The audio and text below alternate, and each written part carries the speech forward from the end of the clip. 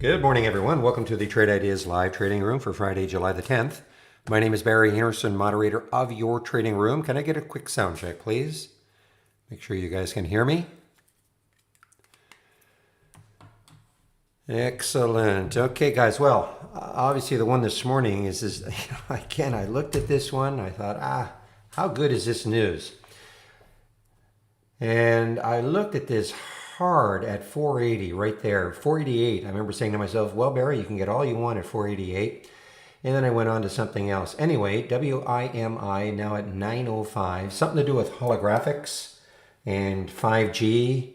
I guess 5G coming in. It's going to give a whole new boost to this to holographics. Never heard of this company before, Chinese company. And low float, 6 million in the float. Obviously, I don't know if this was an IPO here or a symbol name change, but regardless, this is just absolutely gone bananas.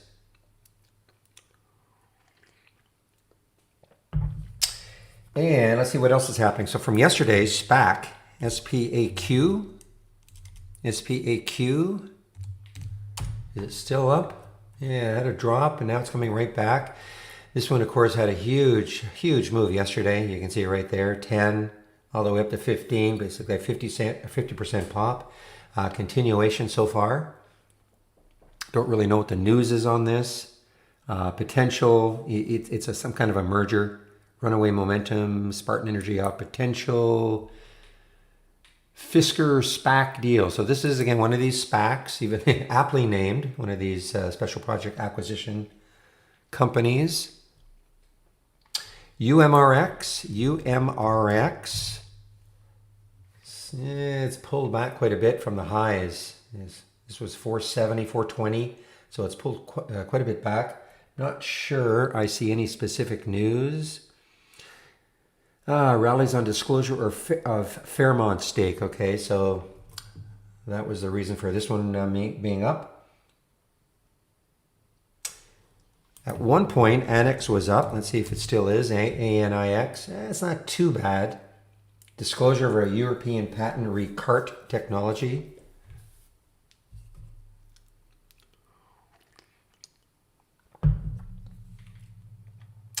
NIO, N-I-O, still super strong. I think they arranged some kind of a credit line, China stock. I don't know what the conversion from the yuan, I don't know how to pronounce it, the yuan, but in the billions. CNTG could be an interesting one. CNTG, let's see, what is it doing right now? Okay, so it's actually now below the financing. So they did announced the financing this morning. It was above the financing price quite a bit, 3.5 million, but it's at $14 a share, so it's kind of hanging around that financing price.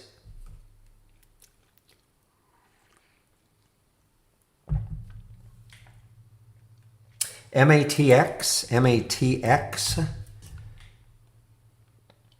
preliminary financial results. I think they're supposed to release on the August 5th, but they've released preliminary results. Of note, right at the 200-day moving average. You see 3402, and it's at 3410 right now. Not very much volume, but it is up 24%. But it's right at the 200-day moving average. GBX is actually one of the few earnings plays. Released on earnings pre-market, and it had gapped up to the 200-day moving average, 2447. It got actually quite a bit above it, but it has pulled right back, and it is now below the 200-day moving average at 2447.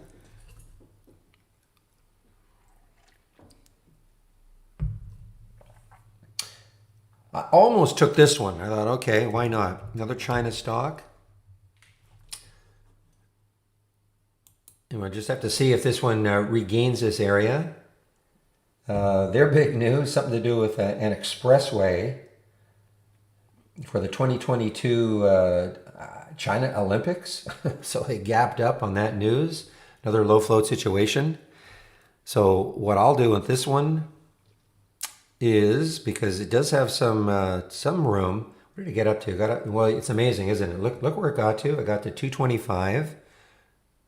There's the high right there, 225. That's the high looking left. It got basically right to the penny of the high of that monthly chart. If it took that out, it would have some room to about the 270 mark. Okay? So what I'm going to do is see if it takes out that high later on. It may do nothing. It may just fizzle from this point on.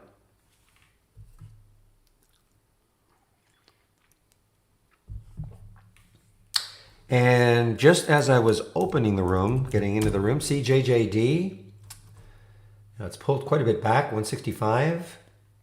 I think this is, again, releasing, well, we have August the 12th, but it looks like they've released their financials. And initial reaction was good. CJJD. And I read your comment about the news. Yeah, I know it's a constant, it's an evolution of this news. I know sometimes you get some of the stuff in here that's not relevant, but it is an evolution of what we're trying to do with the news feed.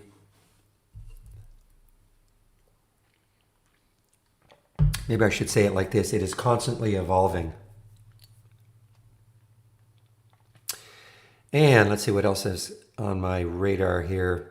The airlines were very weak this morning. UAL. Let's see if it's, look at this though. It's kind of popped up. Typical. This is kind of the reverse of what I see. What we see a lot. We see sometimes the airlines popping pre-market and then they give it up all day. We'll see most of the airlines were down this morning.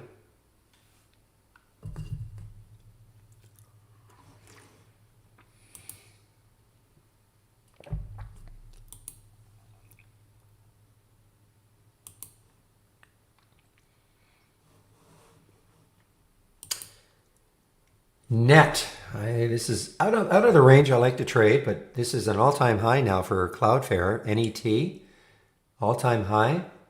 Big, nice gap, nice pop here, 5%. I don't see any specific reason for it being up, other than cloud stocks are just. What can you say about them? About them? Alt, yesterday's huge winner. Alt was gapping down.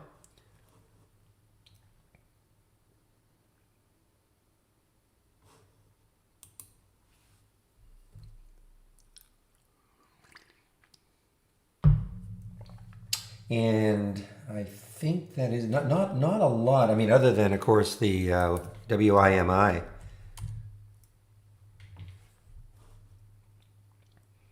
I mean, uncharted territories. Obviously, this is a lifetime high. Look at the volume, 11 million, 6 million. So it's almost traded the float double.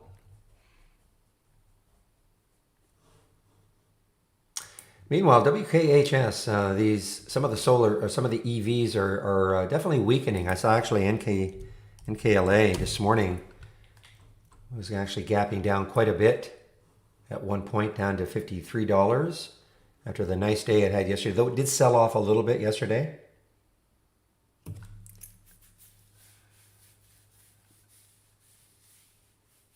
How do you choose your stop per trade?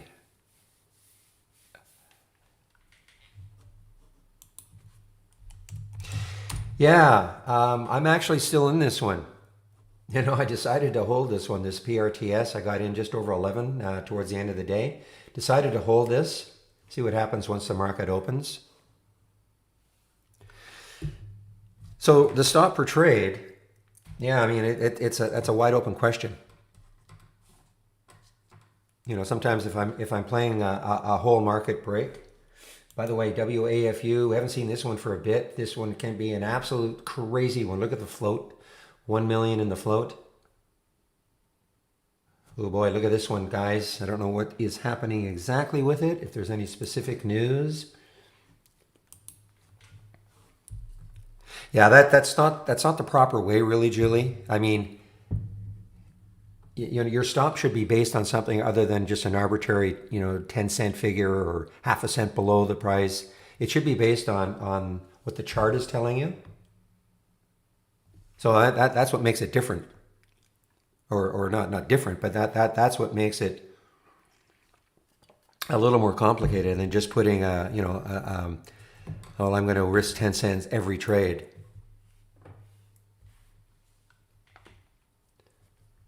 That's where, chart reading experience will come into play. Obviously, if you saw, for instance, just as an argument, if you were getting into this one, I mean, it's a crazy wide stop, but let's just say the price was up here at 578, and you look at the chart, and at that on the 5 minute, looks like pretty decent support right here at 549 as an example. So that's where you could put your stop. So your stop in that case would be, if you were able to get in at that area, it would be about 20 cents away, 25 cents away. So it would be based on what the chart is telling you.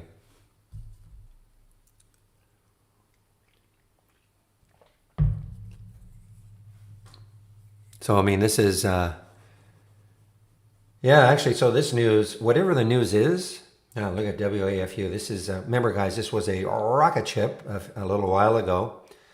Looks like about maybe a month, well, on this day right here, on June the 11th. What are we now? So about a month ago?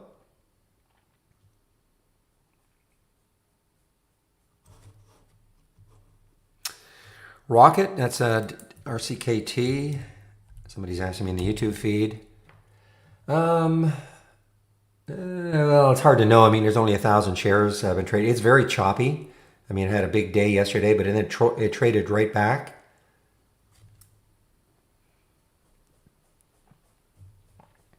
So, I mean, I really don't know what to say about it. There's no volume yet, so it's hard to know.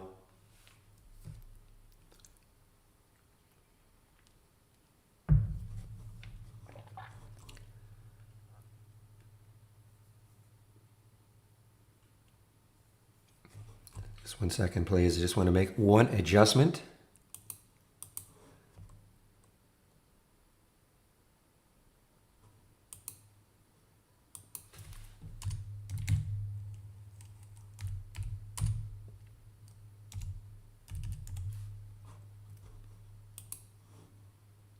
Okay. The buy and sell indicators a few seconds before, I don't know what you mean exactly. Okay, I don't know what you mean. I mean, if you're talking about the AI, I mean, this is real time. So, I mean, you're not getting, all right. So, I mean, just have the window open and just wait for the alerts to happen.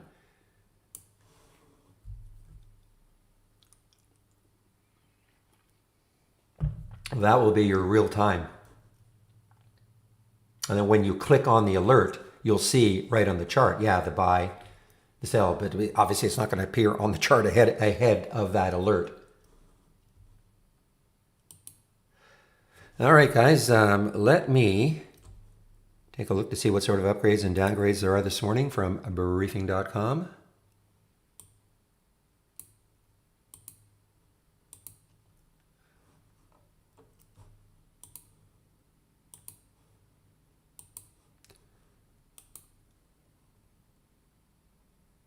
Actually, not too many of each.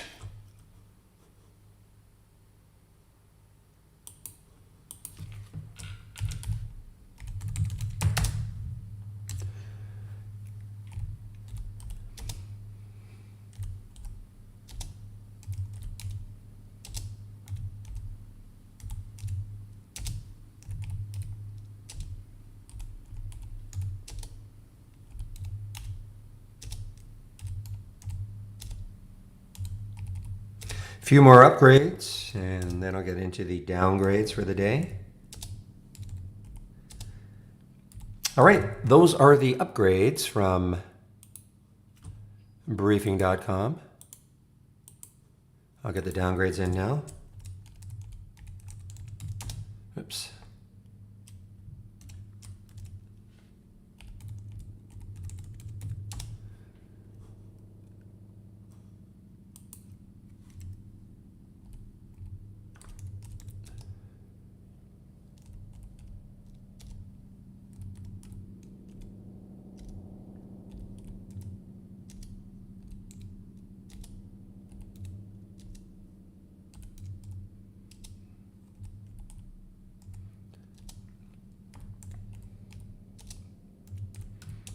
All right, those are the upgrades and downgrades from briefing.com this morning.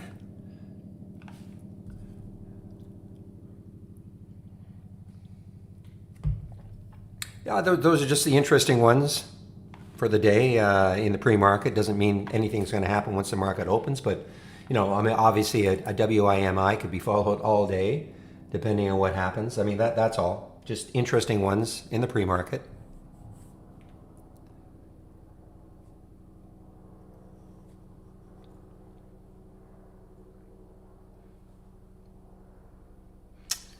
Why trading pre-market is not preferred? Who said that? Trading in the pre-market, I mean, it can be, if a stock has got a lot of volume in the pre-market, I mean, it's, you could almost treat it like the market's open. But, sometimes, in the pre-market, depending on the volume, it can be very, very wild and woolly. Okay, that's all. And if you're new, yeah, I mean, it's not so much that it's not preferred. I don't trade in the pre-market that much. I will, but I don't trade that much. As I said, when I saw the WIMI, I stared hard and long at 488, and I looked at the news. I thought, okay, is that news really? But, then it's a low float situation. But then, there's plenty of volume. It's very, very liquid in the pre-market. So, I mean, this is almost like the market's open for this stock. Well, you'll get a lot of volatility, though, once the market opens, too, in a stock like this. So it's not just the volatility. But yeah, if you're new to trading, I would just back off. I mean, I don't trade very much in the pre-market. Lots of people do. A lot of people do, though. They enjoy that, and that's fine. I don't trade too much in the first 15 minutes, to be honest. I like to see things settle down a little bit. And as always, now, you know what, guys? I don't have very many stocks in my watch list today, so I have no idea what sort of action we're going to get from my watch list today. Just couldn't find a lot of what I call really interesting setups, so I'll have to see how many we get. But if you do want to follow my watch list up and down and the repeating, then from the toolbar, click on New, Channel Bar, and then My Windows.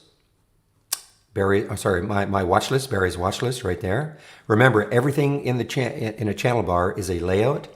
So before you do that, make sure you save your layout to the cloud. I'm not going to do that, Raj. Okay, that video has virtually all that information in there.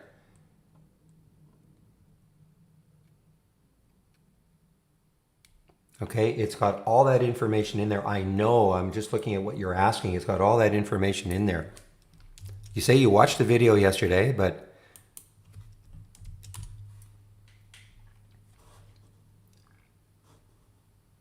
I am not a Brokerage Plus / IB expert, okay? Michael Noss is definitely, but that's why he created that video. But I'm just looking at what you're asking for. It's all there. How do you all three? Okay, so Michael, what time is it? Oh, yeah, I've got time to tell you this. Okay, so you should be loading from the toolbar, New, and then AI / Holly Strategy Trades window. Okay. When you load this window, all three of them will be in here, and then you can put a sound alert, actions, right click actions, and then just put your sound alert on the window. So you'll hear, doesn't matter from what AI, what Holly they're coming from, you'll see them all in this one window.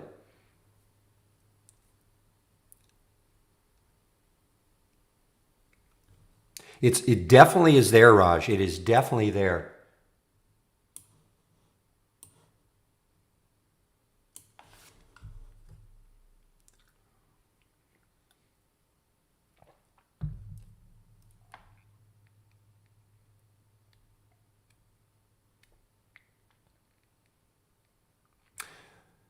What strategies are you talking about?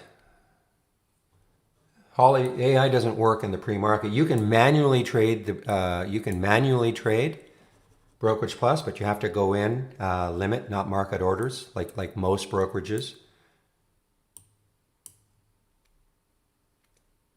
And your strategies really, I would not trade the pre-market for strategies, number one.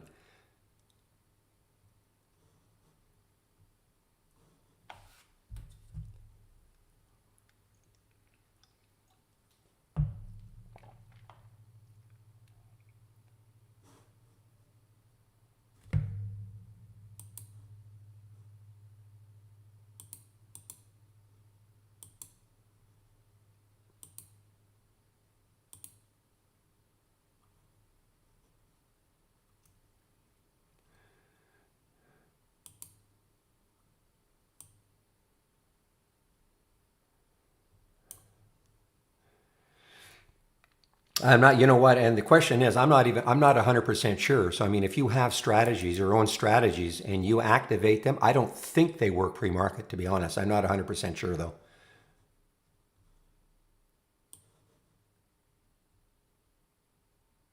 I've never even thought about it.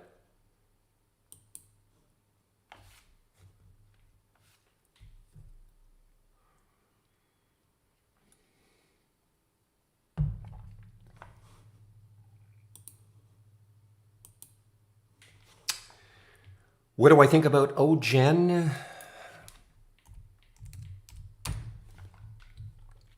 I think that OGen, I remember this one yesterday, it struggled to get through the dollar. The same thing, I think didn't it get up to, no, that's right. I was sort of waiting for this break of 111. So we're kind of there now. You know, if it breaks, lots of volume, a lot of volume. But as always, I mean, I'm not saying, I have to wait to see how it trades once the market opens. I'm not going to chase it if it just starts moving up.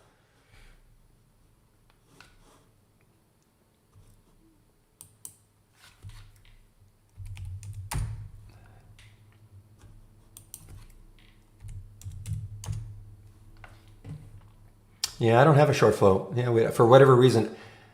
Speaking with Brad, one of the co-founders of Trade Ideas, he says that hopefully by mid month our new data provider will have more of this information.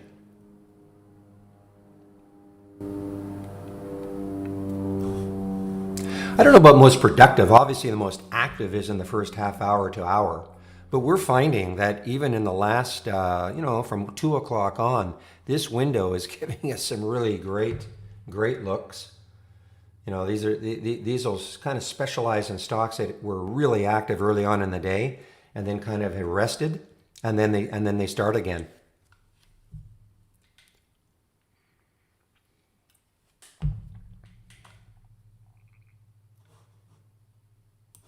Now, right click. Well, you should see actions. Make sure you click on.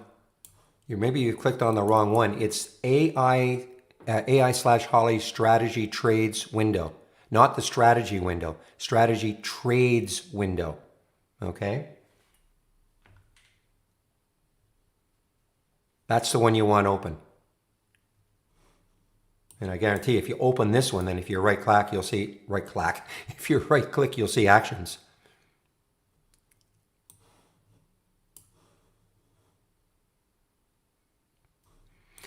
Yeah, I just don't like trading these airlines. I mean,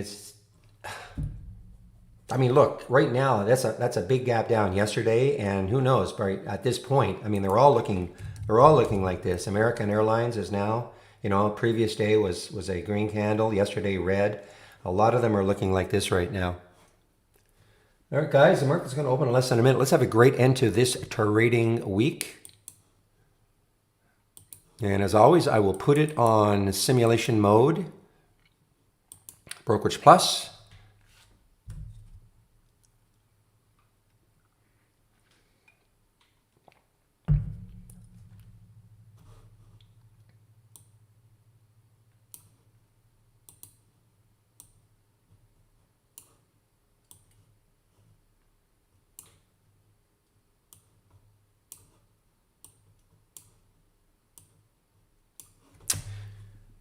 All right, 3, 2, 1, liftoff. We are now open, guys.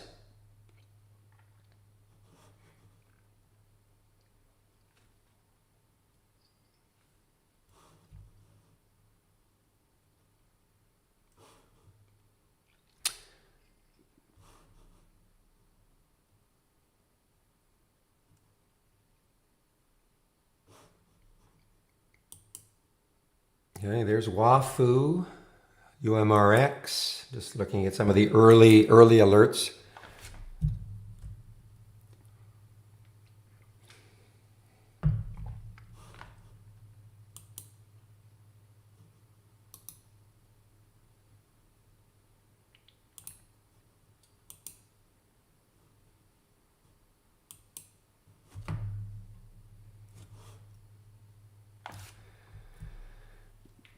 SMG, everything I share everything in here. So you can click on the scans tab. All like the pre-market actives up and down, they're all here. Just one moment, please, okay?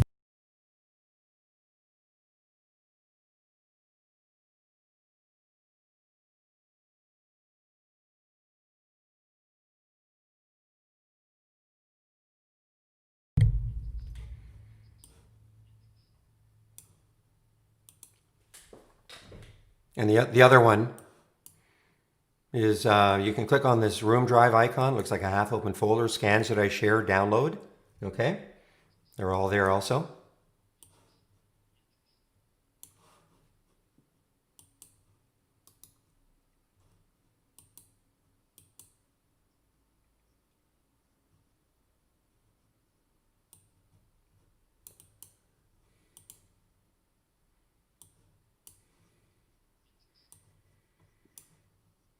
Well, SPAQ still, look at this. Look at the volume that just came into SPAQ.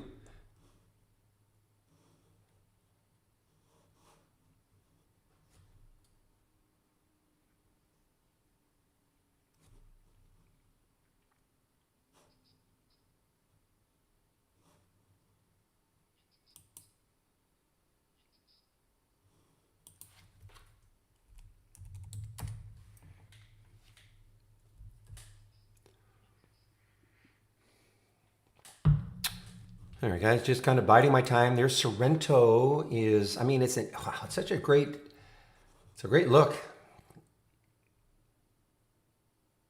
It still has room to 10, so it's got a couple of dollars left in it if it wants to get up to this 10 level. But it can be pretty whippy. It's a big float too, 176 million in the float. What do I think about Moderna? mRNA, well, I mean, you can just see on that weekly chart that it has to break out of 67. That's what I see on John. That's what I see. I mean, there's a big barrier right around there.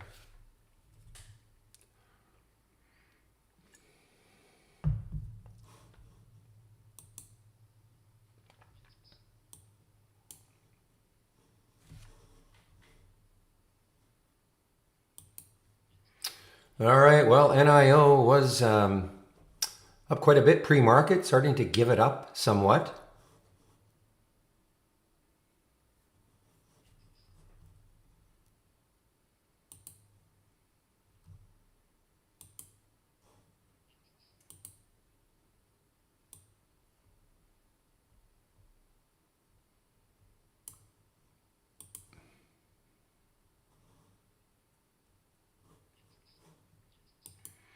WAFU making new highs in market hours. 850 is the high pre-market. Why not? Just stick an alert right there. See if it takes out the pre-market high. Obviously, it's got, let's see, on the daily chart, 870. So look what it did. It almost got right there in the pre-market. That's the next high looking left on the daily chart. Yeah, so all the scans, I'm sharing all my scans here. Scans tab, okay? All the scans I'm sharing, including these. Or click on the the room drive icon, looks like a half open folder. Scans that I share, download. Goes to a Word document, and you can take a look at all the scans. If you like one, like how it sounds anyway, you can copy the link and then file load from cloud. Okay, and then the link should be in here and then just load.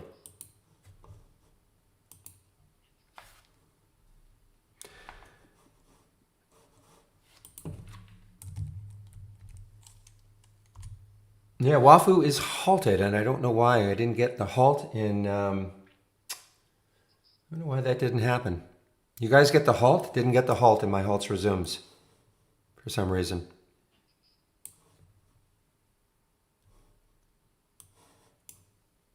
Well, we know the volume's okay. Yeah, well.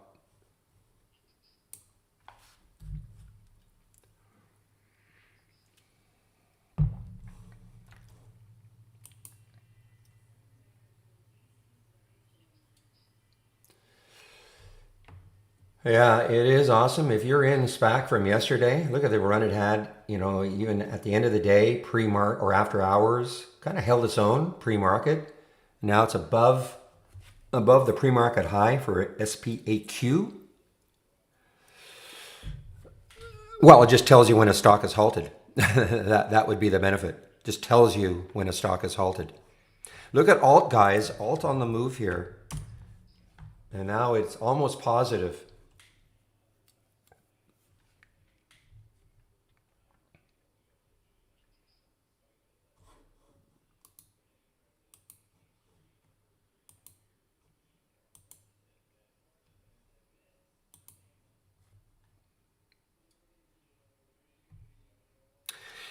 Macarand, I don't know what you mean. Your window's not fixed when you reopen them. It just floats. I don't know quite what you mean. Look at alt, guys. This could, man. I read that news yesterday, but okay. So there's the high of yesterday. Just very, very quickly, I don't know how many monitors you have, but what you do is I have 3 monitors, so I place all my Trade Ideas windows where I want them on what I call my main monitor. My main monitor is the one that I share. I have Trade Ideas windows and other monitors, okay? Once I put them exactly where I want them, then I go to Tools, Options, and Layouts. And then I just check Open relative to main window, and I save it.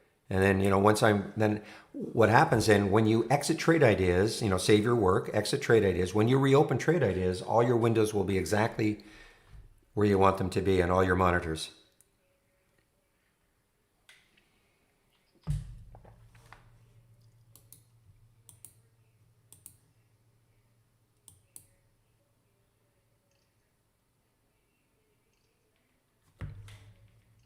Yeah, and make sure you save your work.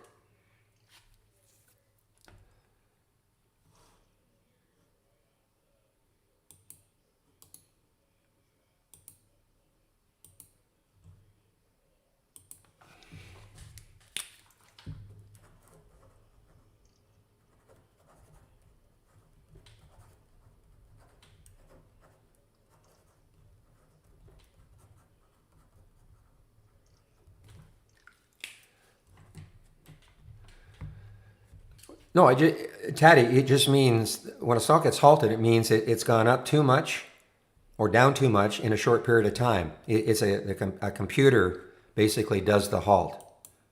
All right, that's all it is. So we have a halt resume. Why it didn't show up for me, the WAFU, I don't know.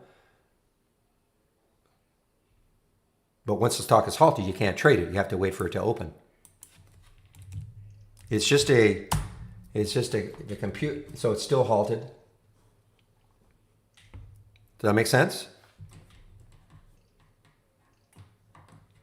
And usually the halts are 5 minutes. Kind of a breathing period.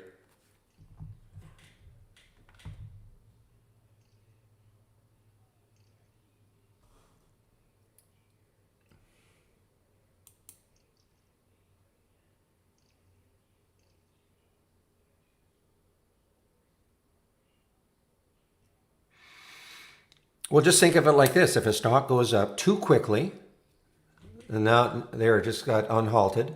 If it goes up too quickly, it's just a computer. It's just a program, okay? So it looked at how fast the stock was going up in a certain period of time, and it's just a computer program. It kicks in and it halts the stock. It's that simple. And usually it's a 5-minute halt, and in this case it was. And a stock, if it had a rapid increase again in a very short period of time, it would get halted again. It's really that simple. There's nothing more to know.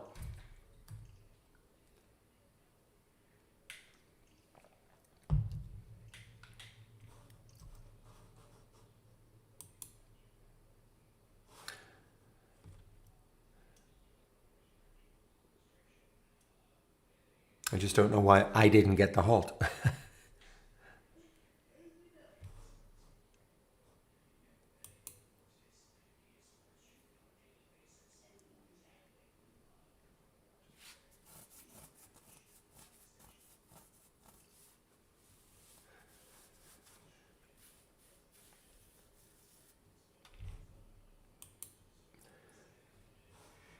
This is not shortable for me, WIMI. I know William shorted it, so I'm sure, I don't know.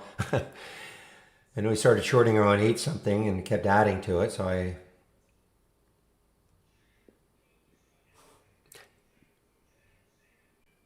want to keep an eye on that. I just don't know why I didn't get it.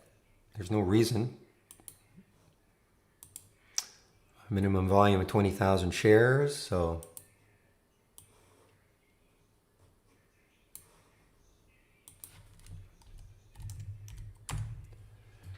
I missed the OGEN. Yes, I missed it. I know this is the break on, talking about this yesterday, the break of 114 or so. And look at the volume that has come in to OGEN. Lots and lots of volume. No, that one I would not get more than likely, okay? Because EXROF. Yeah, it's a pink sheet stock, so I don't get I don't track those.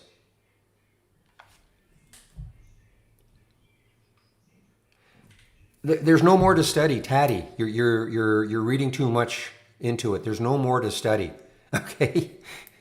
Like don't get hung up on, on circuit breakers and halts resumes. Just there's nothing more to it than that. Stock goes up too quickly in a short period in a certain period of time. The computer program kicks in and halts the stock. Sort of a breathing period for 5 minutes. It's that simple. Nothing more to study.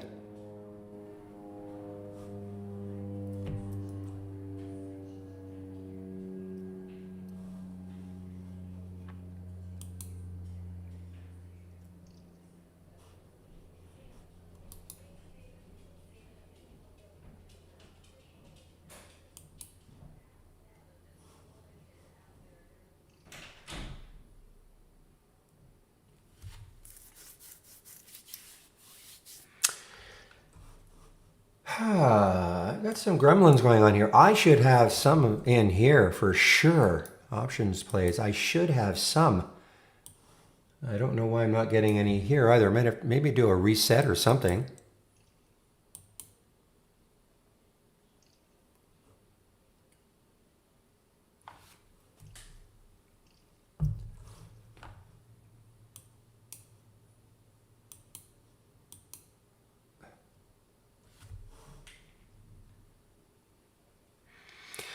Okay, so Taddy, there are only 2 options with our charts. Excuse me, with our charts.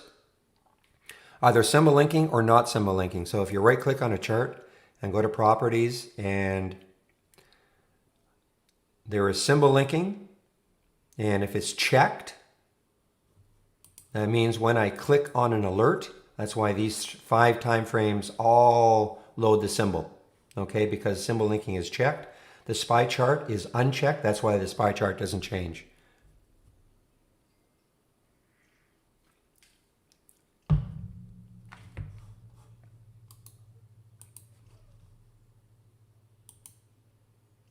Yeah, but John, you see, I don't have pink sheets checked. That's why I don't get that one. If I had it checked, hopefully I would have got it, but I don't have that one. I don't have the pink sheets OTC checked as one of the exchanges, so that's why I'm not getting it. And that's on purpose.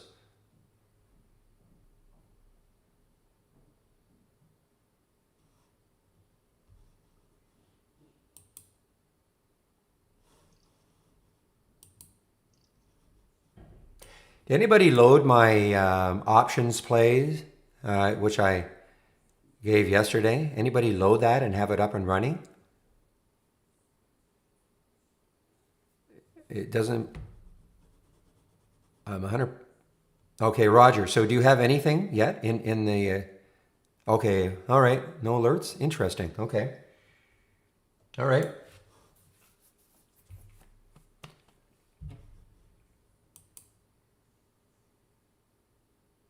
Okay, guys, look at Sorrento now. Sorrento, SRNE, and 834 from my watch list.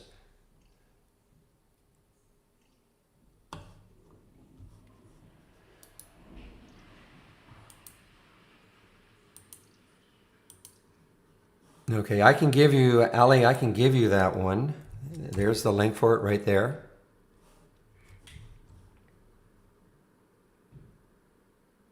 Yeah, I don't. It's hard for me to believe that there's no option plays at all. But let me just.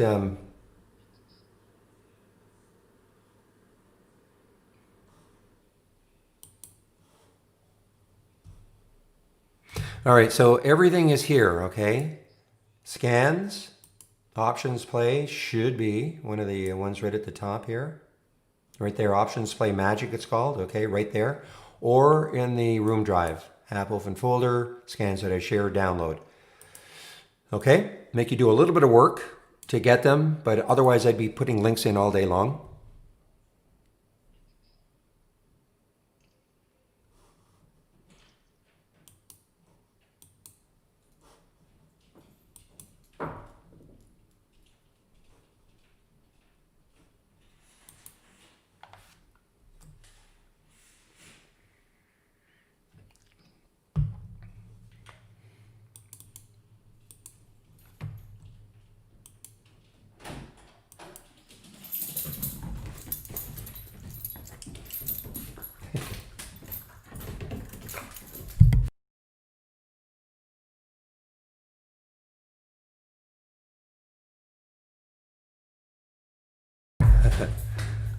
I have a happy fan right here.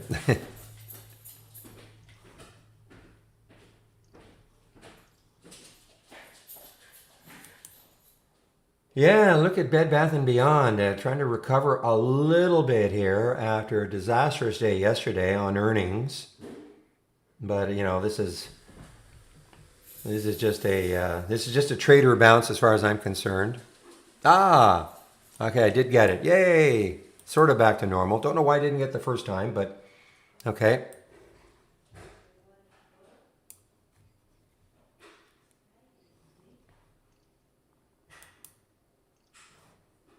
Okay, guys, we should have an options play, right? Okay.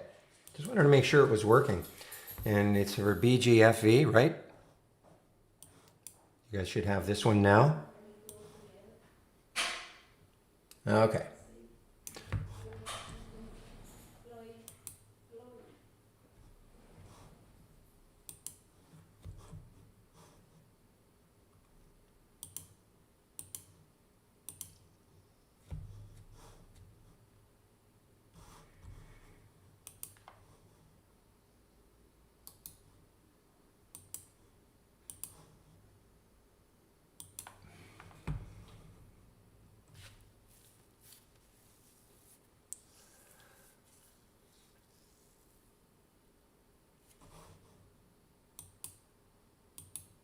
Yeah, I'm watching it. 834 is my trigger. I want to see if it gets back into the 840s. I'll probably take it if it does. I find it's just a little bit whippy. I don't know why it's so whippy with 176 million in the float. And I've traded this one before. You know, typically.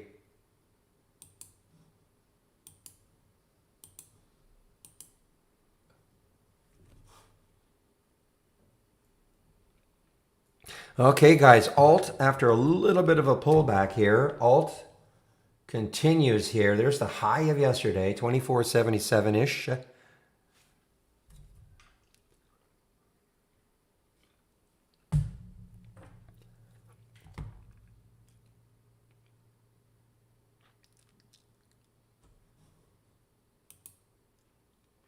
Did see this one in the pre-market.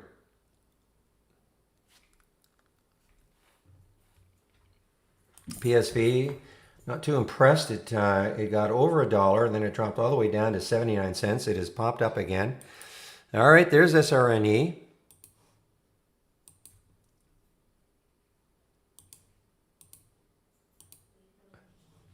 All right, let's see if it can move here.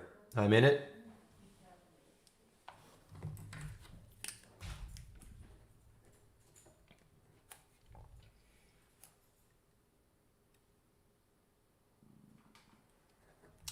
843 for SRNE. See if it can move a little bit.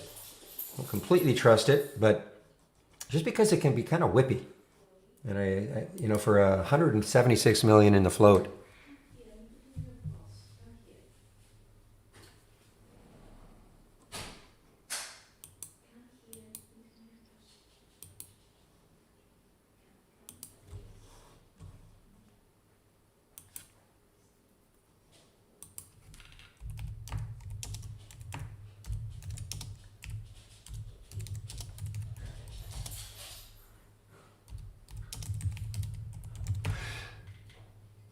Sorry guys, I had the caps on still. Okay, so that's why. Sorry.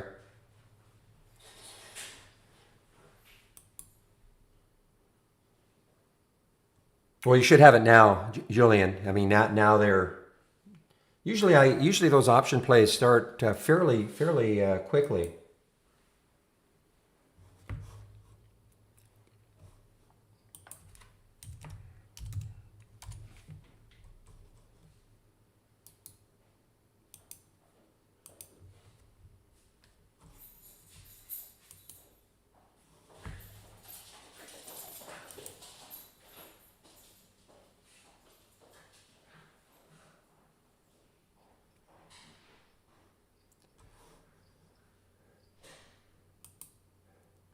All right, now we're starting to get some option plays. Look at WPX, guys.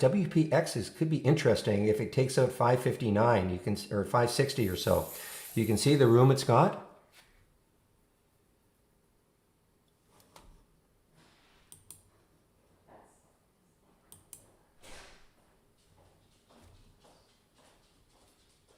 Yeah, I'm not impressed with Sorrento. I just, I don't know.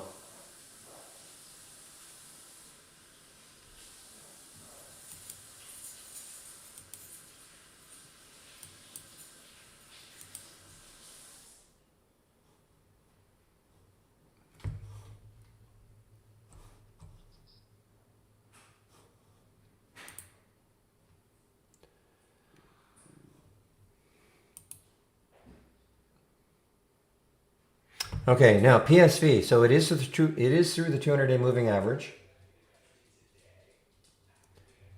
And now it is above that high. I suppose, I mean, it has only 18 million in the float.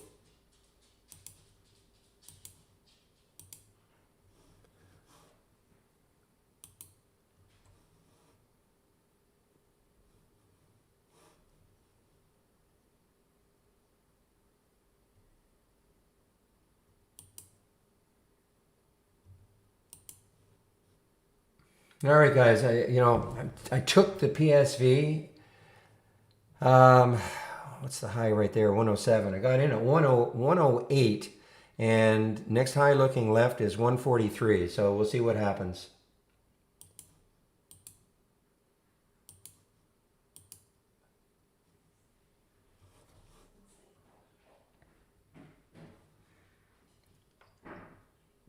I'm not going to be afraid to scalp this one either. I don't quite trust it, but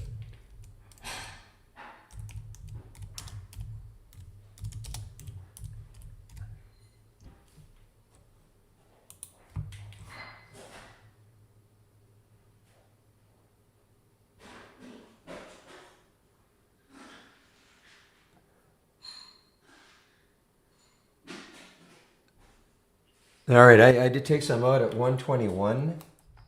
That's not a bad percentage increase in a short period of time from 107.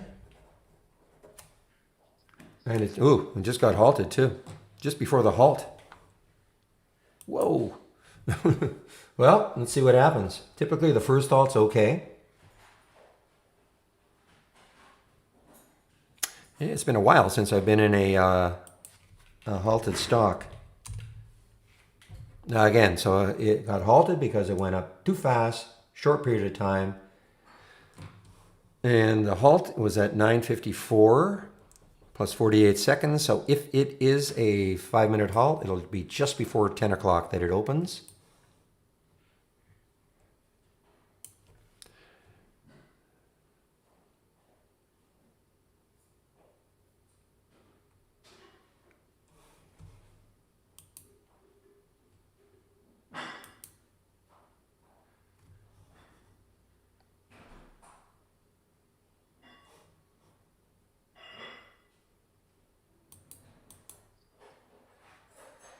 Guys, and obviously, I just hate surrender. I don't, I think I have to put it on the do not trade list.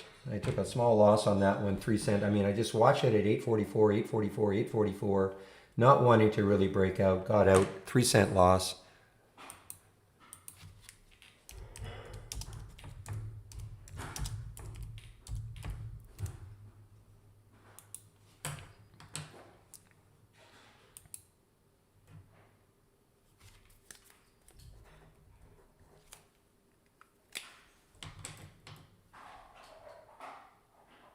I do, and I don't understand, to be honest, because it trades like it's got 2 million in the float, not 176 million in the float, to be honest. I mean, I just don't, but I thought maybe today,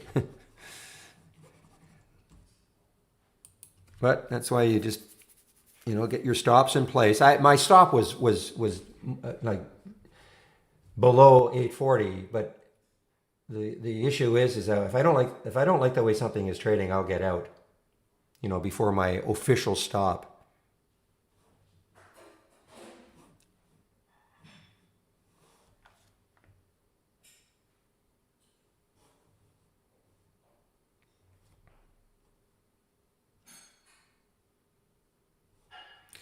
Now let's just see how PSV is stacking up here. Yeah, I don't really see anything spectacular. I don't think I can really lose on this because I did sell some at 121 from 107. So, I mean, unless it collapses way below 107 on the open. What we're looking at here, though, is there it is stacking up. So it's not stacking up above the halt. So what we like to see is some bid-ask way above.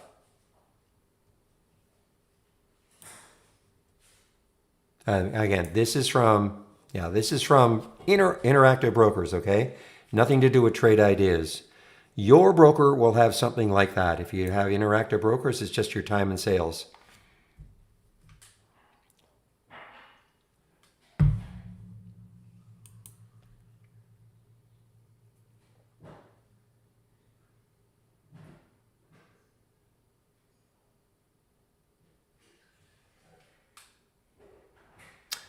All right, guys, if you're in this with me, in a little more than a minute, it should open.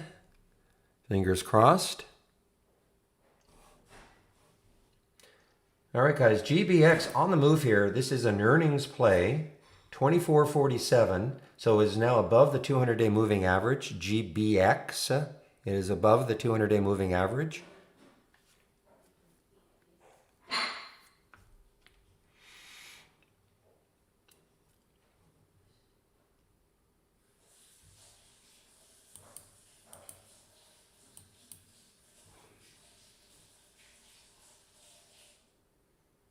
How good is it? Good.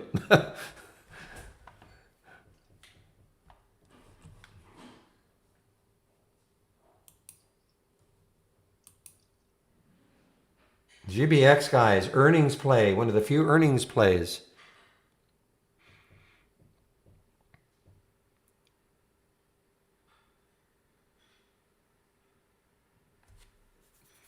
Okay, well, Brokerage Plus is connected. If you have an Interactive Brokers account, Brokerage Plus connects to IB if you want to use this to trade. Your best bet, listen, is to, if you haven't watched this video, you should watch this video. All the ins and outs about Brokerage Plus and Interactive Brokers, okay, Julian?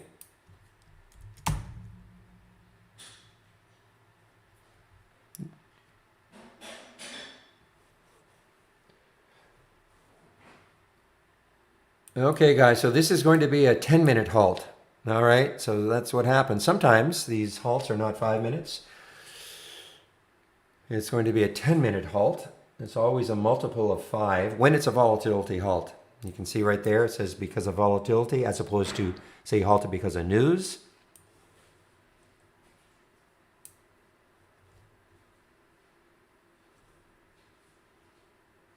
Yeah, and the reason I point you to that video, Jillian, is that I am certainly not an expert in with Brokerage Plus and IB, Michael Noss is definitely, within Trade Ideas, our expert. So he put together that video. It is about 27 minutes long, but it goes over all the, if you're going to, look, I mean, if you're going to use Brokerage Plus, well, that's interesting.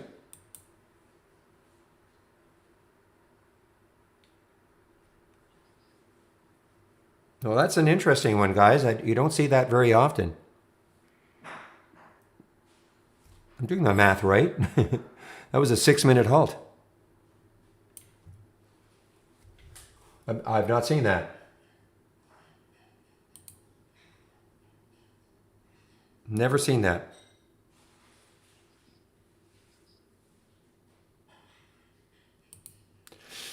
All right, guys, out more at 127. 127. Don't have that much left.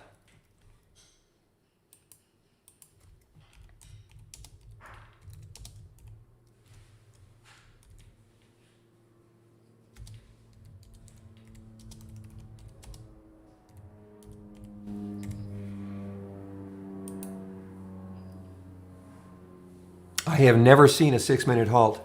Never. First time. I'm not saying it's never happened before, but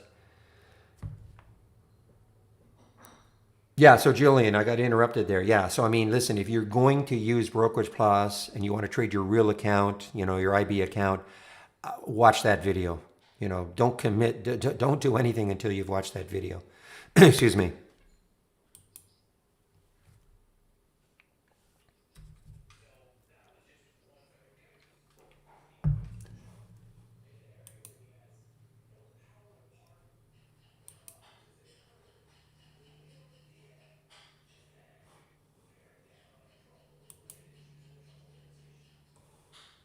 Okay, I'm all out of it. The only way I'll get back into this is if it maybe gets back in the high 20s or something. Looking left on the that daily chart, 143 is the high. So that was an okay trade. I mean, certainly on a percentage basis, 107 to 127 in a very short period of time, amortized over 1 year.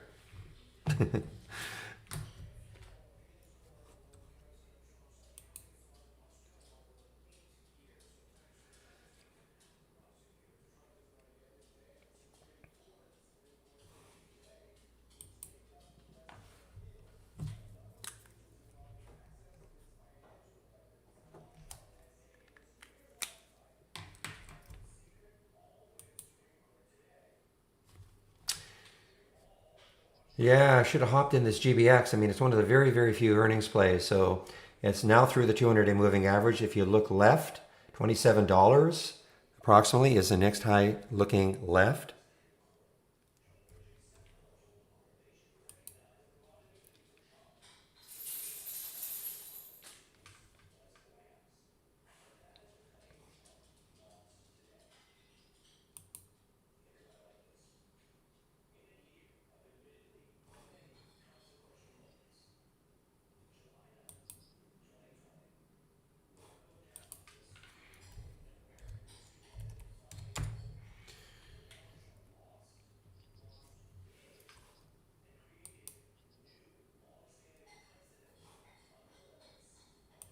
All right, Wafu. I didn't see any news on Wafu to begin with.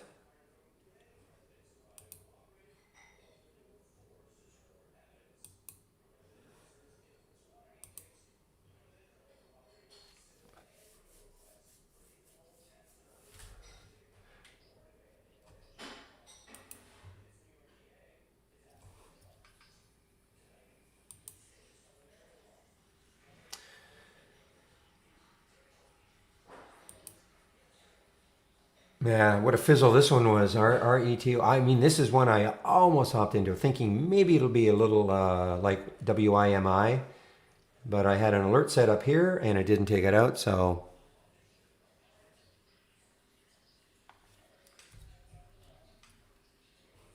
WIMI has halted. Yes, this is probably on the way. Oh, it's on the way up. Halted on the way up, so this is encouraging if you're. All right, let's see if this one is a 5-minute halt. 10:05. There's the halt. I can do the math. So it should be 16 seconds after 10:10. All right, that's when it should open if it's a 5-minute halt. Let's see if that one is correct.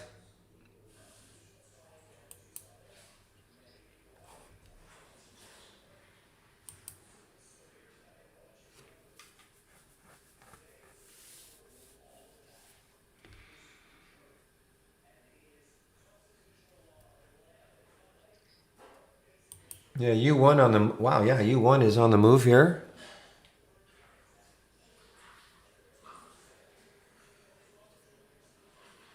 Lots of volume coming in.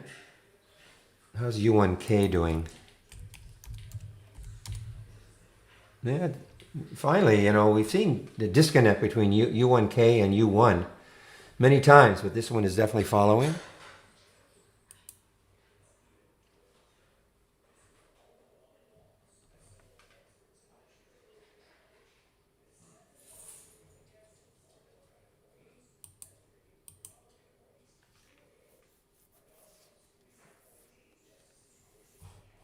And now this just got halted. U1 got halted on the way up. Wow, look at this.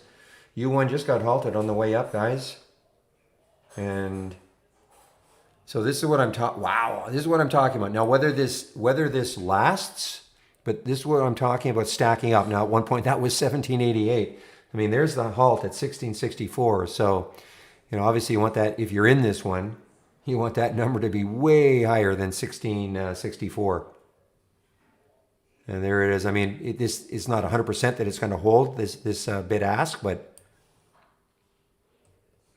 forget wiggle. I think we're getting rid of it. Okay. There is a definition of it, but I believe I was watching some comment yesterday from some of the other traders and the developers that we're getting rid of the wiggle. So just forget about it. There is a definition of it, but it's very convoluted. Yeah, so a lot of these other ones, yeah, we're going to see, okay, what are these now? These, for WIMI? Nothing really fancy, 811, 811.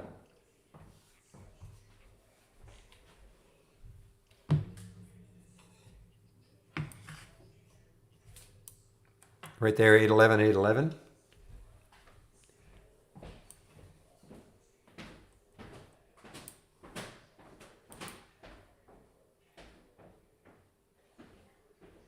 I thought that news yesterday was so fluffy for DSS. WIMI is halted. It is halted. And not just because we're saying it's halted. Check your broker, you'll see a big halt.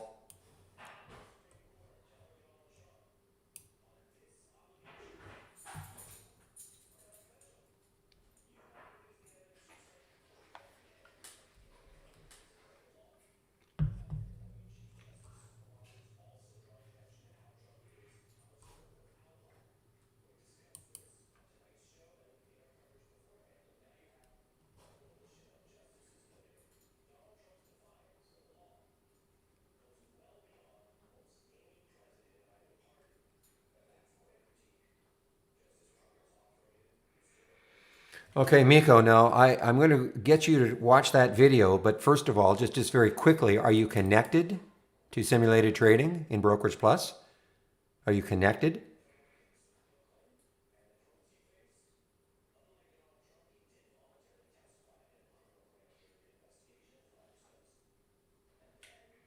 Well, the other thing too is there are no alerts.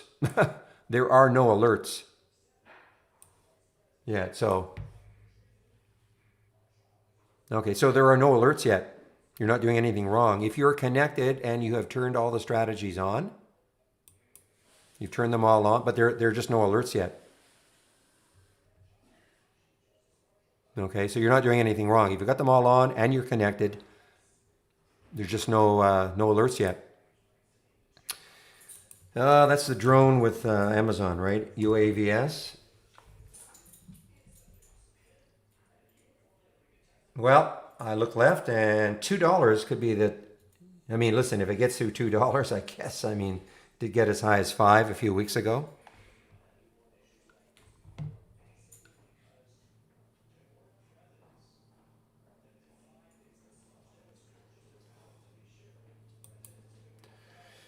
All right, so WIMI resumed. See that you could just sort of, well, it did pop briefly to 844. All right, so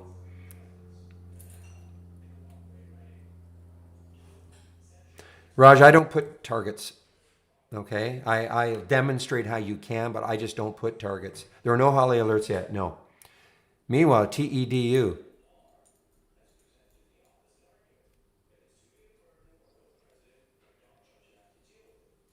Now, again, if you're talking within Brokerage Plus and all the strategies, that's all covered in that video. All that is covered.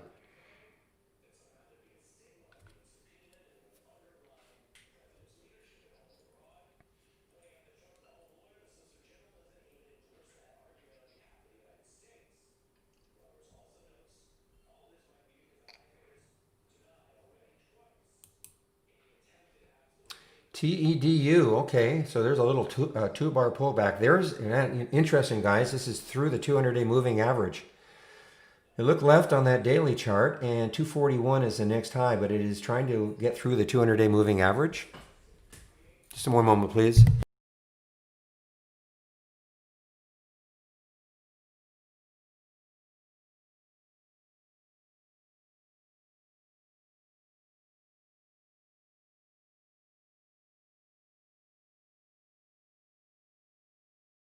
Yeah, there are no Holly alerts, guys, okay? So just relax. There are no Holly alerts yet today. Just relax.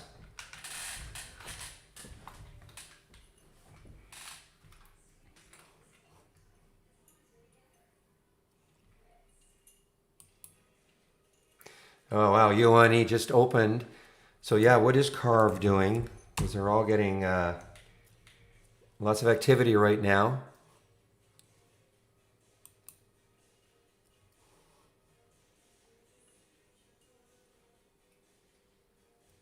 Again, if you're new to trading, I mean, you've got to be so careful on stocks like this. I mean, look, Heartbeat, this was up to 750 and it drops to 1615, okay? So yeah, in retrospect, you wonder, oh man, I could have got in at 13 and I could have got out at 17. I could have had 5,000 shares. I could have made, but not easy, not easy at all.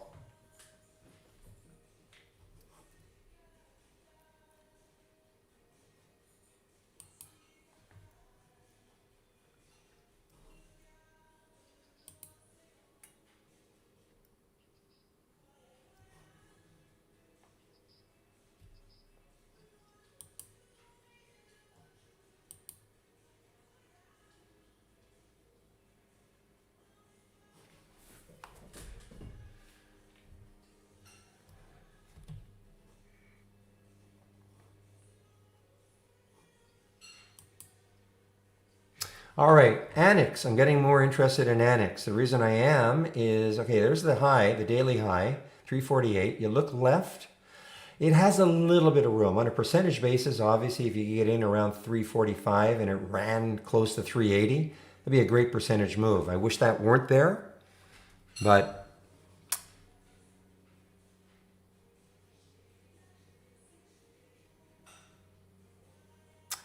yeah, Miko, on that one, I just can't help you. You're going to have to, I don't know why that would be happening. What I would do is start a live chat at our homepage.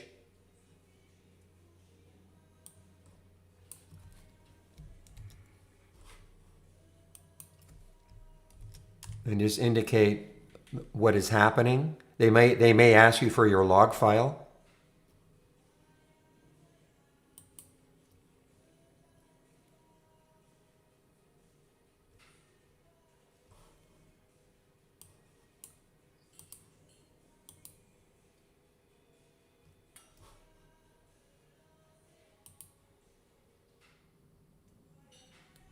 You can't.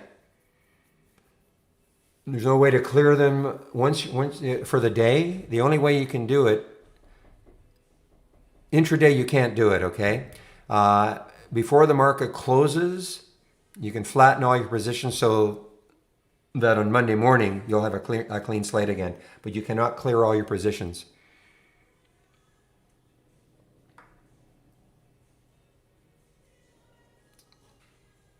One of the reasons is that eventually, I know we've been talking about this for a while, but eventually we want to get into sort of the gamification of all this with contests. And so obviously we can't have people, oh, that's a bad trade, I'll just get out of it, I don't want it counting. So, clear. Oh, I thought you meant clear. Yeah, just flatten. I'm sorry, I thought you meant clear. Just flatten. So if I took Annex right here, about 200 shares. Let's see. Yeah, I can go right at the market. Okay, so now if I know I can flatten my position immediately. Okay, I thought you meant clear everything.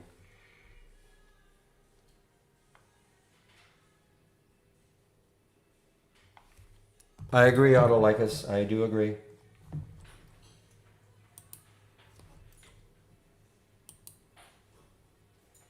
Well, this one is really interesting, guys. If it can take, I remember seeing this one yesterday, SUP, Superior Industries. If it can take out 213, look at the room it's got, and it's a fairly low float situation. So I'm going to stick an alert right up there, around that 211 mark.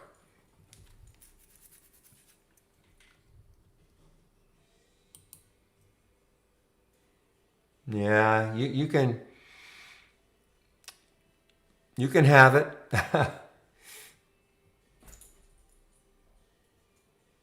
Now, I've traded this one in the past, and I can't recall ever making money off a Sorrento. I tried not to have a bias like that. You know, every day is different, but I don't know. It just seems to not want to, keep the gains. It's not one of those ones like a rocket ship that keeps moving higher and higher.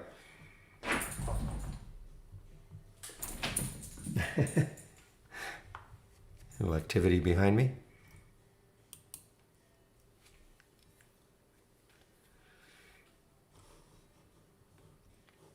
Yeah, now this is a little interesting. I mean, there are no Holly alerts today yet, not yet.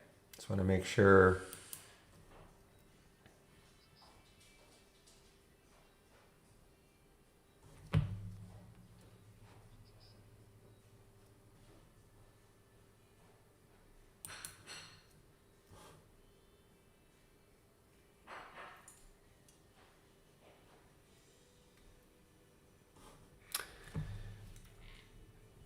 Yeah, actually, Ali, there is. I have business associations, okay? I don't know if a SPAC came in here. It may not have. I could always. These are all those sort of. So what let me see where SPAC is, or SPAQ. Yeah, it's called other financial vehicles.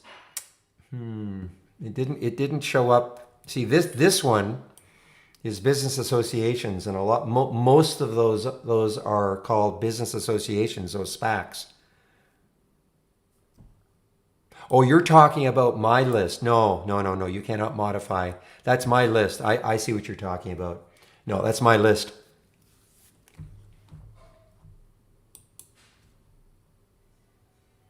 All right, let's see what here does. Here had a great day yesterday. It has now taken out the high of yesterday. So let's see if this can continue. What is the market doing? I'd like to see the market has to be at least neutral. It doesn't have to be moving higher, but I certainly don't want to see it dropping. Market is basically flat right now. So I'm looking at here. And it's a low float, 14 million in the float. So if I look left on the monthly chart, what do I see? I see the next high looking left is around 19. Of course, that'd be awesome if it got even close to that.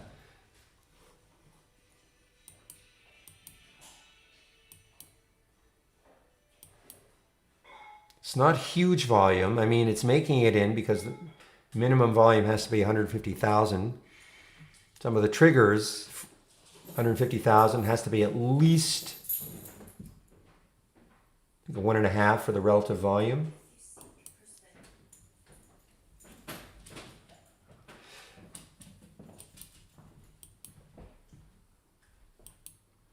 One moment, please.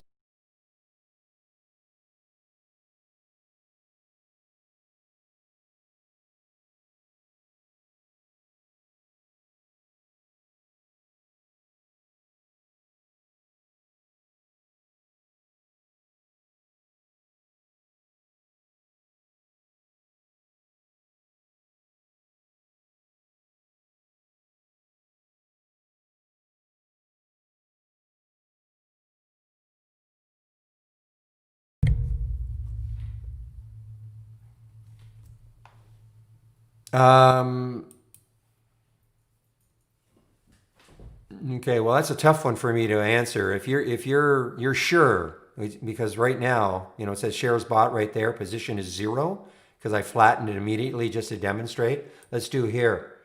Let's take here. Again, the spread is okay. I'll buy a couple hundred shares at the market. There I am. Highlight it, flatten. If that's not working, I can't help you. You're going to have to go to some other type of tech support. If you are seeing it, and you had the share position, and you're seeing it, and if you're flattened, yeah, doesn't matter whether you're short or long, doesn't matter.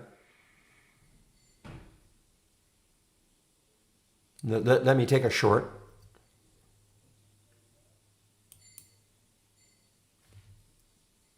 Okay, there's my short position, minus 200. Okay, now I'll highlight it again. I'll flatten it. And now I'm down to 0. So it definitely, I don't know what you're doing. It's hard for me to help you. You see what I'm doing? I'm just highlighting it. Yeah, actually, Chaz, the last 3 or 4 have been 10 business days. If it's every quarter, I'm not 100% sure we're going to do it this in August. That's when it would be.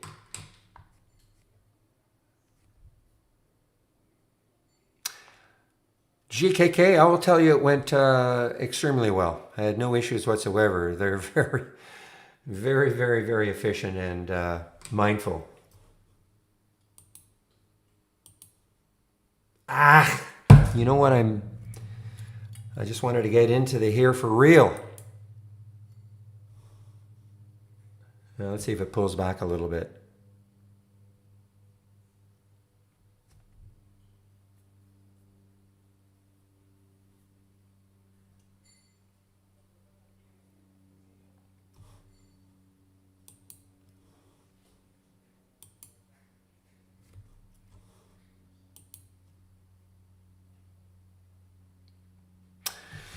Well, I'm watching here. I've wanted to get it at right here. I wanted to get it right about there, 1734. Here was the alert at 1730, was holding.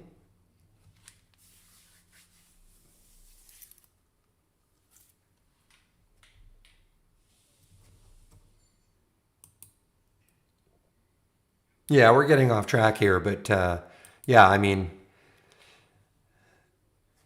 I did go to the dentist yesterday and it was fine. Another one, CDXC, just a high, next high looking left is right there.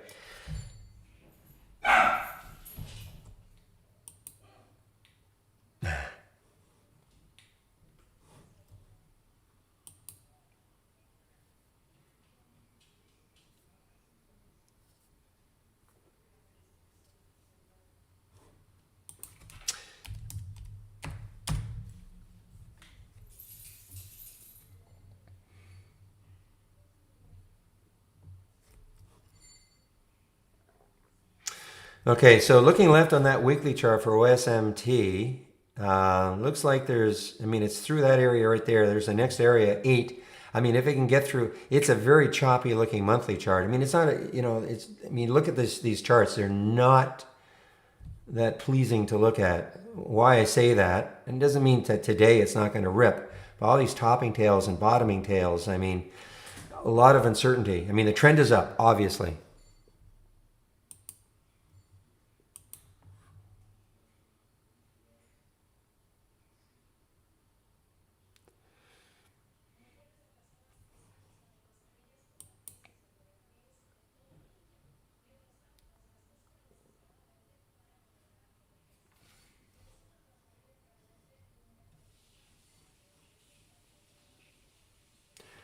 All right, I do want to check. This is a little unique that we have no.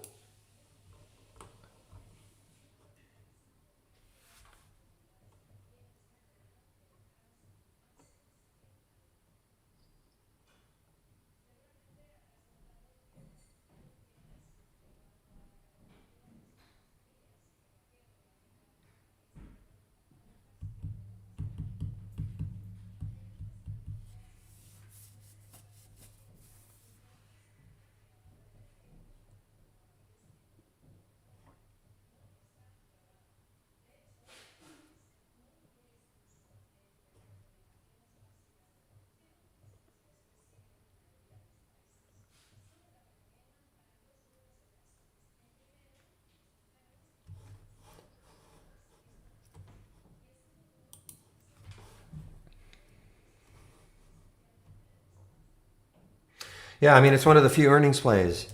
But, mixed emotions. Well, it had a pullback.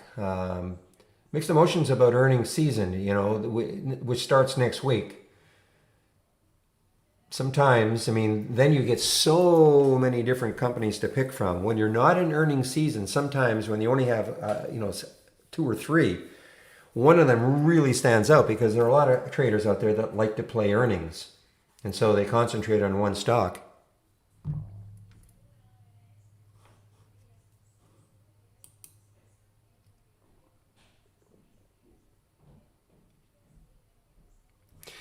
Don't tell me about here. Yeah, I just sort of missed my entry. I'm kidding, of course. What is the? Yeah, it's hard for me to know because I'm always on a development version.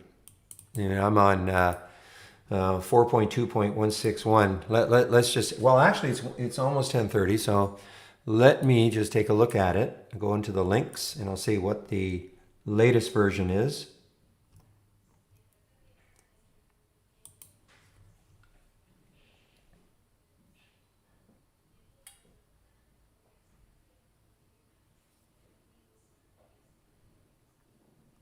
Ooh, I thought maybe our website was down. So this is so it's 4.2.156, but there might be a beta.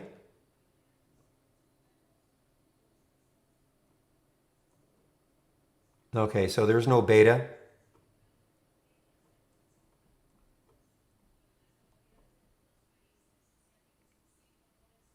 Okay, so there is the latest version, 4.2.156. I thought there was a beta at 1.6, but it's not available. So okay,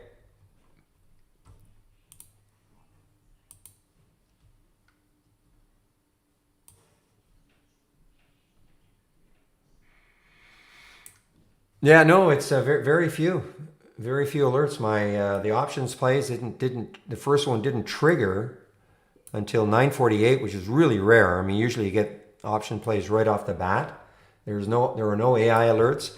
My watch list will not have too many because I don't have very many stocks in the big watch list to pick from. These are the ones that have been extracted. Here, I mean, it's going to be a good one, I think.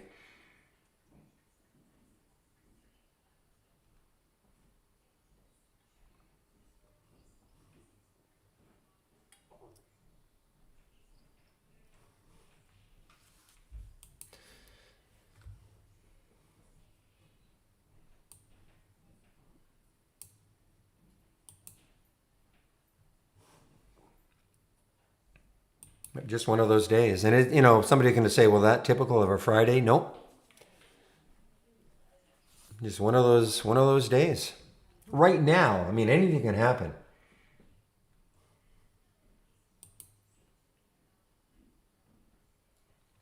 All right, guys, it's now 10:30. So yeah, sorry, not too much activity.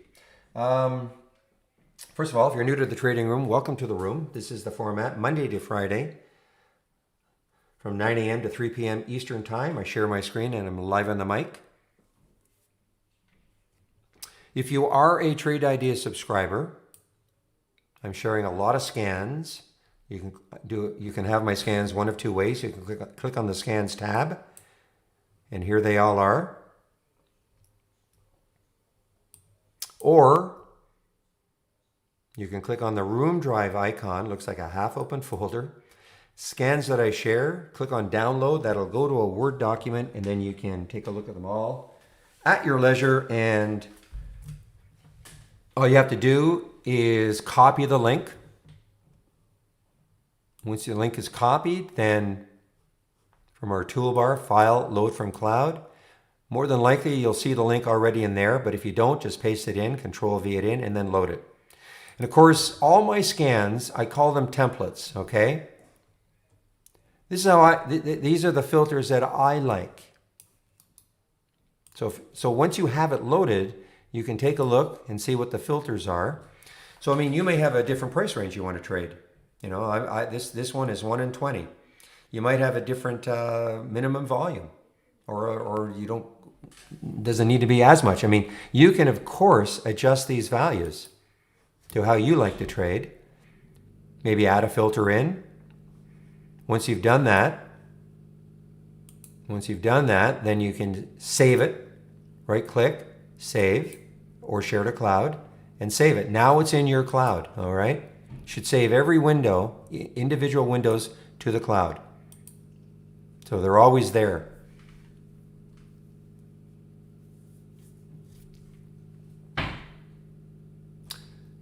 Well, it's right here. Right there, download now. If you click on that download link,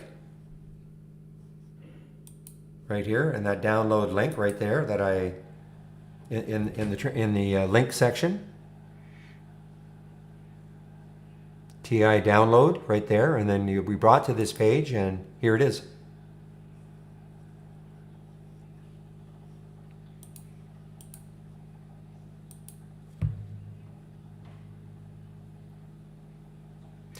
All right, let me just go over subscriptions. If you want to take out a subscription to Trade Ideas, you can click on the subscriptions tab. I'll also put the link into the room.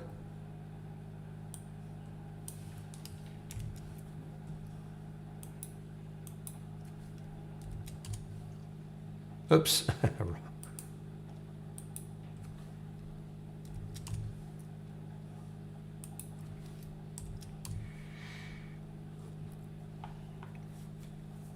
3 p.m. Eastern Time. Okay, I'm open 9 to 3 Eastern Time, Monday to Friday. All right, so this is, you want to take out a subscription, there's a promo code, Barry for Alpha, for 15% off the first month only, or the entire year. If you click on the link, you'll see our pricing, basically 4 plans. Premium yearly, $22.68 a year, minus the 15%, or $10.68 a year for our standard, less the 15%. You don't have to start off with an annual plan or even a premium plan. You can start off with a standard monthly, try us out, $118, less the 15%, or the premium, $228, less the 15%. If you decide you want to upgrade and you do it within 30 days, we'll honor that 15% promo code. Now, why would you choose premium over standard? The main reason is that you want access to our AI, Holly, which has no alerts yet today. not a great selling feature today for the AI, but that is the reason why you would want premium over standard, okay? Now let me go over some of the other links.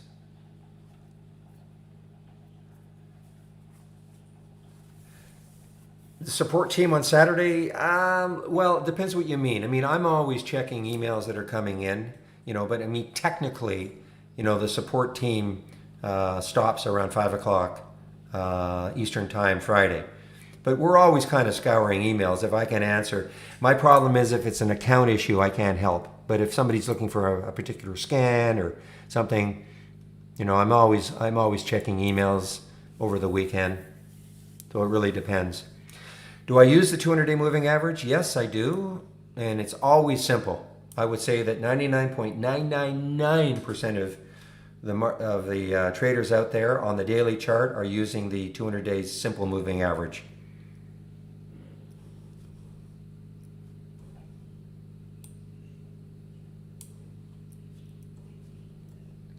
All right, let me go over the links now. So we just talked about the subscription. Trade of the week is sent to you. I have some interesting news about the trade of the week. Remind me once I go through all this. Trade of the week is sent to you before the market opens every Monday morning. Again, if you have Interactive Brokers, that is your brokerage account, and you want to use Brokerage Plus to trade your Interactive Brokers account, watch the Brokerage Plus intro video. Okay? I do a daily video between 1:50 and 1:45 every day. We've already talked about the download. 20 short lessons. It's a great link. If you're new to Trade Ideas, I encourage you. These are, you know, some of the basic features within Trade Ideas that you should familiarize yourself with.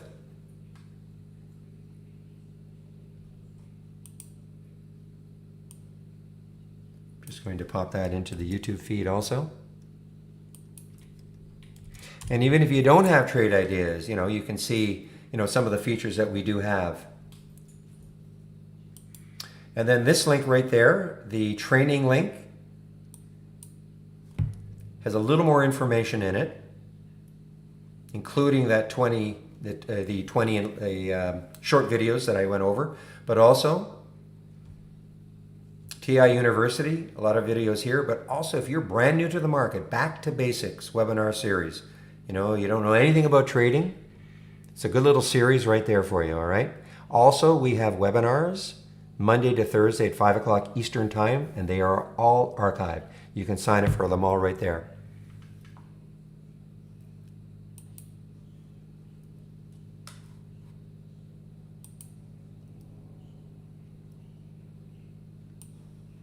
Now I am going to go over our AI a little bit and Brokerage Plus.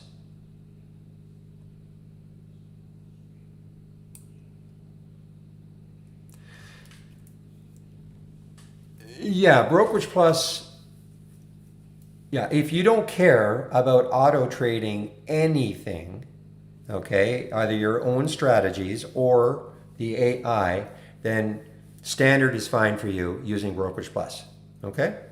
Hopefully that makes sense. So if you don't care about auto trading anything, then Brokerage Plus, this window I'm going to go over, works with, you know, obviously it's a simulator. You know, you're new to trade, but I'm going to go over this.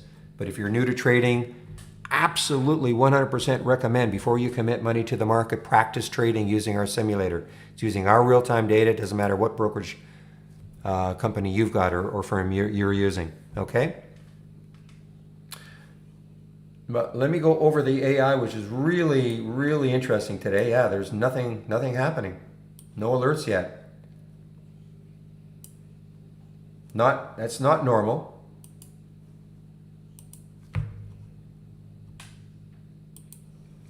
But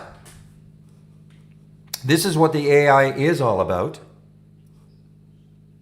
And by the way, this is an IPO today, guys. I know I'm jumping around here a little bit. There's an IPO, and one of the weird little things is that in the Hals Resumes, 9 times out of 10 when it's an IPO, well, actually, I guess it got halted before. Did it open earlier? Well, anyway, it shows up as a resume. Don't know why it got halted. It got halted immediately, I guess, on opening. So, but this is an IPO today.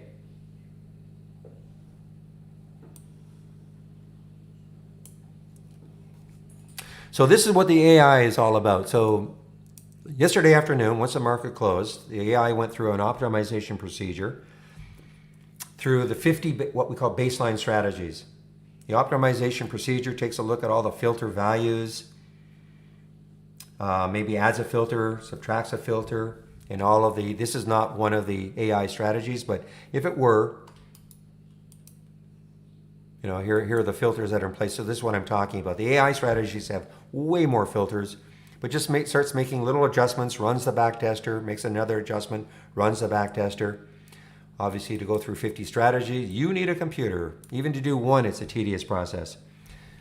That's why, and then once that optimization procedure is finished, these are the ones that made the cut from the optimization procedure that ran last night. They made the cut because they had the proper win percentage and profit factor combination. Now, typically what I'd be showing you right now is that now then all you have to do is wait for the alerts to happen. Just no alerts yet. No alerts yet. Very, very strange. But if we had alerts, there'd be a real-time entry and there'd be a stop and you basically just manage the trades. JC, it's in the scan section, okay?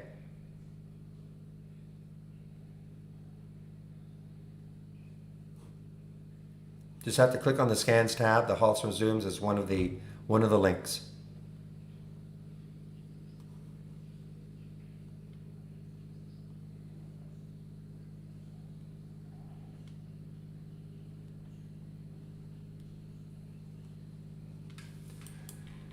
What do you mean it doesn't show volume? I don't understand what you mean by that.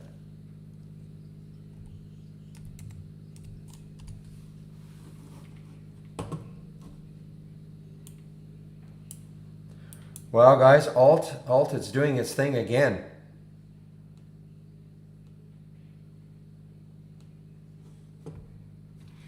All right, now I do want to talk a little bit about Brokerage Plus, okay? So here's the Brokerage Plus window. And you, from the toolbar, new, and this is only available in the download. If you're using our web-based version, it is not available. So click on Brokerage Plus, this window will pop up. So again, I will say this only one more time. If you have an interactive broker's account and you want to use this to trade, then you can. You need an interactive broker's account, okay? No other brokerage company works with it, firm works with it, okay? Yes, we're looking to add, but at this point, only Brokerage Plus. And if you want to use it, then watch this video. It has virtually everything you need to know.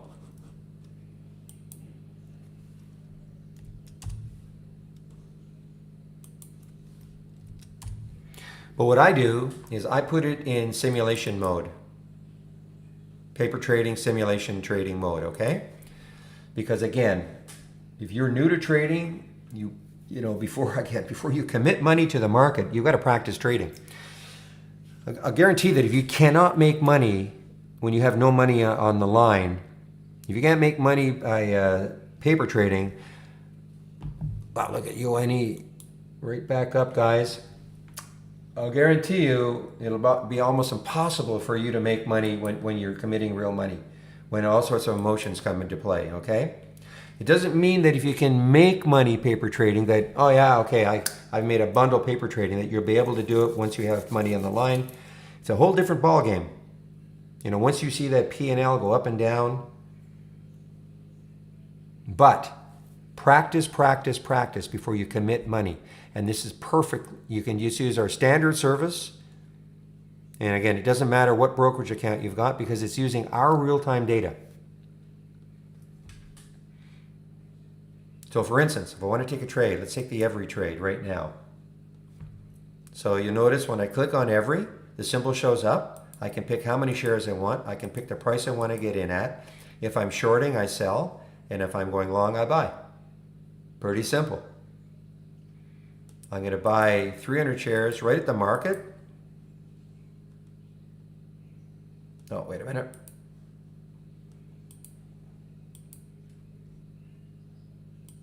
Okay. The reason I went in at the market, because the spread was only a penny. You know, typically, and again, I'm not going to get into it, but typically you'd go in, if the spread was bad, you'd have to probably go in limit. But the spread was a penny, so why not? So there, I've just taken 300 shares. Okay, there's my entry. Now, before you go into any trade, of course, you should know your stop, but I just want to show you how you can put your stop right on the chart. So let's just say I thought this was a good support area, 536. So I just right click and I can add my stop, 536. And you're going to see that it'll show up right on the chart.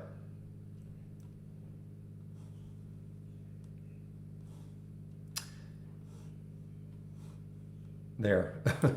Okay, so there's the stop, 51. So if I allowed this trade, remember I'm in simulation mode, if I allowed this to go down to 536, it would take me out for a $51 loss. If I want, I can put a target,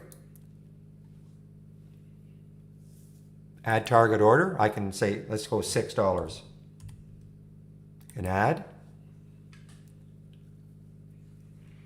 And you'll see there, it's hard to see, you won't see it on this because it's up here, but there it is. It's hard to see maybe, but there's my target. So at $6, so again, if this stock went up to $6, it would take me out for a $141 gain. And now at this point though, if the trade really started to work well, you could use this like a trailing stop. Just move this right on the chart. You could move it up wherever you want.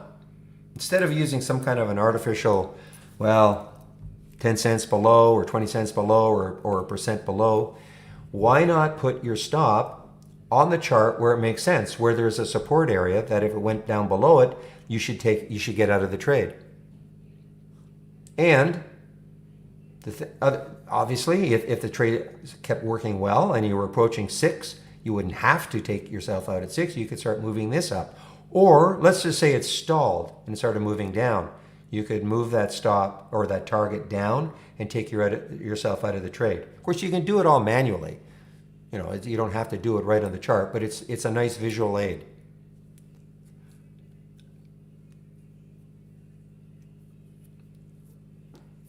Oh yeah, I know exactly where my stop loss is, Macarand. Absolutely. I may get out earlier, like the Sorrento.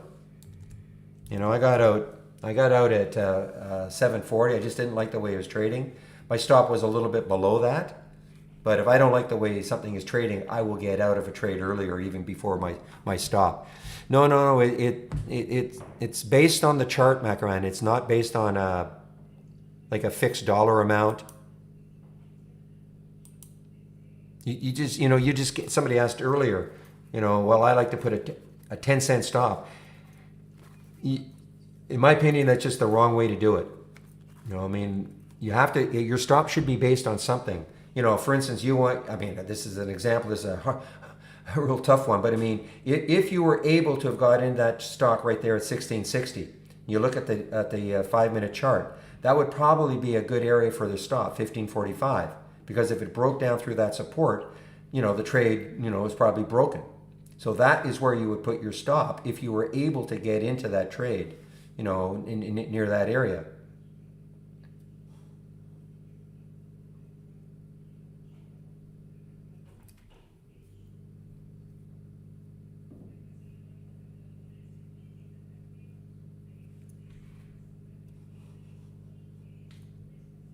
The other thing is, getting a little more involved, you should keep your risk about the same every single trade. So in other words,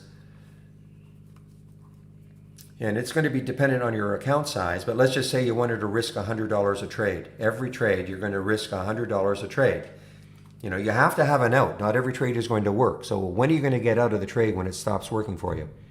So I'll use this as an example. If the stock was $10 and at $9.90, there was good support. There's a lot of support built up at $9.90 on the chart. So your risk would be 10 cents. So if you wanted to risk $100 a trade, you could take 1,000 shares. You're risking 10 cents. Obviously 10 cents times 1,000 is $100. That's why, people say, well, I always like to take 100 shares a trade, 100 shares every trade, or 500 shares every trade, or whatever. Again, my opinion, that's the wrong way. You should have a set amount that you're willing to risk per trade, and it shouldn't vary very much. The reason is that you can run into the pitfall of if you risk $100, you might go into it with great intentions. I'm going to risk $100 a trade, so you lose that first trade. So you start saying, wow, I'm down $100. I guess this trade I better risk 200 because I've got to get that back, and I got to get back up to $100 on the plus side. So you risk 200 in the second trade, and you know what happens? You lose. Now you're down 300. So it's a spiral that can be, it's a downward spiral that you have to control your emotions on. Now, can you vary a little bit? Sure, a little bit, I suppose. It's like, blackjack. If you think the cards are a little bit more in your favor, the setup looks a little bit better. But it's not like if you're risking $100 a trade that, oh, this is a great setup. On this one, I'm risking 300. Okay? Hopefully that all makes sense.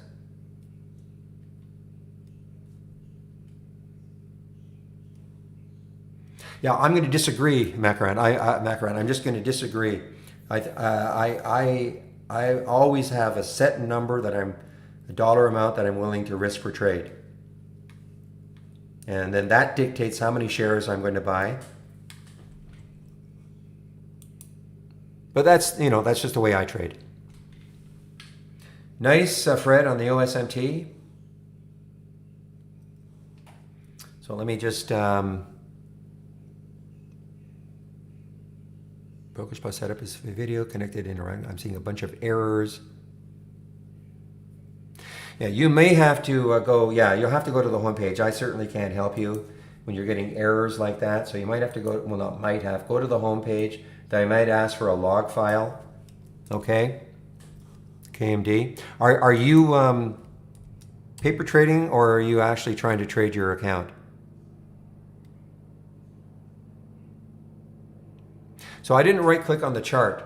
You're live. Okay, then make sure you then stop trading if you're getting errors. Okay, right now, and go to the home page. They may ask for a log file to see what's going on.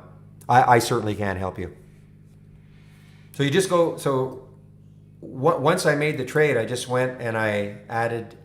You should know what your stop is, of course, ahead of time. I was just sort of demonstrating how you can put the stop in, but you just basically, when you take the trade, so let's take the trade, PRTS. I'm still in this one. This is one that I'm swinging, but let's just take the trade, PRTS. Again, it's an okay spread, so I'll buy it right at the market. Now I right click. Oops, I right click and add stop order. And now so if I were going to put a stop, again, this should all be done ahead of time. I'm just really demonstrating how you can do it. But if I wanted to put a stop order, that looks like good support right there. Right on the chart, that 5 minute, 11:30. So I would go right click, add the stop order, put it in 11:30, and there it is. It'll be right on the chart. And again, if I want to put in a target, right click and add the target. And if I want to put a target at 12, then it'll just show right up on the charts. Okay?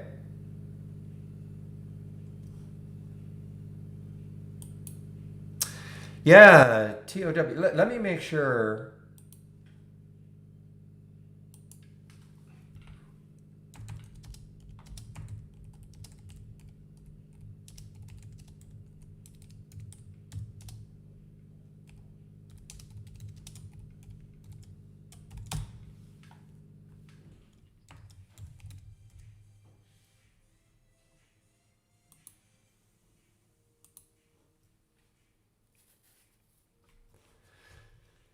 I just have to get the okay.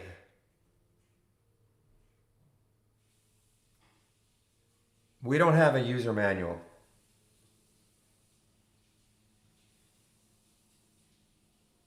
Okay.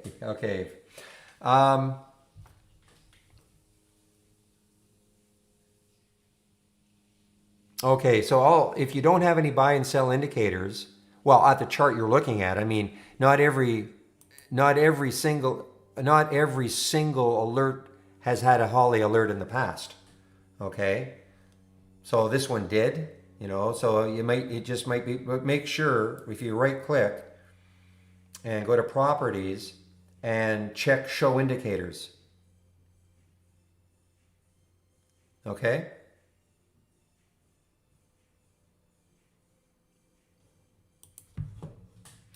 All right, guys, I've been given the go-ahead. So this is something very interesting about our trades of the week. So listen up.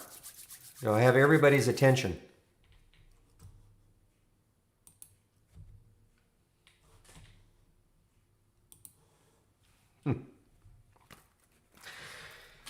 So we went over the last 3 months of trades of the week. And these trades of the week are every Monday morning it gets sent. If you sign up for it, every Monday morning before the market opens. So what we did, we went through an exercise. We said, okay, if you committed $10,000 to every trade of the week, but listen up, $10,000 to every trade of the week. If the trade of the week triggered, because sometimes they don't trigger. Remember, there's always a price where it triggers, and maybe, it never ever triggered in the first 2 days. If it doesn't trigger in the first 2 days. So let's just say for argument's sake, a trade of the week was, when you get the email, they say it is live at, let's just say $10. And Monday morning and the stock's at $9.90 and it's going down to $9.80, down to $9.70. Doesn't ever hit $10 on Monday. The same thing on Tuesday. So we scrap that one. We don't, because it never triggered. Okay, so we get rid of that one. If it triggered either on Monday or Tuesday, and then you held it to Friday and sold it right at the end of the day, okay, right at the end of the day, and you did that with every trade of the week for the last 3 months. Now you're starting off with another $10,000. Okay, so now you've got your $10,000 back. Hopefully, maybe a little profit, but even if you don't have profit, now you commit another $10,000 over the last 3 months. You'd be up 75%.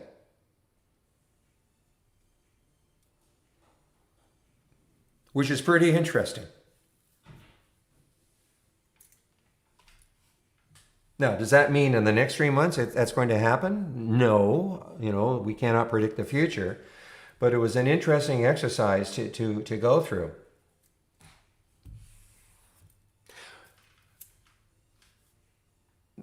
Well, you could be up larger if you let some of them ride, but I mean, what we're trying to do is say, okay, if people with, a lot of people don't have big accounts, but if you've got a $10,000 account, I'm not saying you want to commit all $10,000 to the trade of the week, but you get my drift.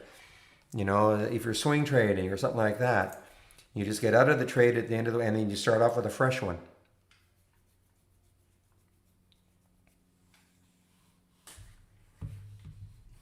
Now, I'll have to see what happens going forward. Now, it puts a lot of pressure on Steve, who comes up with the trade of the week every week. I'm not 100%. I think it was just because it was tedious to do it, so they went back 3 months. And I don't know why they didn't go back, 6 months. I honestly don't know. It's not because if they went back 6 months, it was terrible. The other thing, too, which we really have to, of course, understand is that, the market over the last 3 months has been, well, you know what the market's been doing. It's been doing this. So if we ever get into another situation like this, because all of the trades of the week are long, who knows what might have happened. So you would buy in the first 2 days. If it triggers, you would buy it.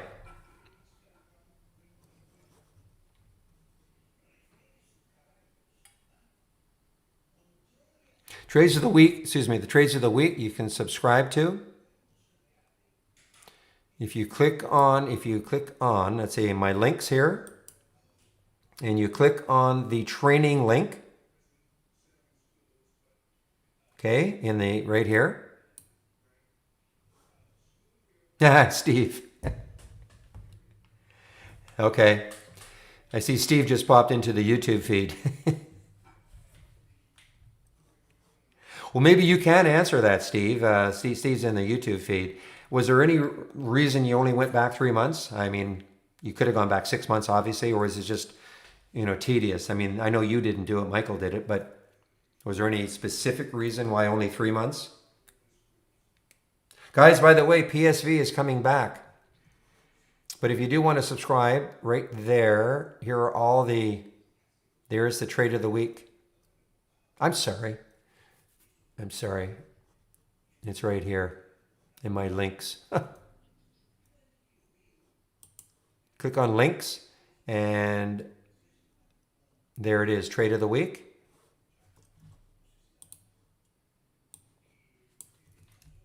That was the webinar.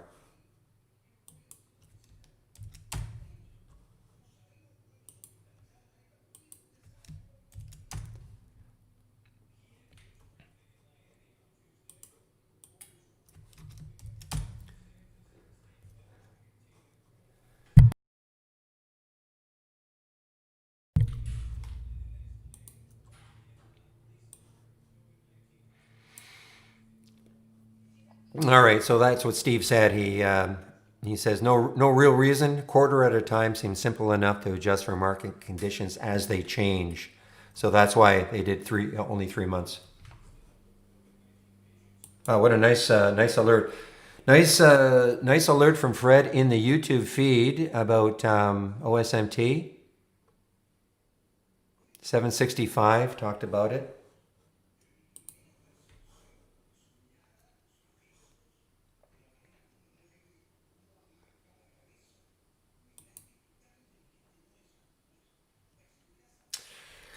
Let me take a look at PSV. I'm, completely out of that trade, of course. That was a nice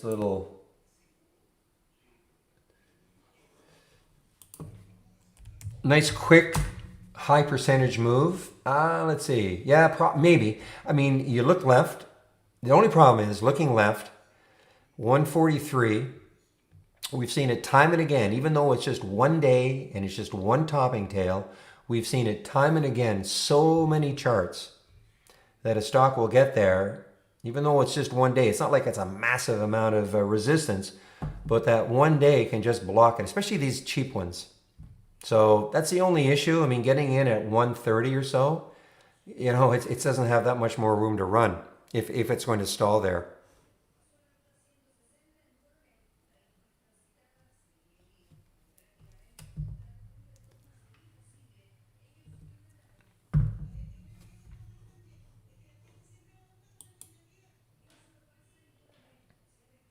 And guys, if you were in the room yesterday, you know that I am well, you didn't know I was swinging it, but I decided to swing this one. Steve, you were in the marketing meeting. You know I talked about PRTS right at 11 break. And so I don't swing trade very often, but I kept this one and working okay. I'm just in a little bit over 11.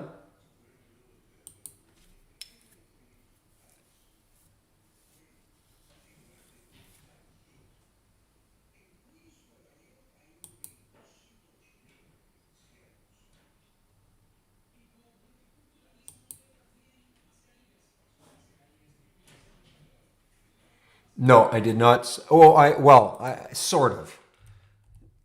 That was the can't remember what day it was, but I sold after hours. I can't remember what day it was. A few days ago, so I didn't really swing it. I kept, for me that's a swing, keeping something after hours.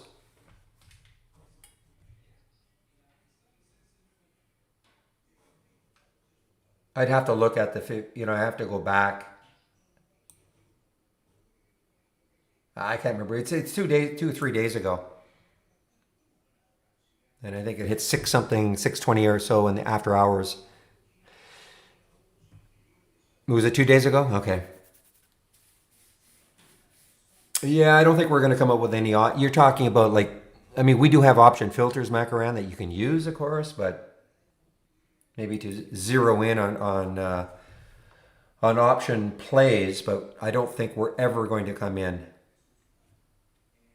or have like true option strategies.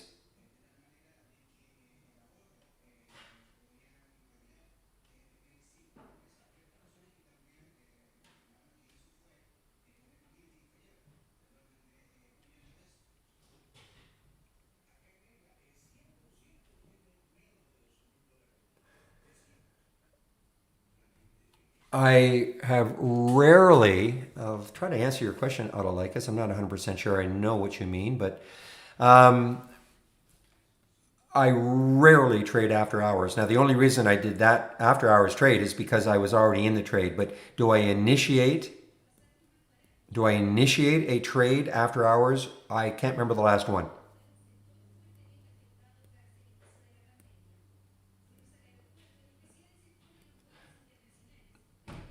If that's what he's talking about, I didn't think that's what he was talking about, Steve. But remember, if you increase your record count in a top list to 500 and you have several top lists, you could really slow your system down. Just word of warning. But you probably know that. And pre-market, I do trade the pre-market every now and then. Yeah, he wants to increase the record count in an alert window. But but but look what he's talking about, Steve. He wants to increase the record count in an alert window. Don't understand that.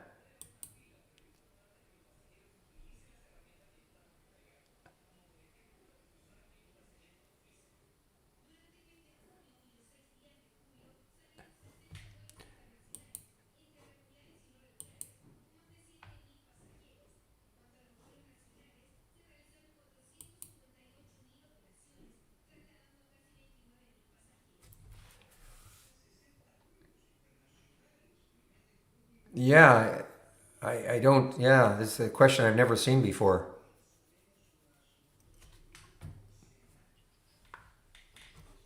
Looks like it for alt.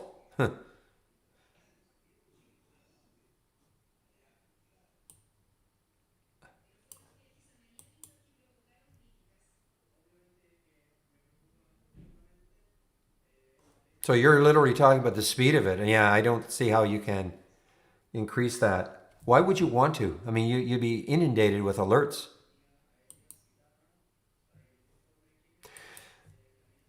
Well, so there's the OSMT alert from here, 788. What a nice alert so far. And you know what, guys? Let's take a look here on that monthly chart.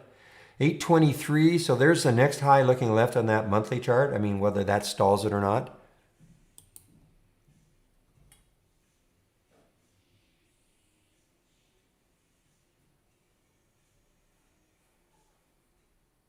Okay, thanks for thanks for popping in, Steve. Oh, I see. I've never even thought about that, Auto Lucas. I mean, with my basic highs, when does it stop? 9:31. I'll have to check this. I don't think there's anything you can do.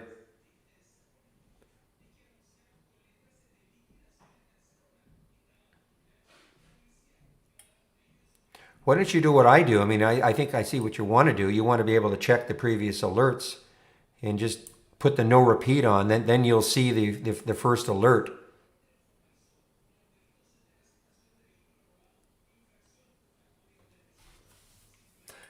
I've never even considered that. I mean, I don't even know how many alerts I've got here.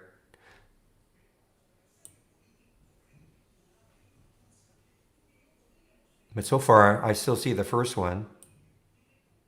I'll check at the end of the day. I've never even considered. The reason being is that I have this no repeat on, so I always see that first alert, first time it alerted. So I don't. That's exactly the reason why I don't want to do this scan all the way back. But I mean, you may have a different reason for that.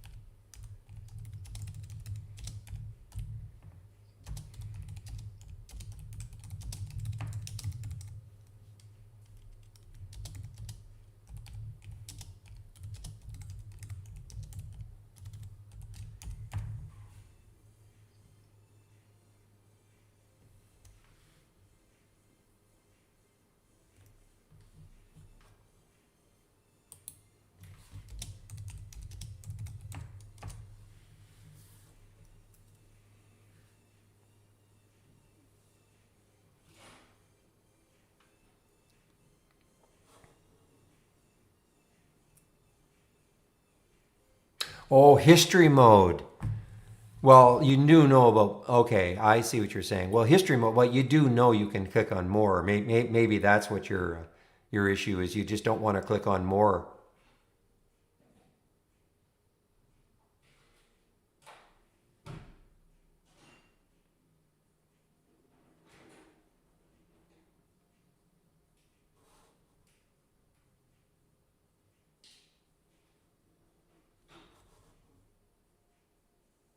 Oh, yeah, no, I don't think there's anything you can do about that then.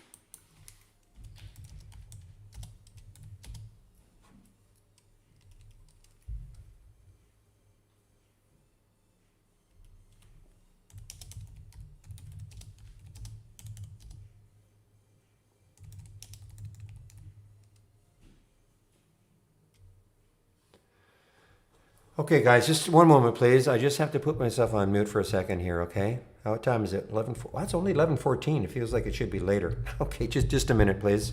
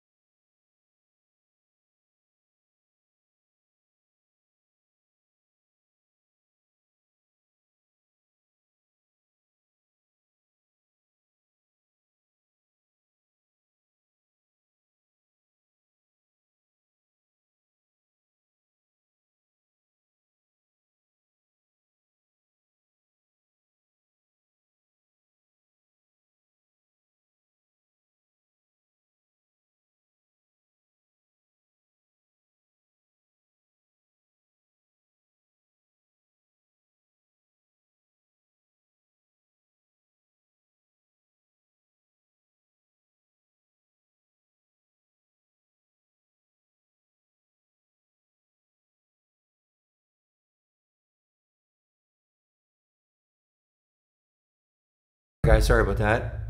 EVRI, guys, EVRI is really, this is another one of these electric, is this electric? Electric? Oh no, casino gaming. Sorry, I thought it was something to do with EVs, just because I had EV to start.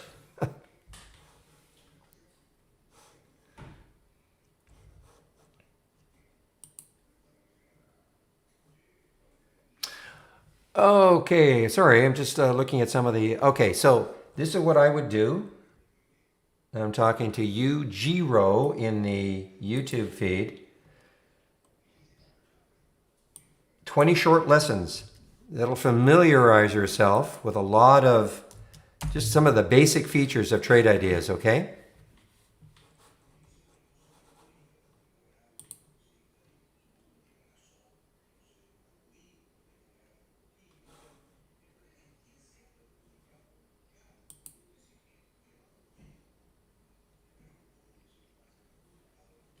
Meanwhile, EVRI just, where was the alert? 551, okay. So now we're starting to get some good action, guys. No AI alerts today at all. Very interesting.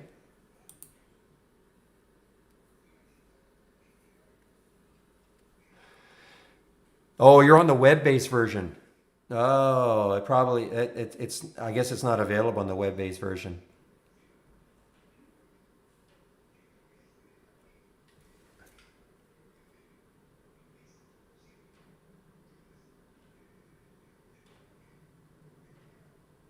Okay, so it's just not a yeah.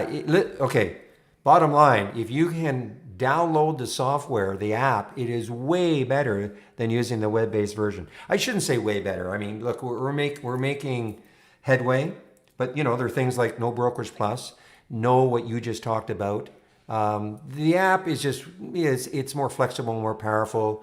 If you have multiple monitors, you know you can move windows around your trader did scans to various monitors. Um, you know the web-based version. I mean, we have it. I mean, obviously, if you're running on a tablet, I mean, it's a good. You know, can you just use your browser and your tablet.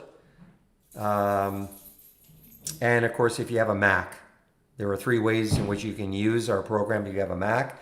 You can either use the web-based version, or you can use something like Amazon Web Services, AWS, or what a lot of people do, and a lot of people at TraderDiz who have Macs, they'll run an emulation program like Parallels.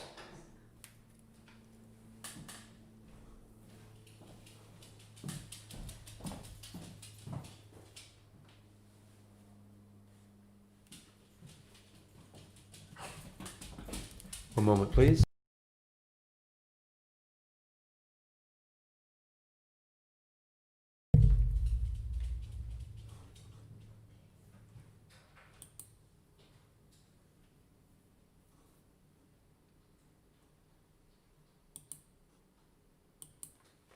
All right, so you see these two simulation trades I took right there. Every and parts, PRTS.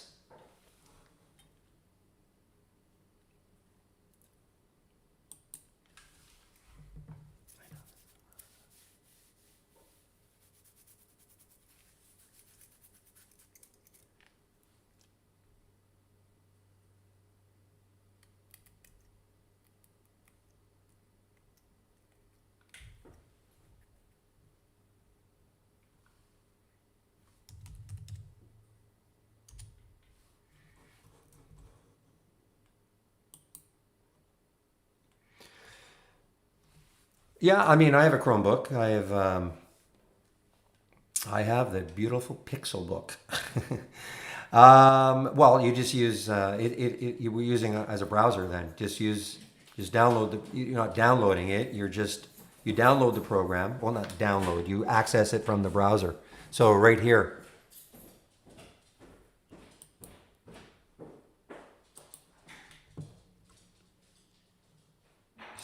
Second, I'll go to the download. So right here. Right here. Okay. Launch TI for the web. That's what you would use.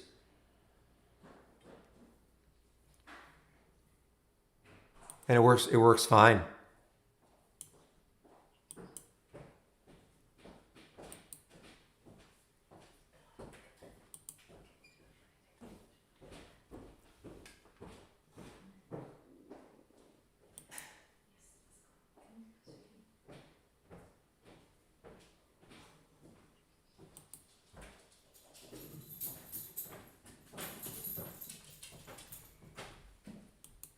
Another IPO, guys. Yeah, we've got a few IPOs today. QH, is this a, I mean, I don't know, I'm assuming it's a China IPO, just with the name of it.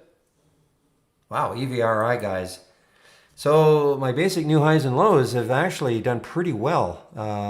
You know, very slow at the beginning.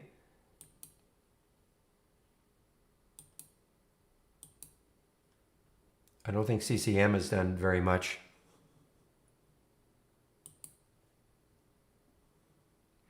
Not that I'm aware of. I mean, there may be one in. You're talking about the trials, right? Mu. You were talking about the trials. Maybe one in August. Nothing is set yet, though.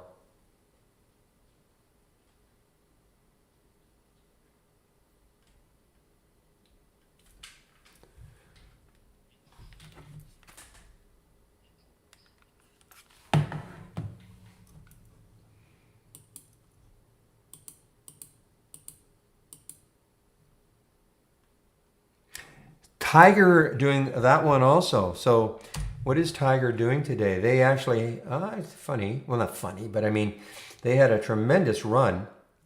And they did the other one, right? The BXTC or something like that earlier this week.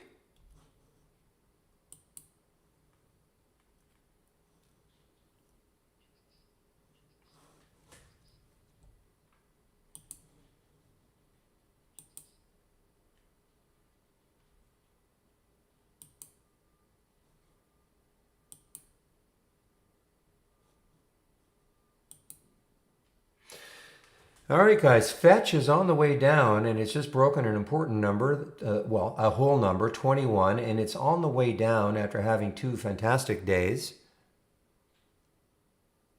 And that's FTCH.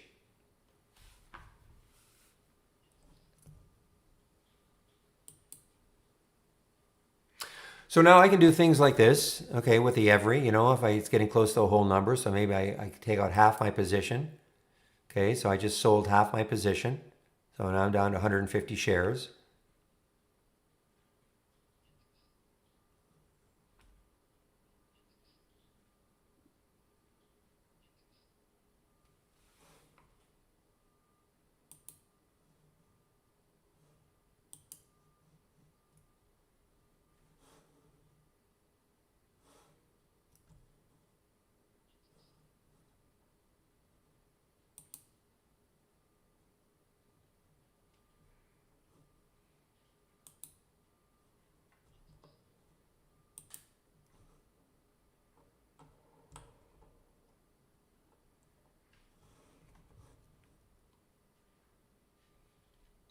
Yeah, the only way I trade an IPO on the day of is, and I rarely do it, but the only way I do it is, okay, what I'll do right now is I'm going to stick an alert for the high. A couple hours from now, if we're still in this, if it starts to base, and then later on in the day, if it takes out that high, I may take a little bit just to do it. I typically do not trade IPOs the day of, but that is the only time I will do it. Like, I don't hop in and say I'm taking it. And there's your NKTX just opened. I'm sorry, it did not. I don't understand or did it just get halted on the way down? I guess it got halted on the way down. Sorry about that. There, it opened at 11:17. This is what I was trying to say before, is that one of the quirks of the halts resumes is that when it's an IPO, it shows up as a resume. 9 times out of 10, that's what happens. Not every single time, but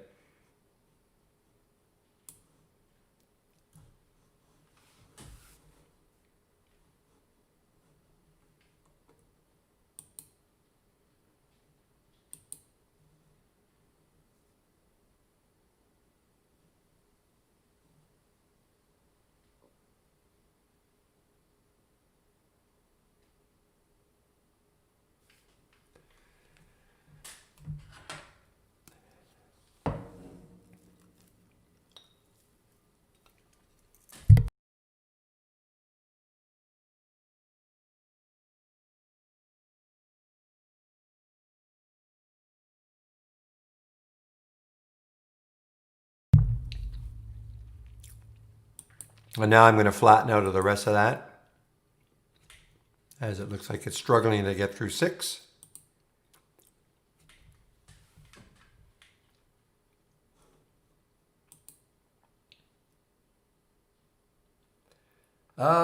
It is stacking up to be up. I mean, right there, you can see 23.23, so it got halted at 20.90.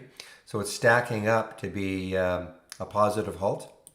Again, guys, this is from Interactive Brokers. Your broker will have something like this, time and sales. Meanwhile, here is doing, yeah, so pretty good, 1730. I wanted to get this at 1734, just got sidetracked for a bit.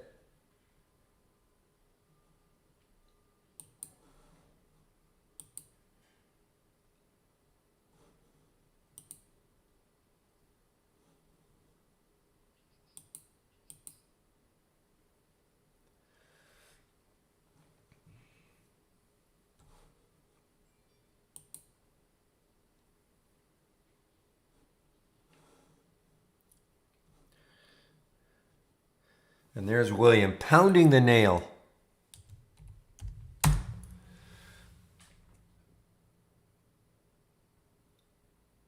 Oops.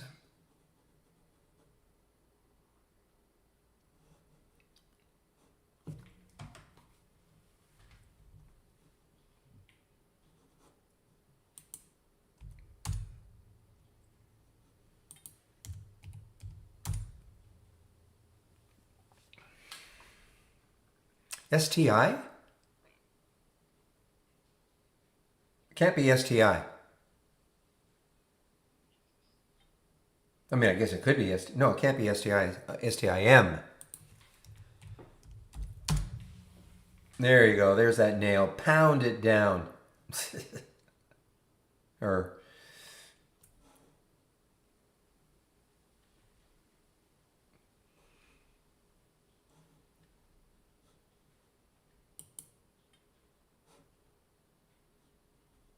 at some point, I'm going to take some of my swing of this off. I'm in at 1107 on this, so I mean, it really has no resistance. I mean, it looks like it's almost a lifetime high, but I don't know where we have to go to find. I mean, I'm going back to 2010, so that's what I was saying yesterday. I mean, it may technically not be a lifetime high.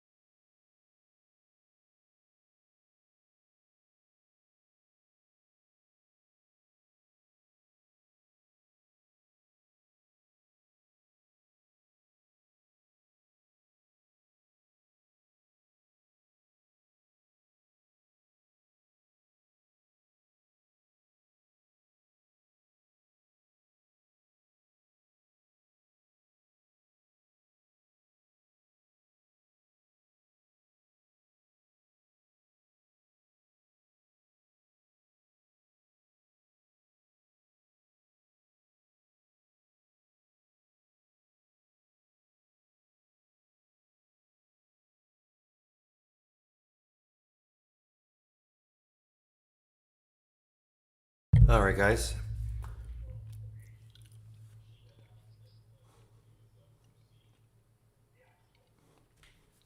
Yeah, PSV, boy, OSMT, what a sensational. Didn't the ones that had the news yesterday and it kind of fizzled?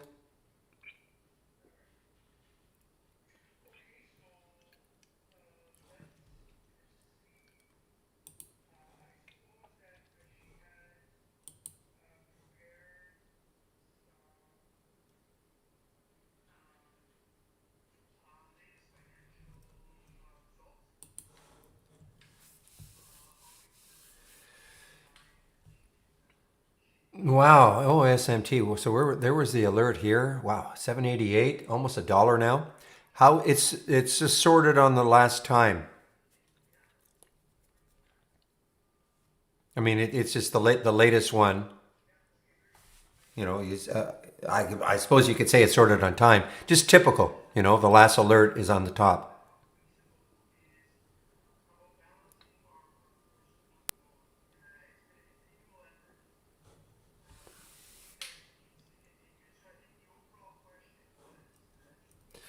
Nice, Fred. I have to give you a kudos. Fred in the YouTube feed talked about OSMT early on in the day at 765.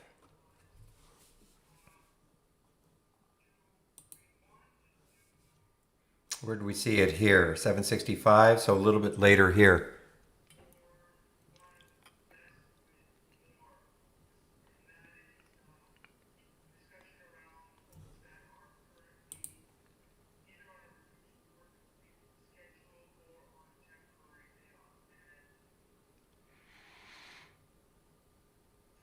Okay, Chaz, but are you using the download now? You have the toolbar, like you're using the app?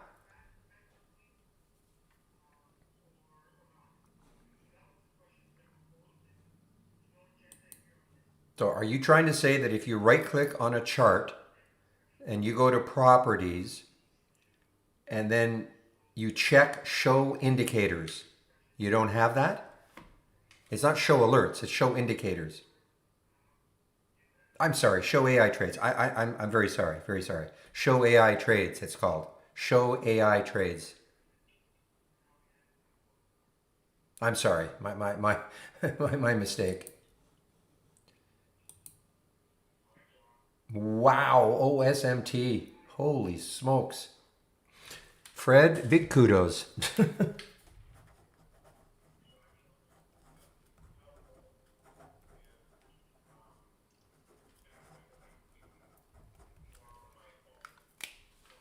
Yeah, that's what it is. Now remember, not every single chart, not every single stock will have, been an AI alert earlier at some point. All it's doing is just show you what happened in the past.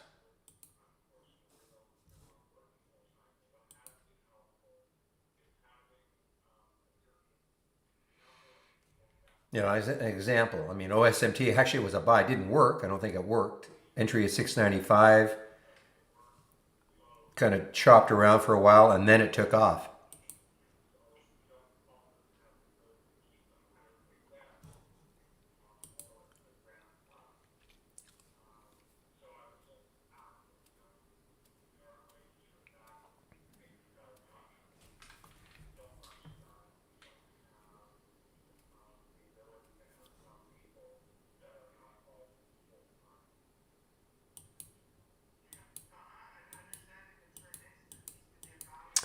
I don't think I made any changes. Yeah, PSV. Okay, guys, again, this is the level. I mean, if it can take out 144, then 165 would be the next level for PSV.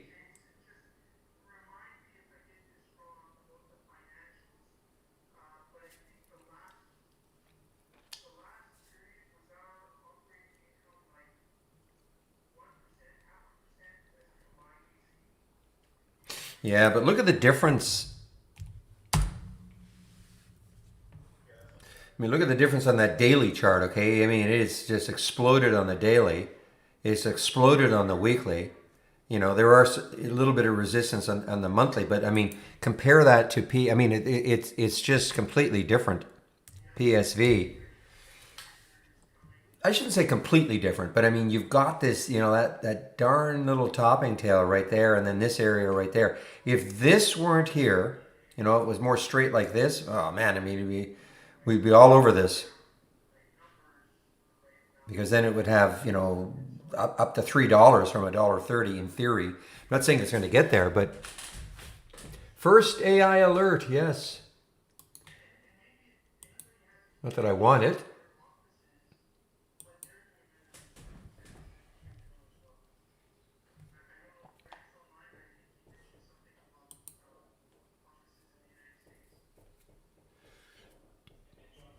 Here's another interesting one, guys. That if you're looking at the option, Arlo.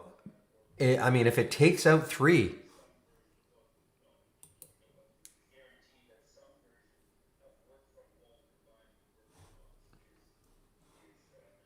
can you see this? I mean, look at this chart. Look at the weekly chart for Arlo.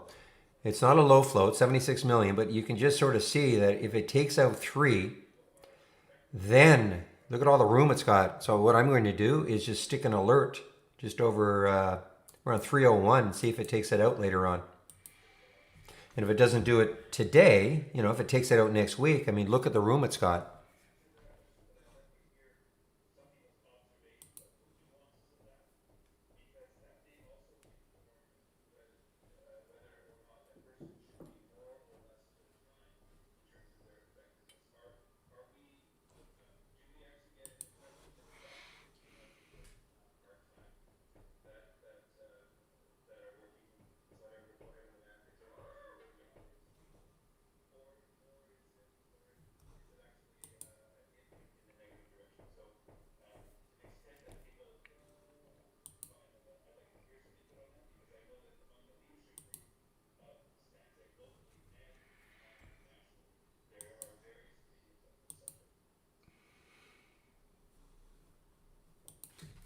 So as I said before, looking to take some off of this PRTC as it was getting close to that whole number. So I'm out some of the PRTS, right in this area here, from my swing of yesterday, 1107.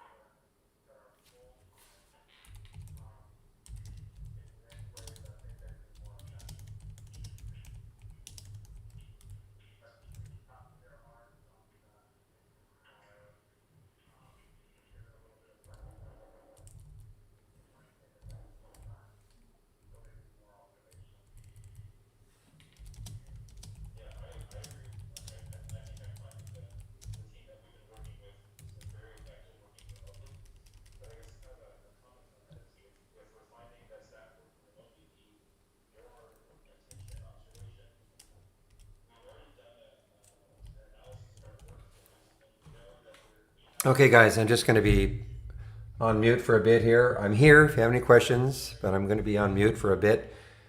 My break will be actually maybe I'll stick around. My break is going to be in about 10 minutes, so I'll stick around.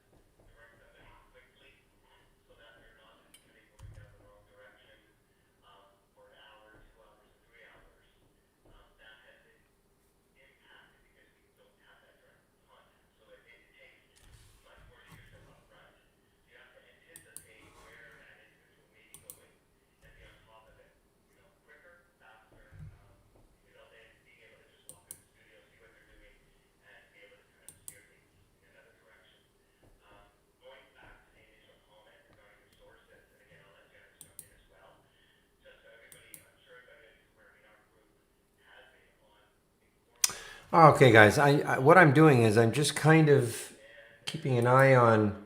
I want to keep an eye on this Arlo in case it explodes through. So remember this window could be get very interesting, though it is a Friday afternoon coming up. At about 2, well, from 1:30 on, but maybe 2 on. Because remember, the whole idea of this one is because I clear it and then we start kind of from scratch again. So the theory is that a lot of these ones that were really active early in the day, they kind of rest. Maybe they do something like this. Look. I mean, I'm not saying Arlo is going to do this, but imagine if Arlo. This is yesterday, of course, but imagine if Arlo were on this list, and it had the big pop, and then it just rested, just did nothing, nothing, nothing, nothing. And then what we were finding is that we're getting a lot of these that after the rest, then traders pile back in again, and you see a big volume burst. And that's what we're looking for. I mean, it's not going to happen for every one of them, of course, but that's all we're really looking for. Something coming out, a little bit of consolidation, and then a big volume burst later on in the day.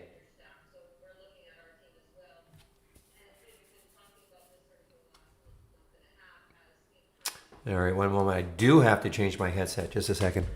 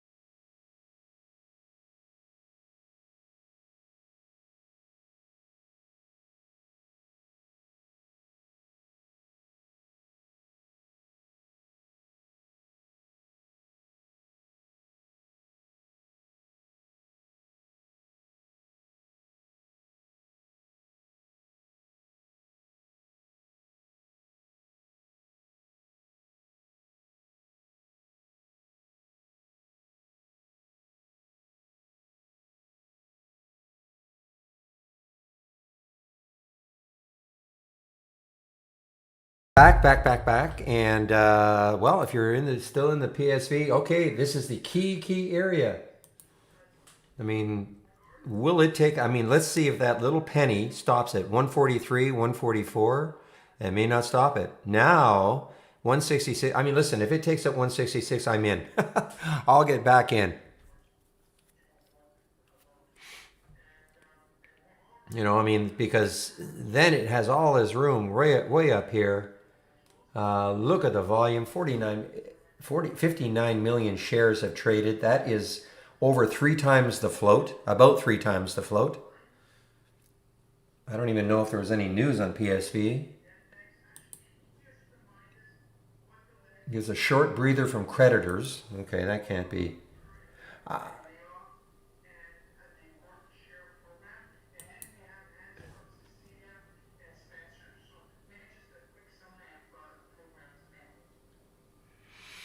Okay, so that's about it. Forbearance agreement with the lenders to its $132 million loan facility. So I guess that's the reason.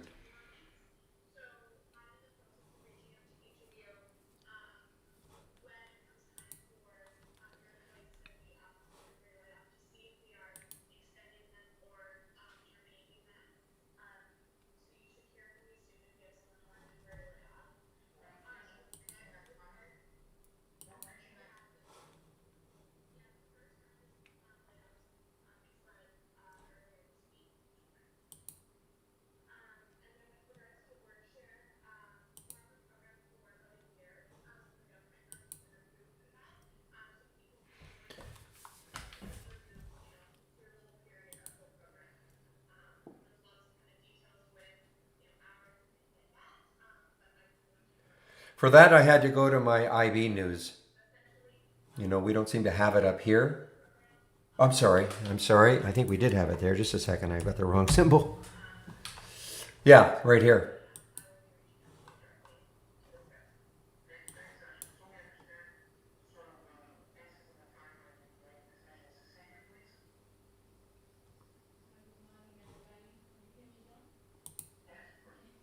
Okay, so it just click on news. I mean, it was right there.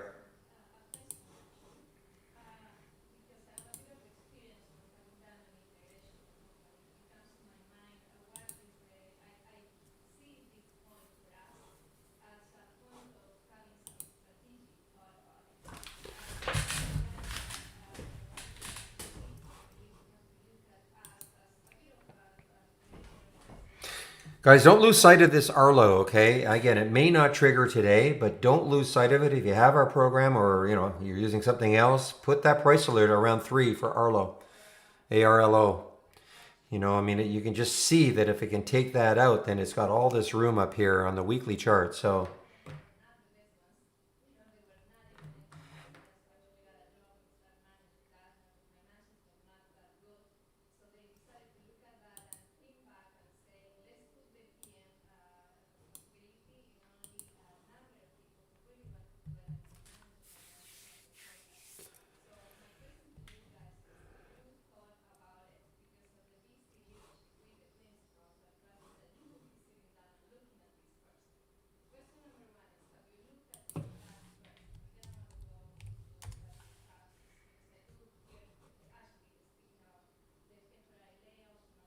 okay, guys, so this OSMT, this is what I'm not good at, but there is a sort of a curl starting. What did it get up to? 971?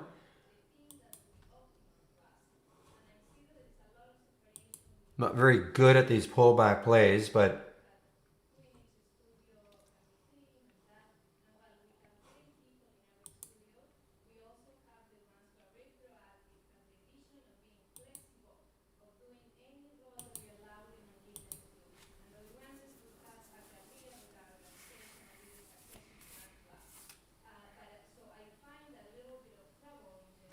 well, I don't know if there's any Arlo news. It just starts to turn into an interesting pattern on the weekly chart. I don't know if there's any Arlo news as such. I don't think so.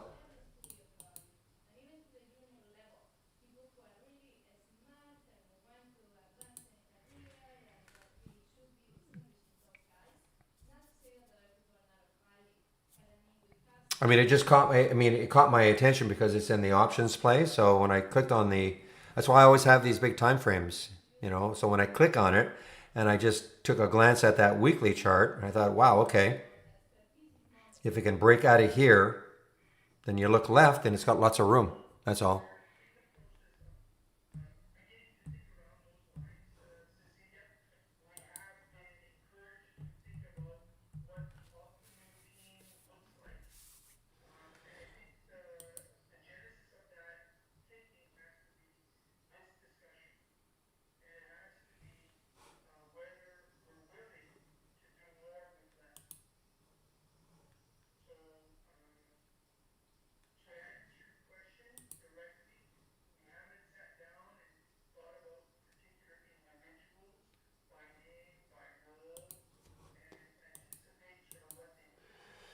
All right. Well, we have a couple of AI alerts now. Just out of the price range I'd like to trade. So,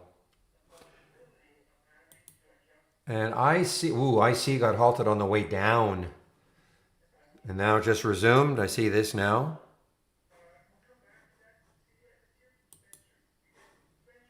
All right. Somebody's mentioning a Rito reversal a little bit. You know, it would have to reverse quite a bit, I think, to get. I mean, remember this had 225 in the pre-market. I mean, to drop $1 on a $2-3 stock, that's not a lot of, not inspiring a lot of confidence. To me, it would have to, man, even take out 140 or so, and on volume to get rolling.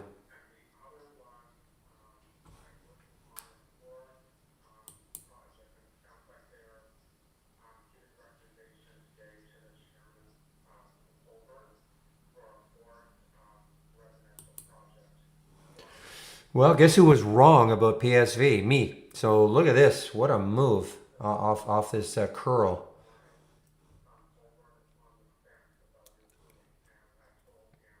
I thought this 140 might stall it a lot more. Excuse me. Some volume coming into WIMI. Sorry, some volume coming in.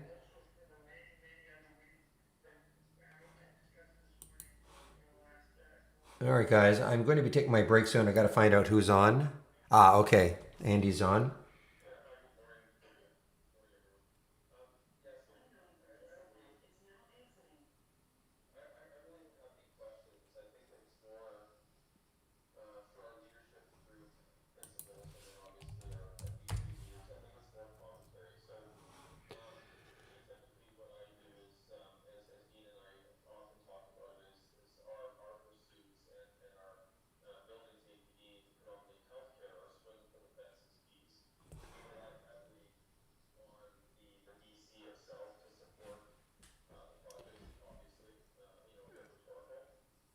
All right, guys. I'm just going to put my announcement here. Andy's going to be taking over the YouTube feed in about a minute or so. So I'm just going to put my announcement.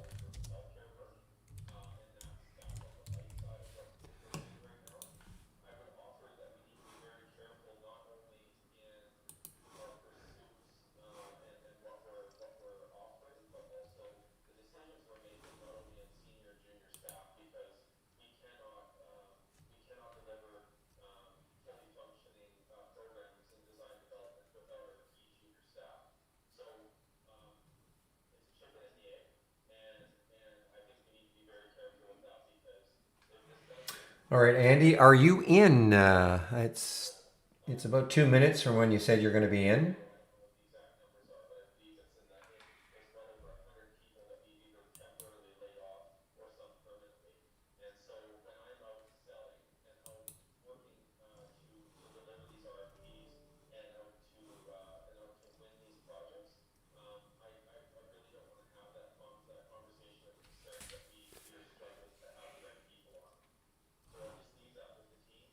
All right. Okay.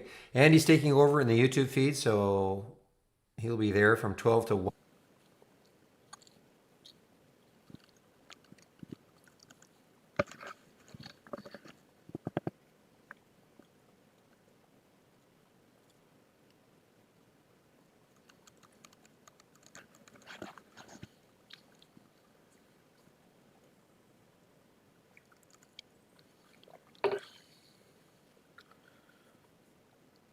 Testing 1 2 3.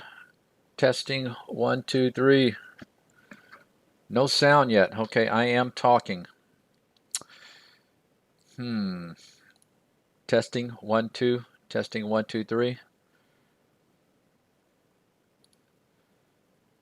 Can you hear me, Mike C?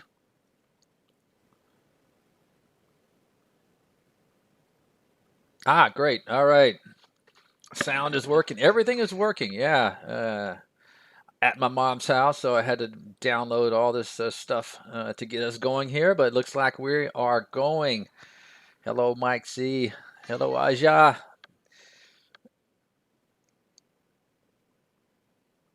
Hey, David, how are you? Great. All right, everybody's here. I'm gonna have to kind of move my chat little panel around a little bit. I guess you guys can probably see my chat panel, but let me just put it up here in the upper right-hand corner so we can at least see all the alerts. Miss out on the single stock window, but that's okay. Mike C, I caught one. I caught a good one so far today from the Dawn of the Dead. That would be THT this morning. Don't know if you saw that one, but that's a nice little breakout. Yeah, extra pies. Yeah, that's right. What are you talking about? I'm not sure what your question is referring to there. RKD. If you're asking about the Dawn of the Dead, what I just mentioned to Mike, this is a an alert that I showed off yesterday in the webinar that I did, and I'll share it with you. What it looks for is stocks that are been beaten up on their lifetime. Let's just take a look at the configuration. It's always fun to do that.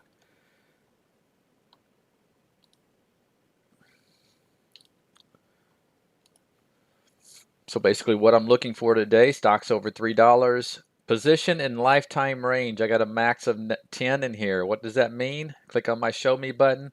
The stock is no more than 10% above the low end of this range. So these are stocks that are in the lower portion of their lifetime range, but they're starting to show signs in the position in the 5 day. They have to be in the upper 10% because I have a minimum of 90%. So basically, it's just a simple little scan where you can find stocks that are um, coming out of maybe a long downtrend. Uh, Now, you got to be careful with something like this because they are in a downtrend and they can easily come right back down. But the beautiful thing I like about something like this is you can get an early look and, you know, buy it before it kind of makes this break. So if it does kind of pull back, you could always get out for a flat or a small loser. But if it does continue, these can be big gainers. One of them in there, the was it ALT was in there? Yeah, this one was in here back on this day right here, and look at the move it had. So just something you can kind of. This is one that came through. I think started coming through yesterday. See if there's anything in here. That's a nice one right there. If I zoom out, you're gonna see this. Even though it is looking good over the last several months, if I went back on a monthly chart, you will see if position in lifetime range right here that it is still way at the bottom of its lifetime range. And for some reason, everything just went out of there. Oh, there we go.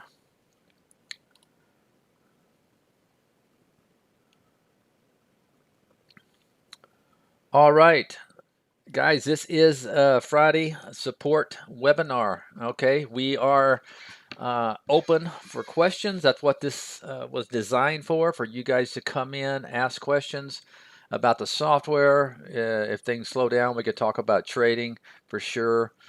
Uh, but it is a support webinar. I do not have anything, as far as an agenda to talk about. I did that yesterday in the webinar. So this is kind of like an open forum for you guys to ask questions and us to answer them. Take a look at the market while we're waiting on questions, and boy, just kind of hanging out, slow, mundane summer Friday, kind of just not a whole lot of action as far as the overall market goes, but still close to highs here, and just kind of been going sideways over the last 5 days. Could be setting up for a move next week. We will see as the 10 period and the 20 period start to slope upward. What alert is Dawn of the Dead window? Yes, let me show it. Let me share it with you. Okay. I need to save it because I think the one I shared last night, I was still in history, which I hate when I do that. So I'll share this right here for you. Copy all, and I'll put it in our little chat window so you can have a copy of it and maybe put it to use if you like.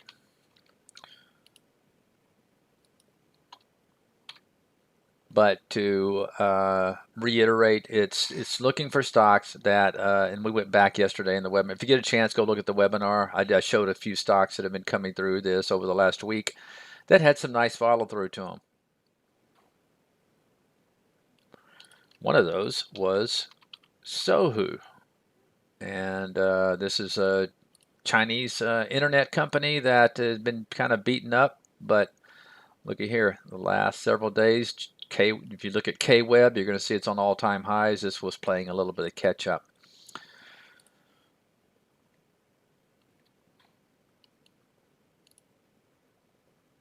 Go, a nice move today. You would have seen this one earlier, of course.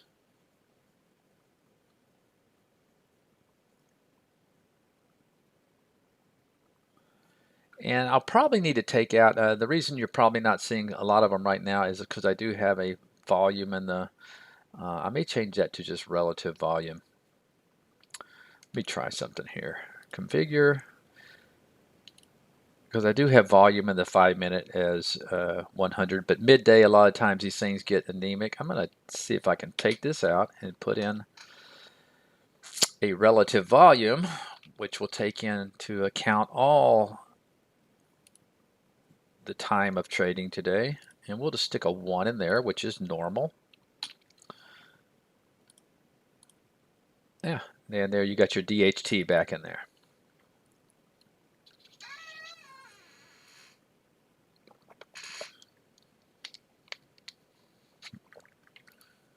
Thank you, Sean. Sean is right there, Morg 444. See, it said I set up Brokerage Plus with Interactive Brokers with your guy, but I'm getting error message a lot. Seems to be data related. And Sean is right, Morg. You have to make sure you are paying for data through Interactive Brokers. Now, all you need is level 1, basic level 1 data. It's going to cost you about $5 a month for the 4 major exchanges. That would be NYSE, Amex, and NASDAQ. I think you'll probably just need 3. I have level 2, seems to go away when I restart. Okay, so yeah, it sounds like you're having a data issue if because we don't do level 2 with IB. I would contact them if you are having data issues. That's probably the cause. 95% of the time that would be the issue.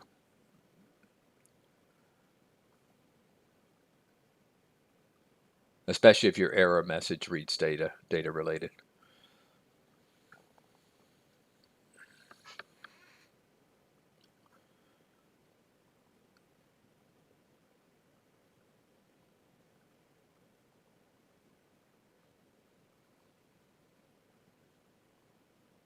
So let's see. Ask Dr. Raj. I like that. Andy, can you please explain Brokerage Plus? when you order entry, can you put ask and bid plus or minus a few pennies? Sure, you can. So you're talking about, I think, when you set up your strategies. Let me pull up my Brokerage Plus, and um, what you want to do is when you build a strategy, or when you can do this with Holly as well. I don't know if you're referring to the AI or are you referring to your own strategies. Raj, which is it? And that way there won't be any confusion. I want to make sure we cover the right topic for you. Are you referring to the AI, setting up the AI, or your own strategies? And it's pretty much the same. Own strategies. Okay.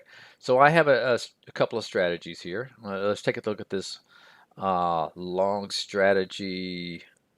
Oh gosh, I'm on my yeah, this is not my layout. I'm at my mom's house, so obviously I'm not I don't have but let's just say I'm going to pull over a strategy here.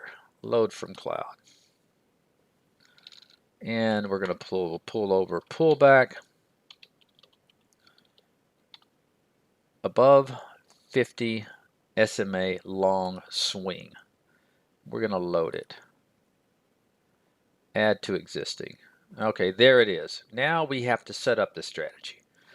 Now, if you've back tested this and put in your parameters in the back testing, it's going to pull all that information over when you load it. Okay, so if I go in here and I right click and I click on edit trading strategies, you're going to see it pulled over my long, pulled over all my filters. That's what you want to see.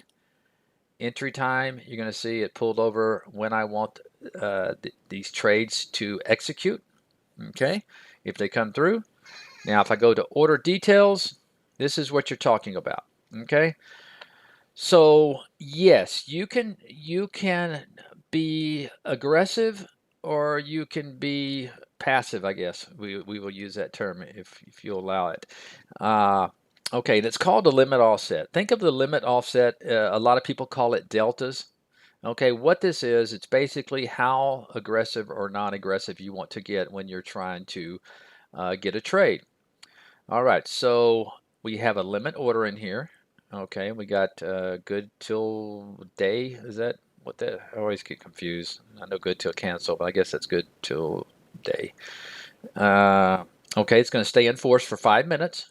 Okay, you can change this. If you only want it to be 2 minutes, you can put it on 2 minutes, or you can even go to seconds. Okay, last price, you want to leave that. That's going to be your, whatever your alert price is going to be your last price. Okay. If you want to be aggressive, you want to use a negative number. Okay, in this case, I have a limit offset, last price minus 0.202. So let's assume the alert price was $10. Okay, in this scenario, okay, I would go as far as $10.02 to get the trade, to execute the trade. Now, if I put 5 in here, I would go to $10.05 to execute the trade. If you are looking to get a better price, okay, let's say you're using a strategy where it's contrarian. In other words, you're going against the direction of the stock and you're going to go contrarian and go the other way. So a stock is, say, selling off and you have a long strategy. So maybe you can even get a better price. In that case, what you would do is put a positive number in here. So let's say the stock's coming in and you are looking for a reversal and you're going to be less aggressive here. So what you want to do is just put in 0.05. And now, in our scenario that we were using where the alert price was $10, the most you're going to pay is $9.95. So I hope that makes sense. Use a positive number when you want a better price. Okay, use a negative number if you want to go more aggressive and maybe you're chasing a momentum trade or something like that. Use a negative, to make sure you get it. But if you're not trading momentum, I would definitely entertain the idea. At least try it out, paper trade it, and maybe using a positive number to try to get better prices.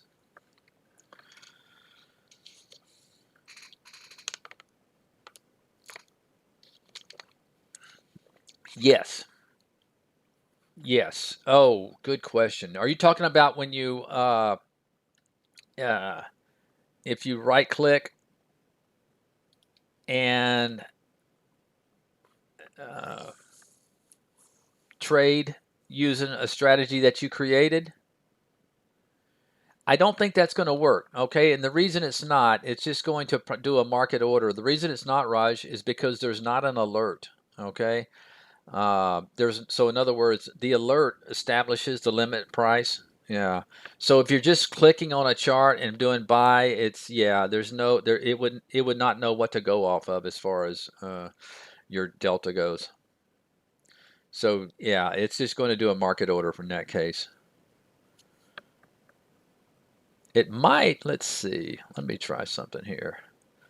Might send out a limit. Let's see. Buy DHT using.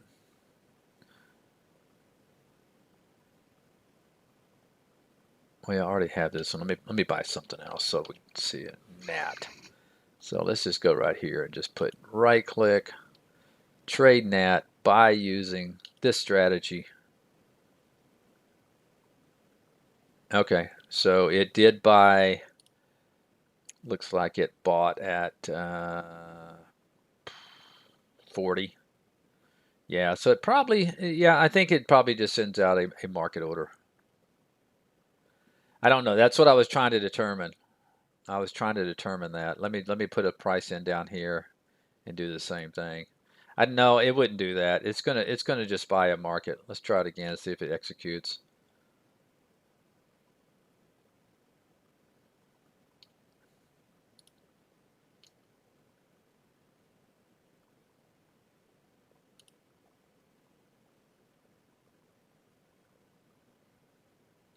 Not just one NAT, so I don't. Maybe it orders. Not sure what it did there. What do I got? Two sell orders in here now.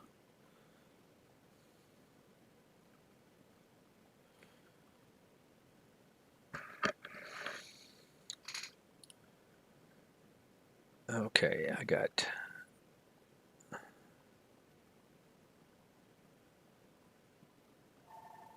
Let me try it again. I know I got 227,000, so let me just do this.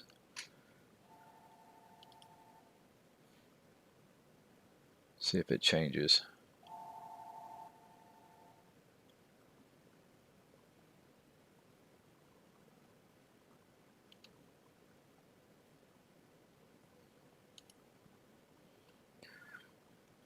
Yeah, I'm not sure.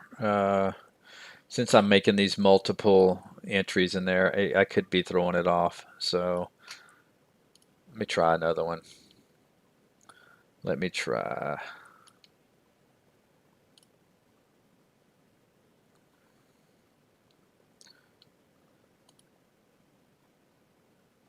Try YRCW. Okay, I'm going to click at 21.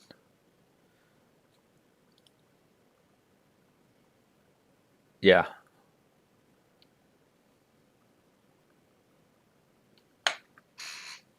Why is it doing an open order limit at 28? Entry price 27. That's probably where I clicked. Looks like I got it now.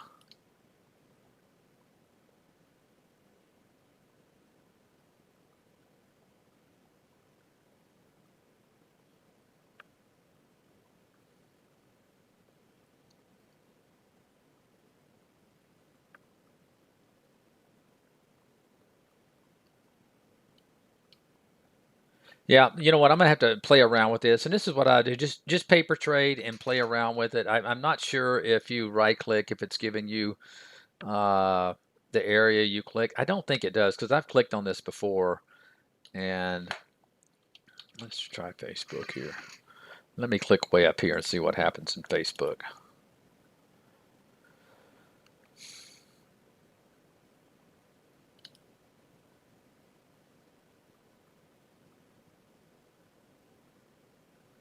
Okay, no, it doesn't matter where you click. Okay, it just bought Facebook. I clicked way up here. It's just going to buy it at market. So anytime you use that, it's just going to buy it at market. And of course, use your stop parameters.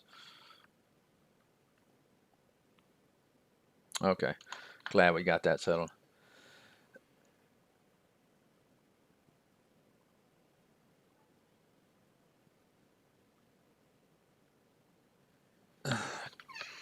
See, Aja says 240%, 6% on Dawn of the Dead alert for PSV. Let me see if it's in there. Was that an earlier alert? Let me see. I'm not seeing it in there right now. Oh, yeah, that, well, if you, yes, it would not come through mine because I have a minimum of $3. But Aja, if you would have brought that minimum price down, that would have been, that would definitely probably would have been coming through here. Let me check the, yep, position in lifetime. Obviously, it's been beaten up. So, yeah, if you had a minimum stock price that, 50 cents or something like that, you could have caught that on Dawn of the Dead. How to set Simulator Brokerage Plus Holly so that it would mimic a small account. Does this mean I need to change?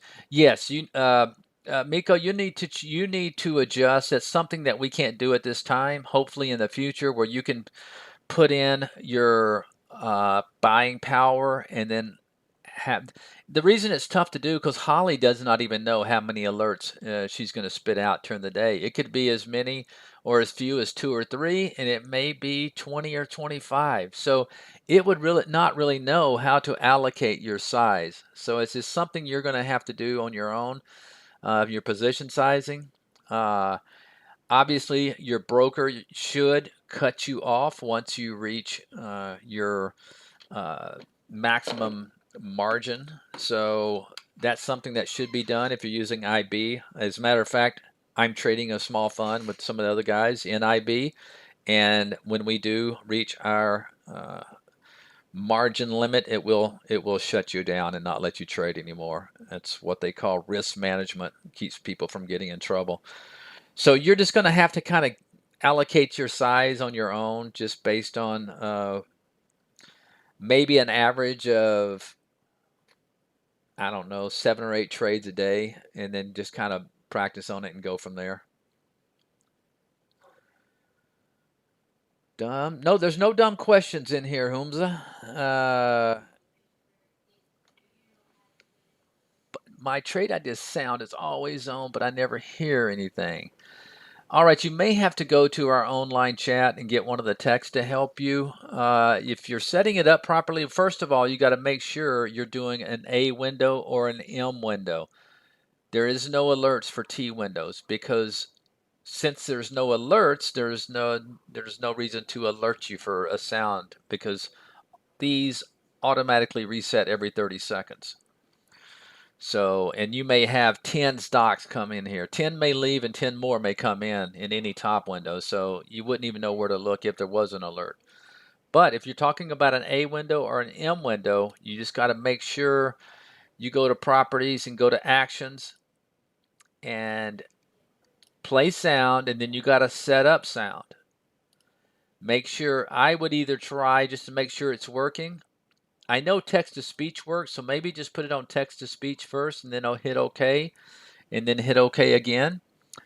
And that should work. I hear it all the time. So give that a shot. If it's still not working, come see one of the tech guys on our online chat and they'll help you.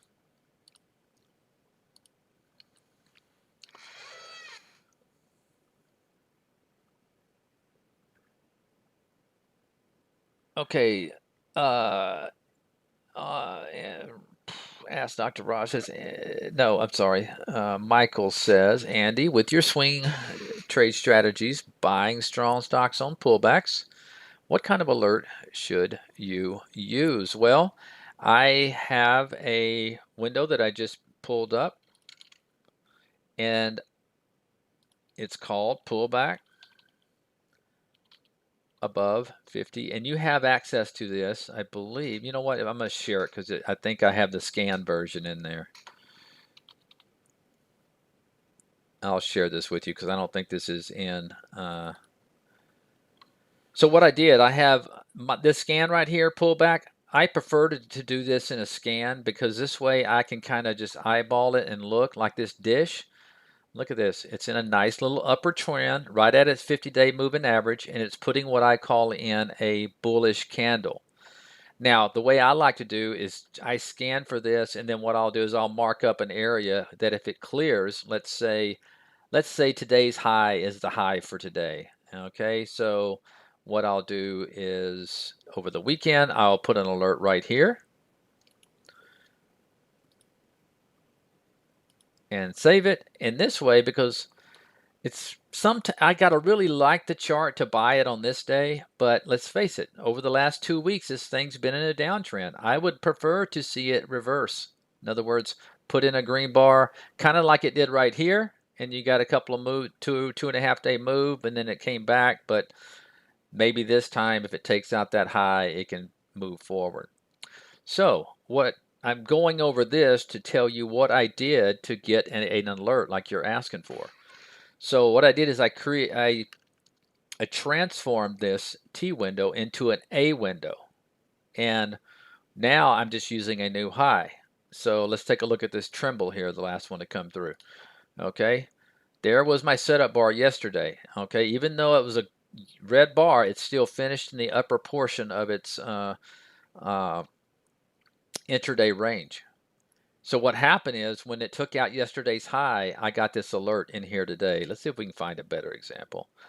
These always work. They work better when you've had the market pull back for several days. But let's check out. Let's see if golf is in there. Yep, there's another one very similar to that. There's a good one right there where you had a nice 4-day pullback. It took out the high right here. See if it can build from that, over the next few days. So that's what I use. If I'm looking for a pullback alert, I still would like to use a new high the following day just to make sure the stock has, has reversed. All right. Andy Raj asks, do you smart stop percentage or dollars? What to do for target? Well, first of all, I never use targets, and the reason I don't is I trust my ability to manage a stock's exit versus just setting a target. I don't like to set targets because there may be a reason the stock can go a lot further than my target, and I do not want to get out if everything is working.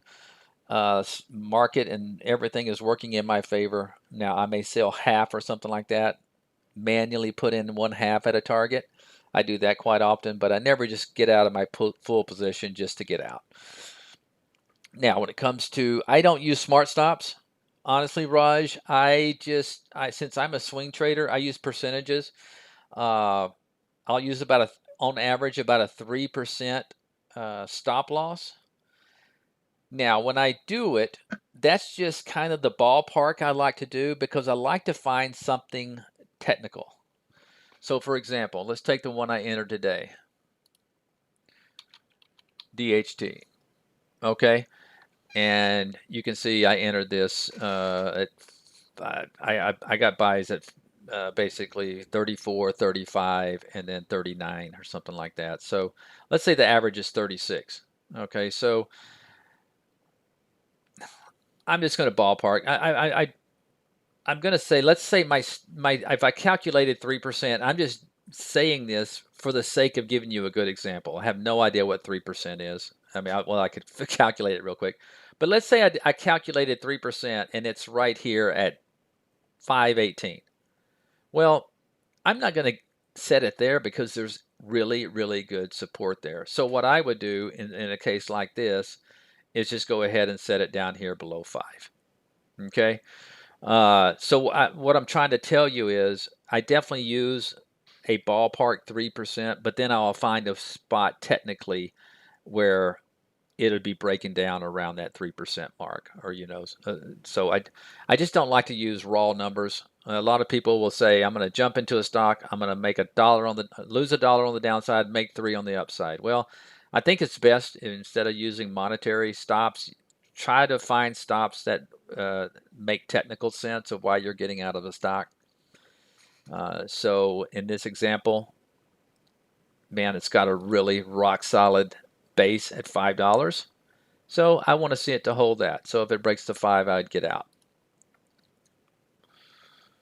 But I'm not one to use smart stops, and uh, I like to use percentages.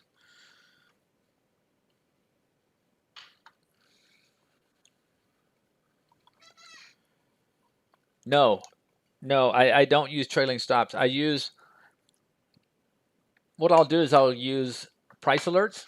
So let me think of something else. I'm in Newmont. I've been in for a long time.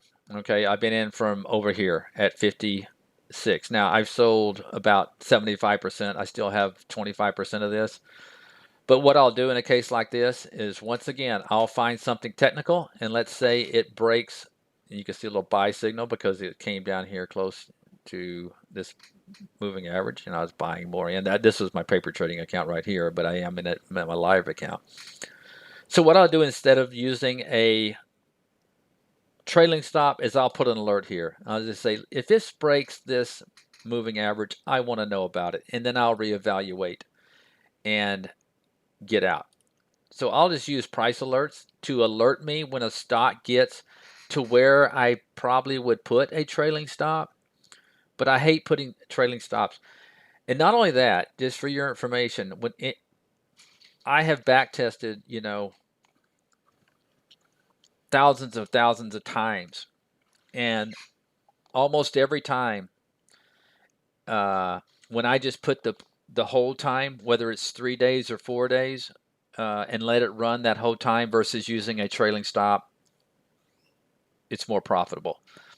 So in other words, a lot of times trailing stops are going to get you out of good trades. And they're going to continue. They're going to get you out. They're going to bounce and go, and they're eventually, after you're, on a back test, you have to put some kind of time period in there. And what I'm saying is, 90% of the time, that works better than using a trailing stop.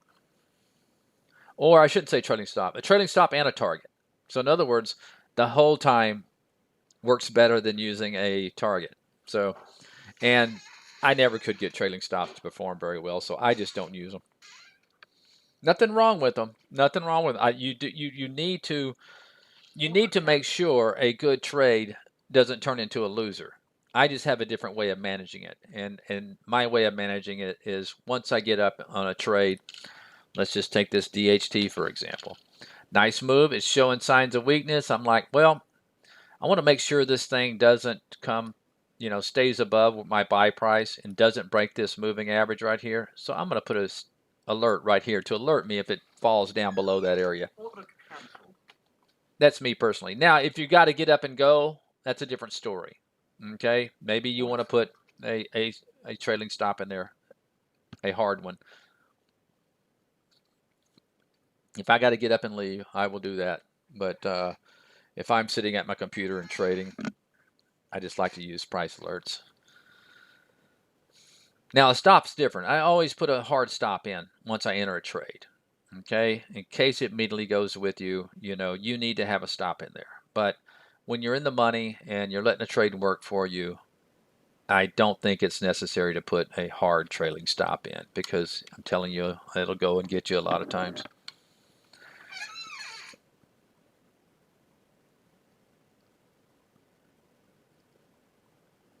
See, but when changing, I miss possibility to define my willing to risk per trade. I'm not sure, Miko, what you're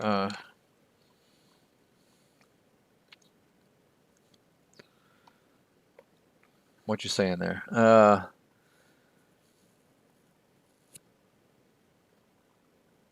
No, Raj, I don't use trading stops. I think I already answered that. But Miko, ask that question again. I'm just confused about what you mean by when changing means.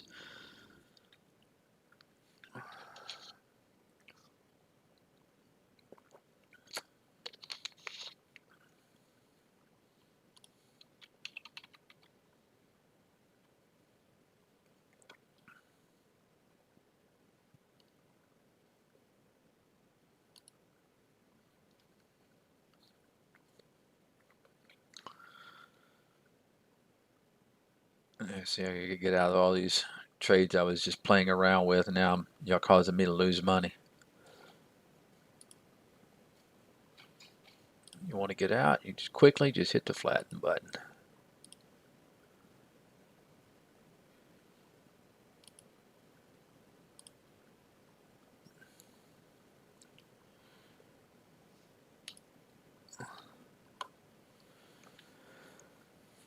All right, Debbie asks, for day trading, I find that the VWV volatility amount is a nice tight initial stop. Boy, Debbie, you're using a stop too advanced for me, I guess. I'm not sure what VWV volatility amount. Yeah, you must be using some sort of kind of custom formula.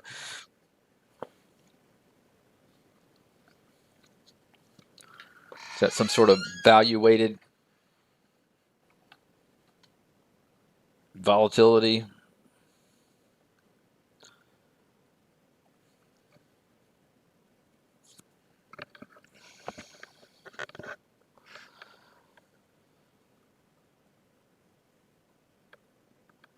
The key thing about stops, here's my okay, it's a field that we provide. Yeah, you see, yeah, that's fine. Yeah, that's good. I'll have to check that out. I like to keep it basic. There's two rules when it comes to risk reward in my book. Okay, first of all, I like to strive for a 3-to-1 uh, reward to risk.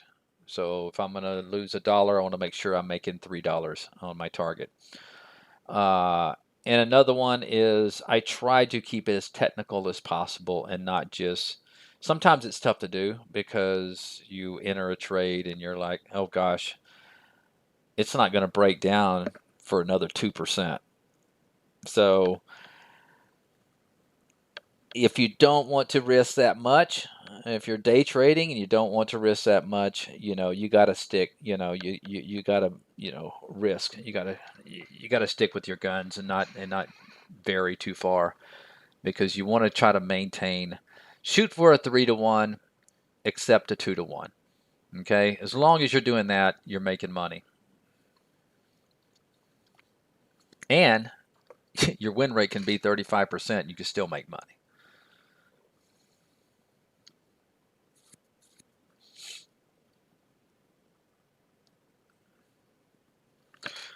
So we got this gets a little Neo trade right here. It looks pretty good. Nice little buy there. See if it can work. Yeah. Let me trade this. Let me put it back on real time. And I have no sense in me copying another one, so I'll just go back in here and do it.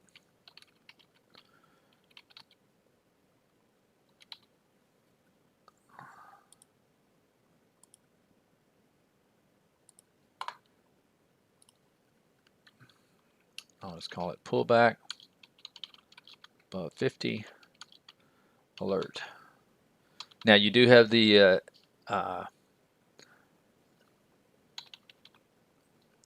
did I share that already? Wait, make sure I do this right. There you go.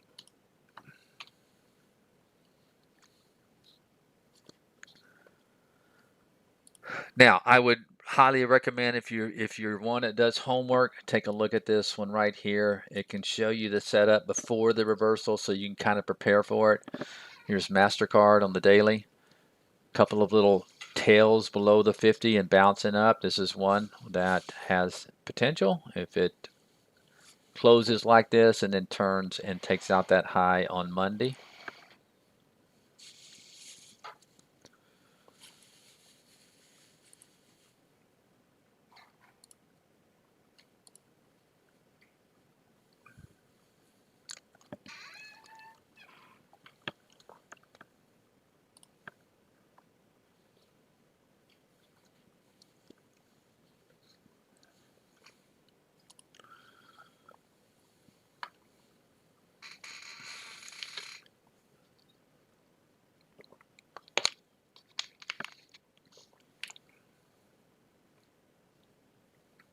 Uh-oh, what did I do with my...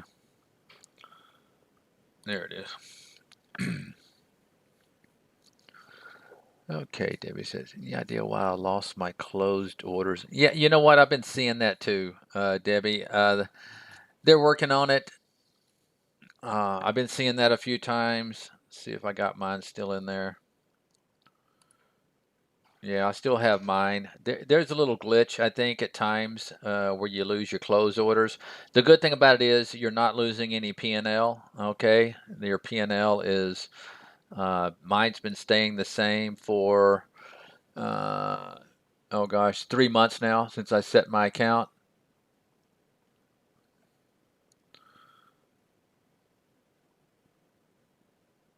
So you should be able, I'm not sure what. There's some sort of glitch. I noticed too that some of my closed positions will leave it sometimes. I know they're working on it. They're aware of it. They just got to get it fixed.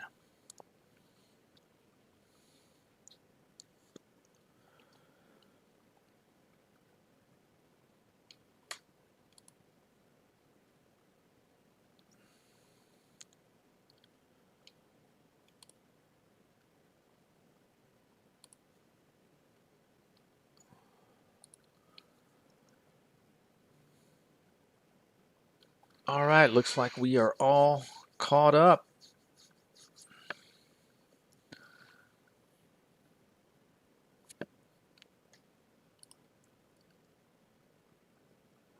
There's that PSV still going. Somebody mentioned that earlier.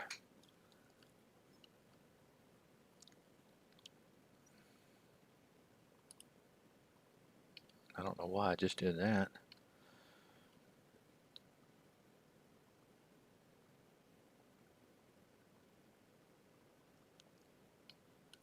There you go. You're welcome, Debbie.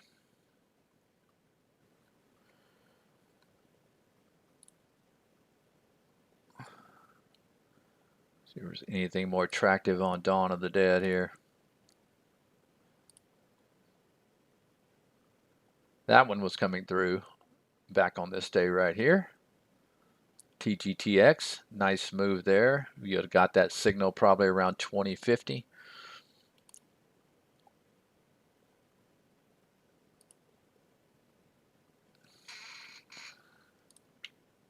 V-cell looking interesting.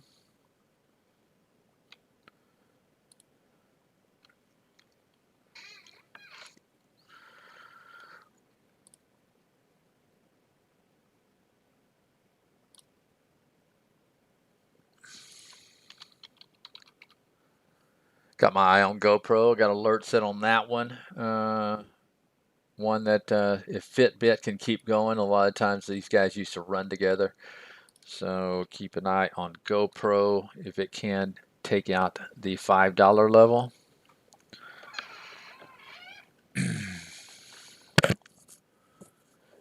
Yeah, wiggle. What you're referring to is in a back test. It's let me pull up that same one I did.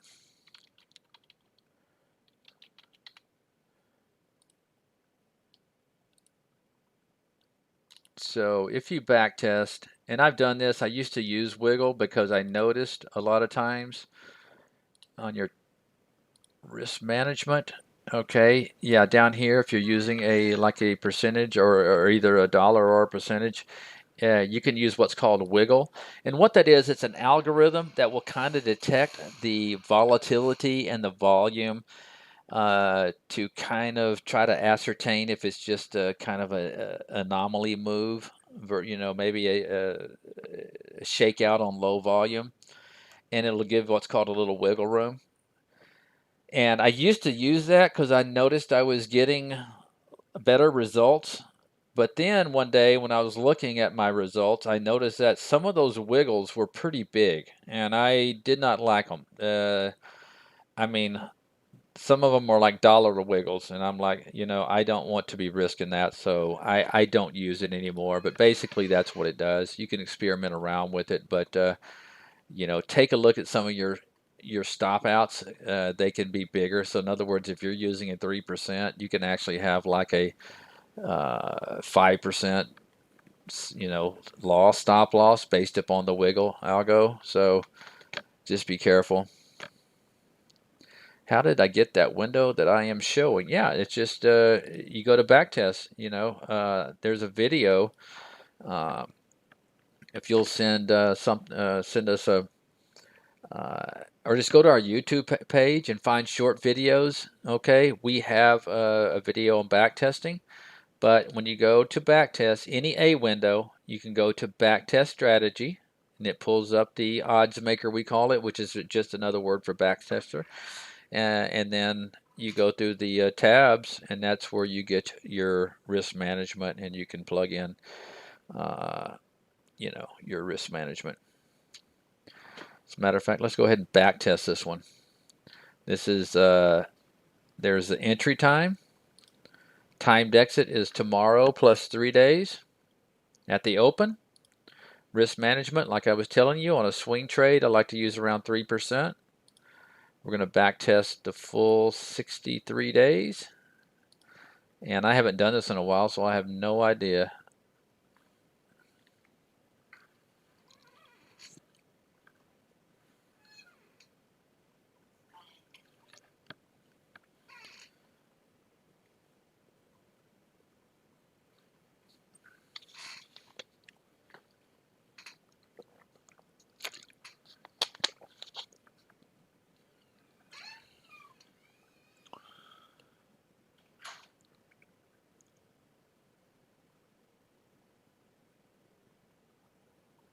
And there you have it. That is actually a really good back test. This is the one I just shared with you. That's the last cloud link that I dropped in there. So it's a 2.18 profit factor. That's very good. You got a 52% winning percentage. Average winner, that's very nice right there. It's basically 2-to-1. Average winner versus average loser. So this is a real good strategy. You can see the drawdowns, okay? So here's what you need to know about, because somebody would look at this and say, well, shoot, if I was trading this and had a $50,000 account at the end of 63 days, if I didn't have any commissions, I would have made $32,000. And that's right. And then of course you have to have a little slippage, but let's say, and it's great. And so you're like, well, why don't you just use this all the time? Well, the thing about strategies, guys, and is it depends on when you implement them. Okay. Certain strategies are going to work very well in certain markets. Okay. We have been in a very stubborn bull market. It just wants to keep going higher. This is a bullish swing trading strategy. That's why it's working. But I can promise you this, if we had 3 months or 2 months of sell-off in the market and you were trying to run this strategy, these numbers are going to be nothing like they are now. So I like to tell people it's not, what's as important as building a great strategy like this is knowing when to put it to work, knowing when to implement it.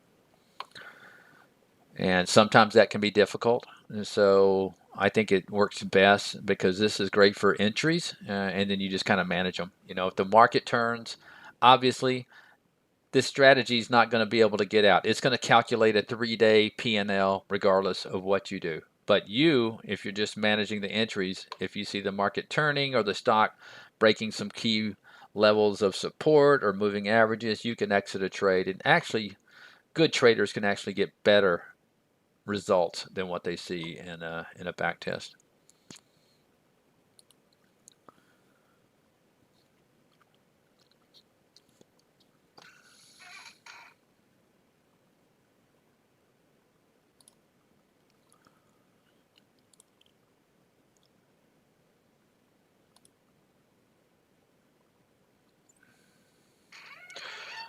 All right, guys, I'll be in here for about 10 more minutes. It's been a great little session so far. Where is the top on PVS? Your guess is as good as mine. Well, looky here. You see that red line? Right now, that here appears to be the top. This is what's great about our software. If you are using a new high alert, like I'm using in this Extreme Master Blaster, you would have seen this red line as the market approached it. And look what's happening. It is backing up. Well, if I'm using a 3 or 4 month chart, I'm not seeing any resistance, but if I back up here, boom, it's showing me resistance going back a month ago. That's really good stuff, guys. I mean, it's I know our charts leave a lot to be desired, but that is one good feature that I really like. Just remember, you have to be using a new high alert, which a lot of people do. Yeah, Tesla, you can't stop Tesla. You cannot stop Tesla, that's for sure.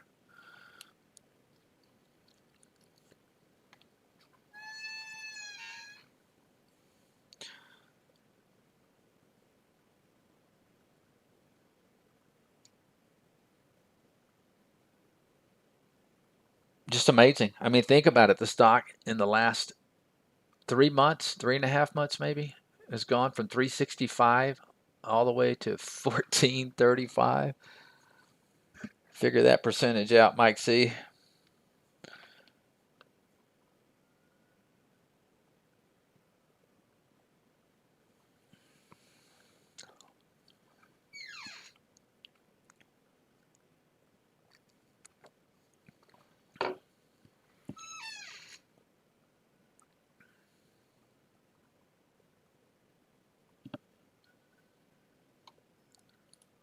Jim, what stock are you talking about?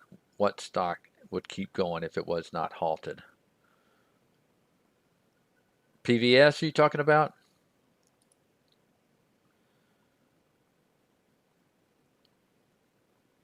Did it get halted somewhere near the top up here?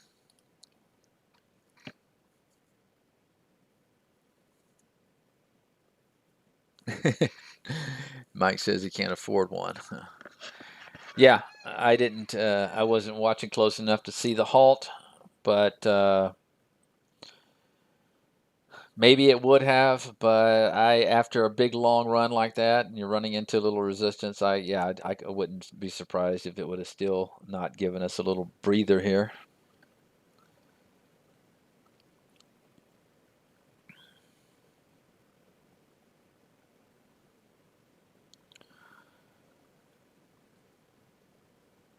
Yeah, Raj, if you just ran the back test on the link that I sent you and you didn't change anything, you should get the same parameters. But if you made a tweak here or there, it could be different.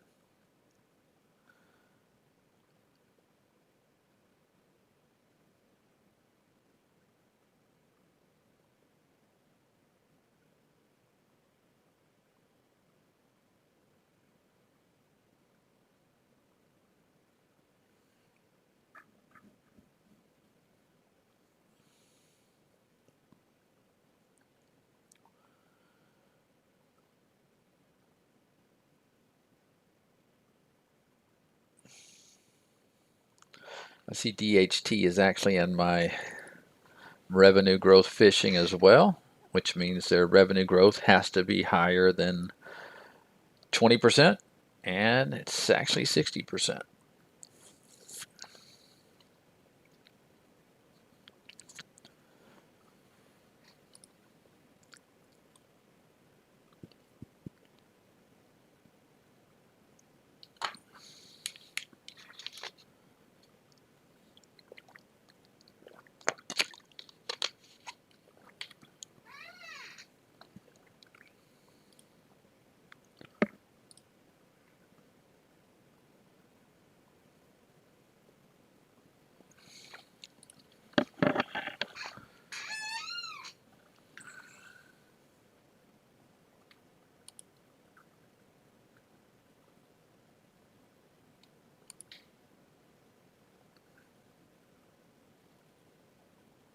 DSSI, seeing a lot of these deep sea freight transportation coming through both the Dawn of the Dead, Fro, TNK. Actually, that Fro looks like it may make another move here.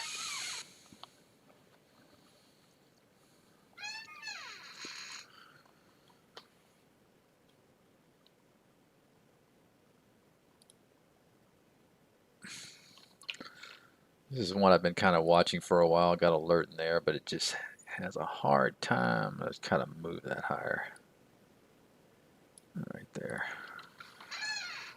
Having a hard time getting going. It's been really trading going sideways here now for about a month and a half.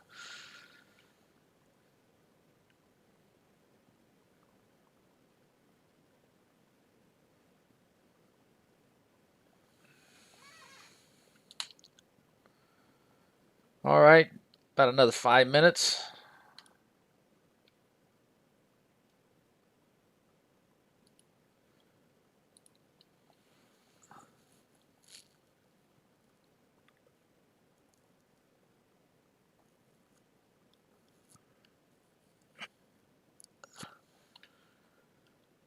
Let's see how. Seeing a little pullback in gold. Naturally seeing pullback in the gold miners as well.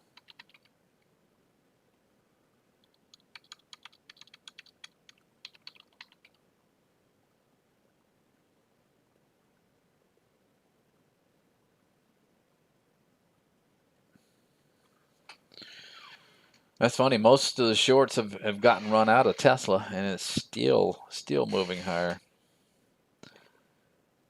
Yeah, at one time this had a pretty big short float. Now it's all the way down to 10%, and the short growth is going down. As you see, this is negative 6.82. They're giving up.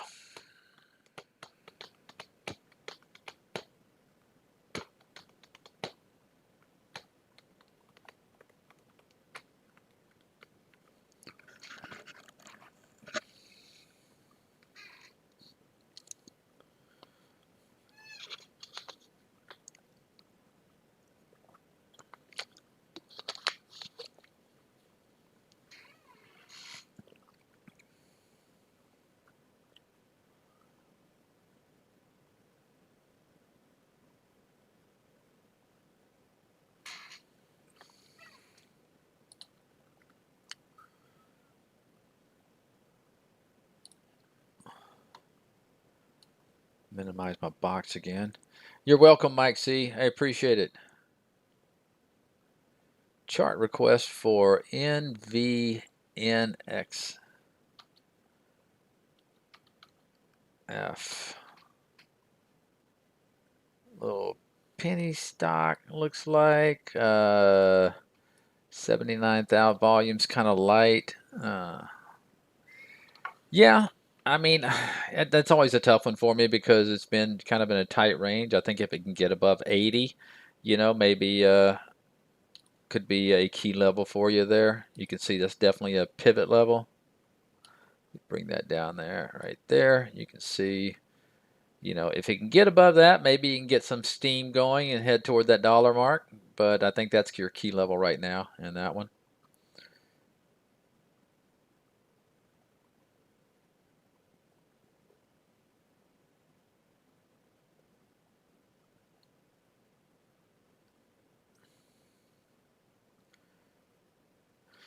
Debbie says, do you have to set new high alert to a certain number of days back to get the yellow line?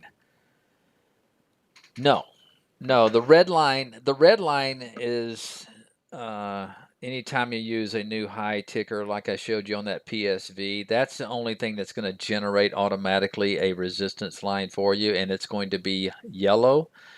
As far as a red line goes, you can draw that with any chart. Just click on the little line up here and just go to where you want it. Like if you want to see this TNK, if it breaks through, you're just kind of lining up stuff.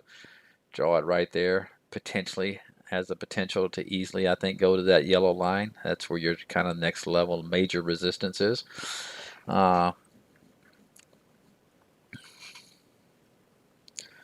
Yeah, but you can draw those. You can draw those yellow lines on monthly charts, weekly charts. Doesn't matter. You can draw them anywhere. How do you change strategy window to alert window? Are you talking about a I'm not going to have time. Maybe Barry can help you in there. Are you talking about converting a top list into an A window there, Raj?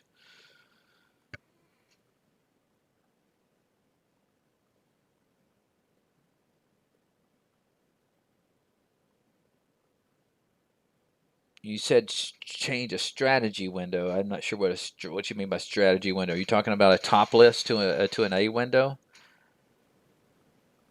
Yes, I did it today. I didn't do it today.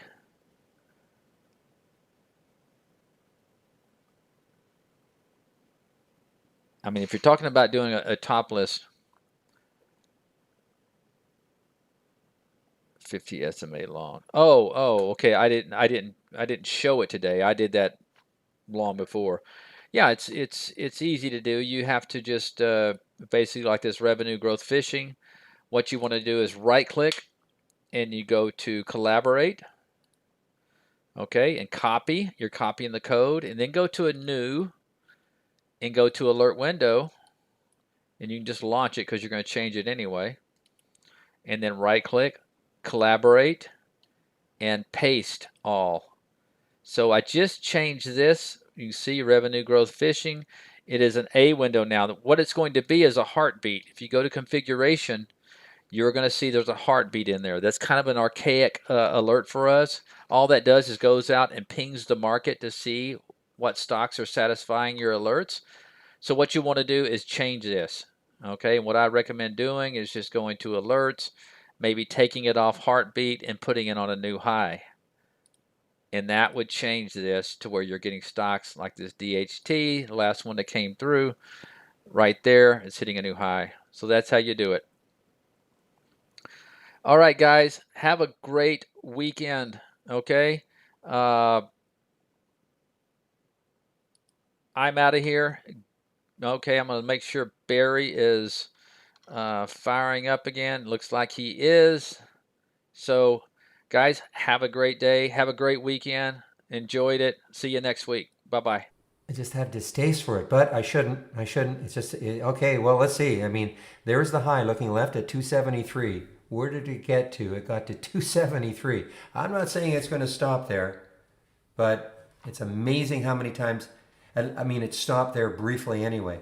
It's amazing how many times, just get used to looking at these charts, longer term time frames, especially when a stock has made a new high for the day. You're not having to worry about intraday resistance anymore. Then you have to start looking at the longer term time frames.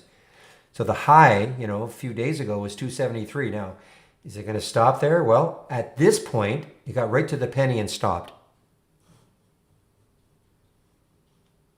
Oh, it just means you're buying it. You're hoping it's going to go up. That's long. Short means when you get into the trade, you're hoping it goes down. So long means that's the typical. When you get into a trade, you're hoping the price is going to go up.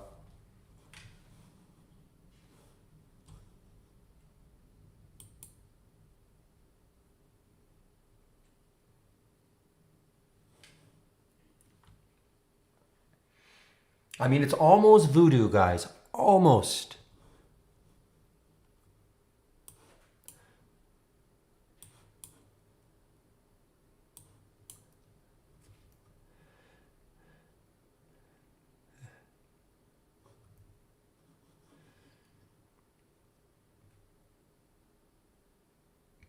Now, if it takes it out to the second attempt, I mean, look out. I mean, this could really start to fly. I mean, there's the next level, as I said before, around the 360, 70 area. But amazing how that happens so many times. I mean, you wouldn't think one day of a topping tail would be that much resistance.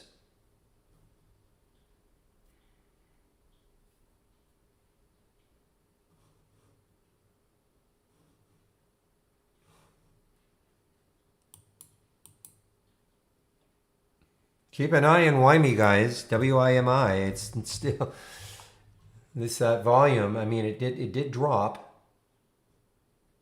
Let's see if it takes out 850 with any gusto, and this is a lifetime high.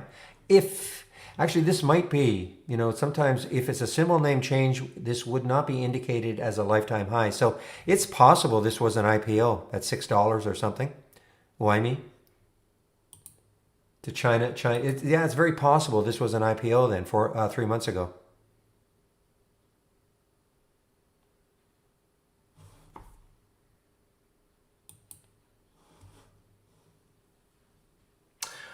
Well, speaking of which, it is 1:03, so I think I'm going to do my video right now. Get that out of the way. Then we'll be back by certainly by 1:30. Clear this, and then just see if we get some good, great fireworks in this window for the balance of the day. So let me just get the announcement in.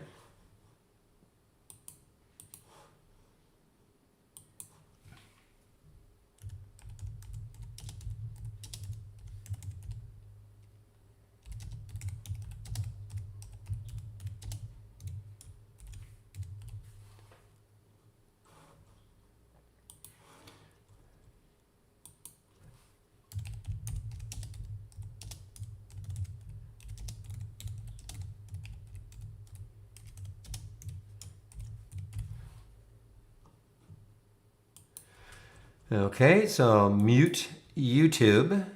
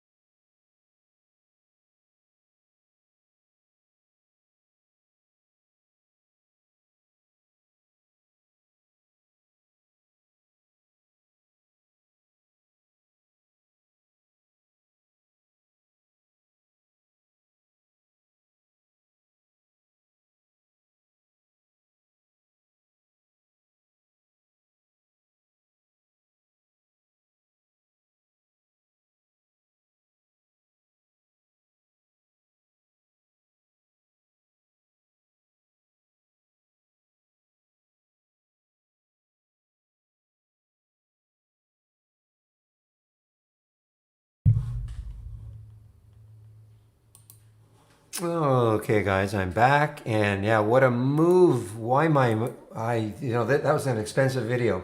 I was gonna wanted to maybe take this on an 850 break the second time. Look at that! Look at that move, 850 all the way up to 940, and still moving. All right, so Axis, how to get sound alerts or pop-ups from specific windows. Okay, so if you have your Holly AIs, all you have to do, like any alert window, or the Holly Strategy Trades All window, just right click, Actions, play the sound, set up the sound. Most use a custom sound. You can use one of your windows, put text to speech, but remember, whole idea is to put different sound alerts on different windows. So you can use one of them. The reason why you want to have different sound alerts, obviously, is that when you hear a sound, you want to know exactly which window to look at. So use custom sound, select the sound, and then these are 3 folders with some sound alerts in. You can highlight one of them, open it, play it. If you like it, then you say okay a couple of times, and then that gets attached to the window. Okay?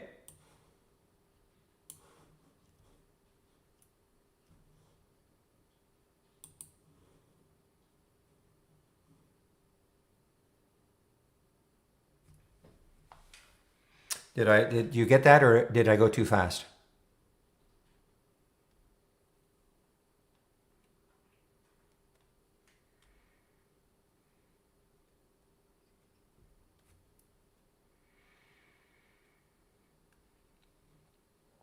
Can you hear me?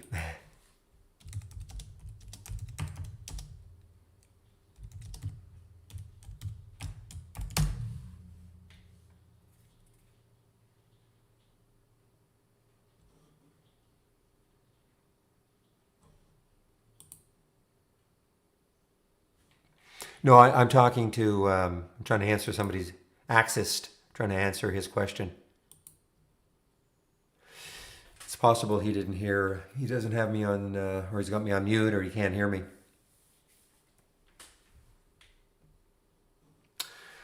Well, guys, it's now 1:20. At 1:30, I'm going to clear this window and start to see if we can get some little rocket chips at the end of the day from some of the earlier alerts, or even some of the ones that are still moving, but basing just a little bit.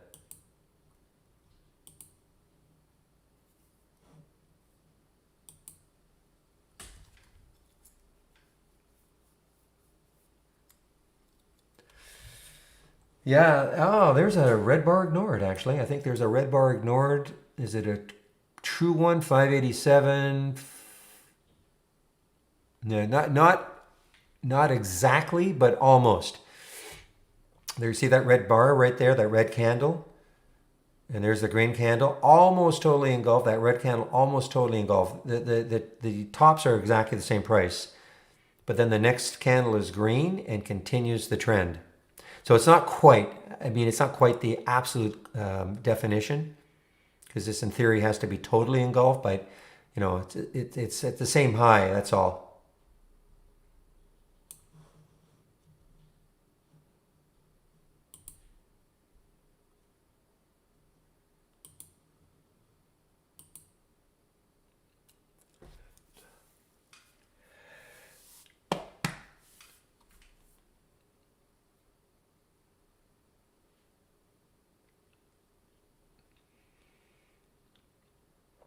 You know, this PSV may not be dead. These little bottoming tails, you know, the sellers tried to knock it down. If it gets over, say, 214, that could get it running a little bit again. Maybe try to get to that high again.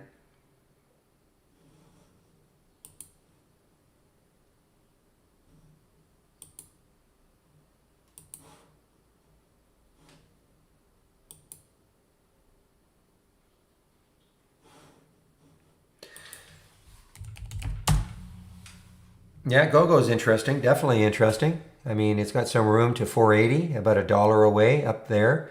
What's the high? 388. So it's just a couple pennies above the high in that weekly chart.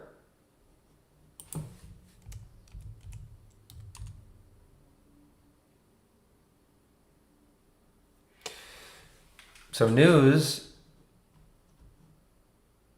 so it's stalled right there at that high. It has not come back up. Now, listen, it may, if it can base a little bit underneath and then boom, pop up on volume. Only on volume. It would not be taking this unless it had a big volume bar.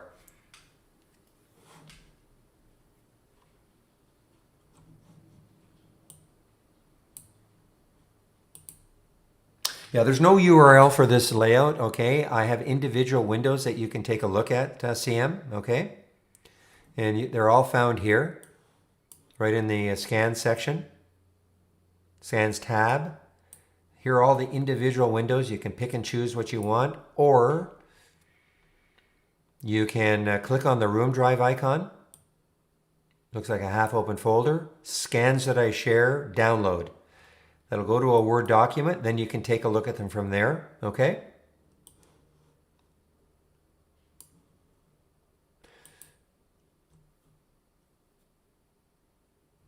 Okay, so just give me one moment. I'm going to answer your question now. Accessed again. That's okay. I'm just teasing you.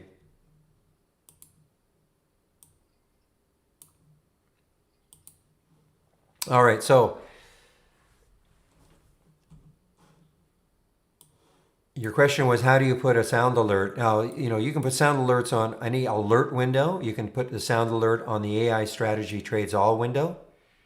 And it's exactly the same way. You right click, actions, play sound, check, set up sound, use custom sound, select the sound.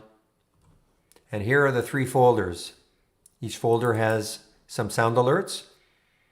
In order to hear one, you just left click on it, so it highlights it, and then you can open it, and then you can play it. If you like it, then you say okay a couple of times, all right, and then it'll attach to that window. And obviously, you know the idea, different sound alerts for different windows. Now, if you have say an alert window that doesn't trigger very often, you can minimize it, okay, so it'll pop up when you do get an alert. But I caution you, if you have you wouldn't want to do this with an alert window that's firing off every 5 seconds. It'll drive you crazy. So for instance, that is what I do with my price alert window though, because it's not firing that much. But when I create a price alert right on the chart, so let's just say for argument's sake, I want to create a price alert for news, GNUS at 250. So I've just created it right on the chart, and I'll put one at the bottom here, 239. Let's see if I get it to trigger. So now, if I minimize the window, what'll happen is, if it hits either one of those 2 prices, the window will pop up on my screen. I've been able to put a sound alert on it also. If you're going to, for me, because I do every now and then, I'll leave my desk, wander into another room, but I've got my headset on, so I'll hear it. I can come racing back in, and I know that it's a price alert because I've got a specific sound for it.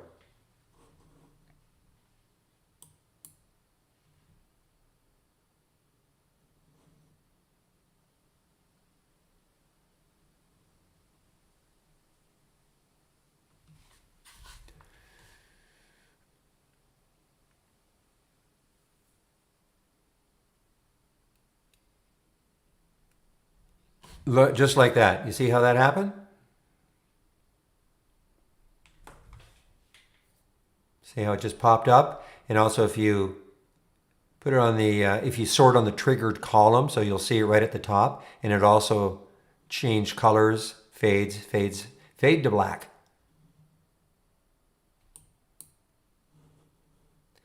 I thought it was client is 0, but have you watched the video?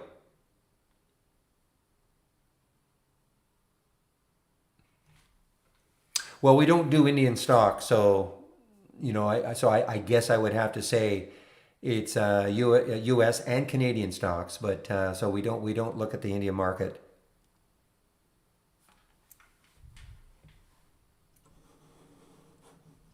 So in stock, have you watched the video?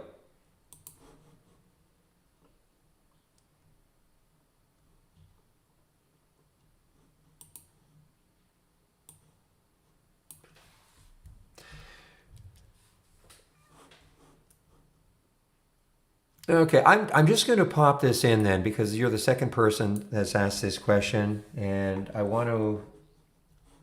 No, guys, look at PSV on the way again.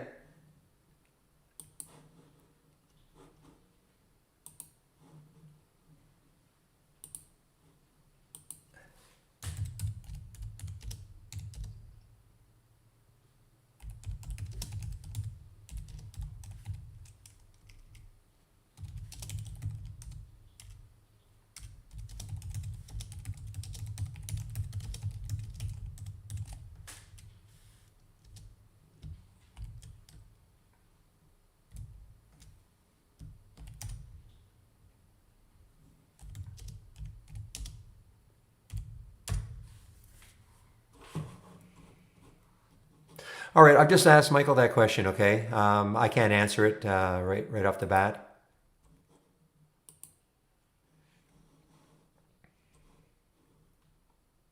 We'll see what sort of answer I get.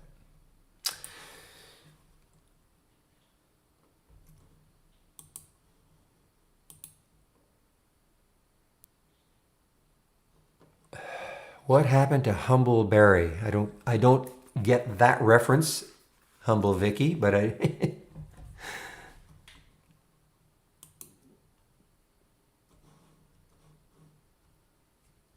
Let me clear this. I forgot to clear it. Okay, now let's see what sort of alerts we get.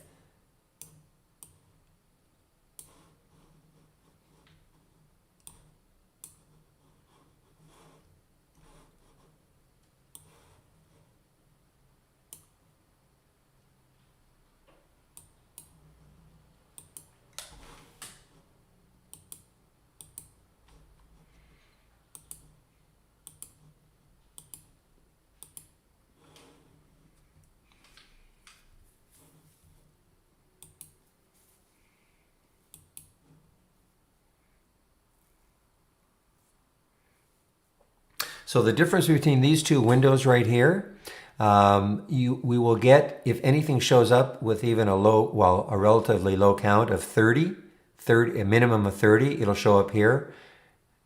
You need a count of 60 still here. And the count refers to the number of new highs. So the theory being, okay, obviously 30, you'll catch it earlier than 60, but are 30 new highs enough to sustain it to keep going? So this has always been an exercise. So for instance, there's 40, CPSH. This has been active many, many days.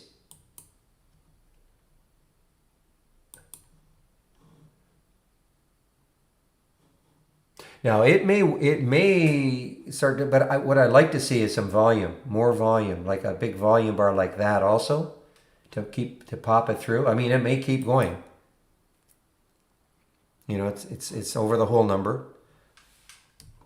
I don't think there's any short-term resistance. Where I got to go back to 2016. But look at the the spread. It got spready. What I want to see when we get these alerts though are also a big volume bar. Okay, associated with that alert.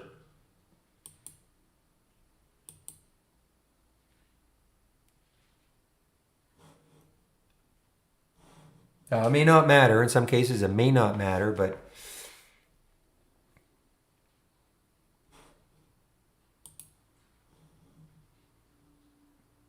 all right. So Michael says it is 0 and he says to leave it there in the video, okay?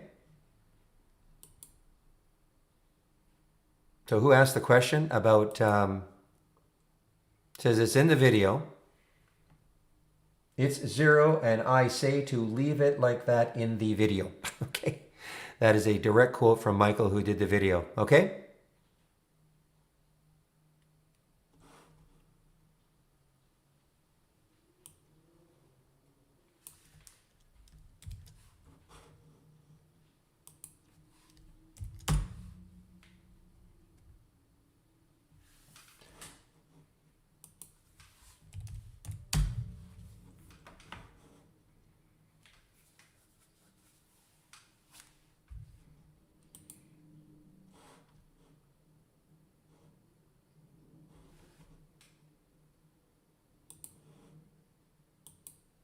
You know, it was a great short today was Fetch. I saw this early, Fetch, FTCH on that, I think I mentioned it on the 22 break, and I just kind of lost sight of it. What a great short Fetch was. This came from the options plays.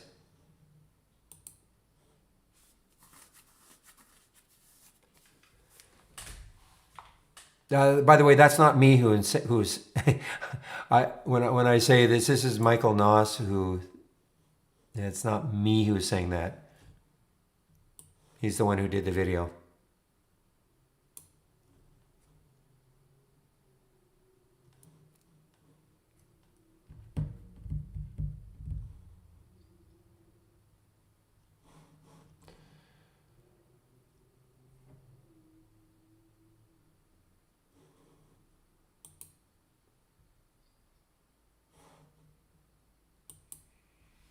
Okay, now the volume is starting to come in a little bit more. You see the volume is starting to come in that 5-minute chart for CPSH.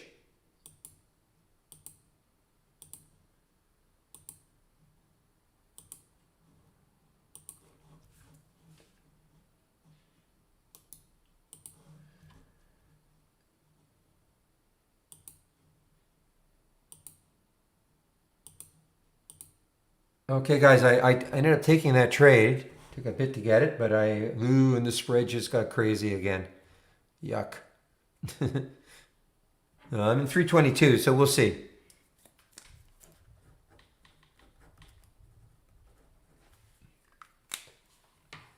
And that's the CPSH, because the volume did finally pick up a little bit.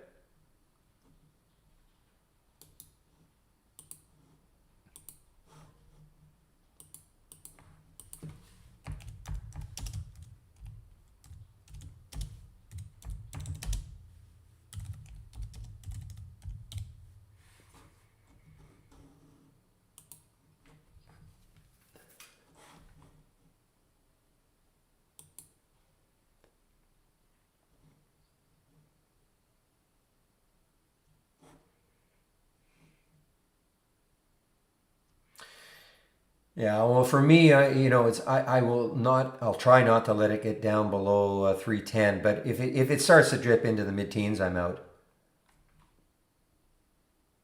It got spready, but now look at it. I mean, it's a penny. You know, now it's a penny. So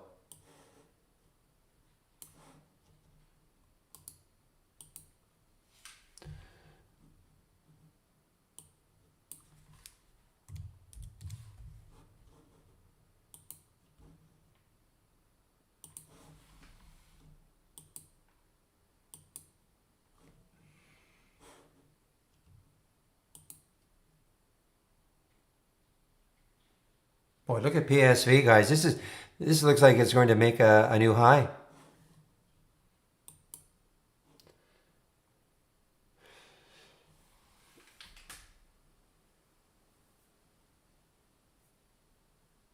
Yeah, it got a little spready again. I'm just watching. I might be getting out very soon.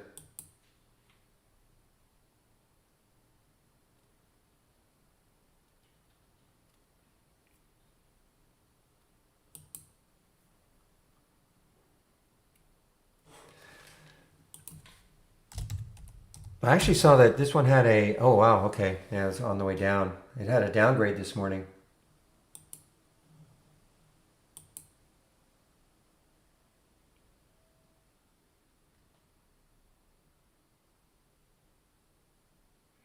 All right, I'm out.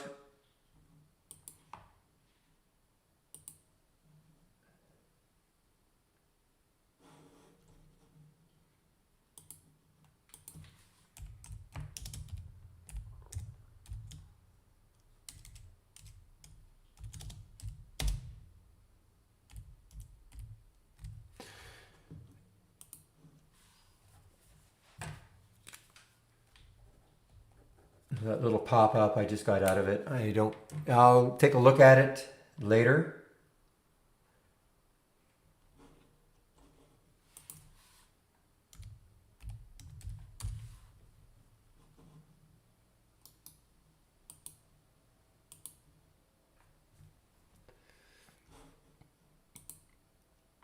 Halt again. Must be on the way up. Yeah, look at this. Look at this. Just made a new high.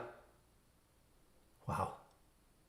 Not quite. I think the high is 236, so it just got halted at 234.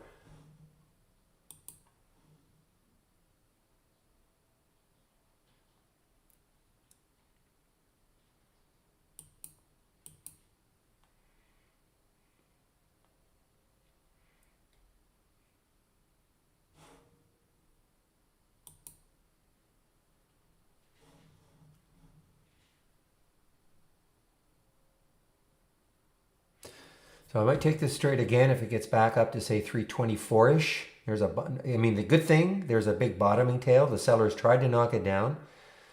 Buyers are trying to still maintain a little bit of control in it, but it has to get back into the 320s.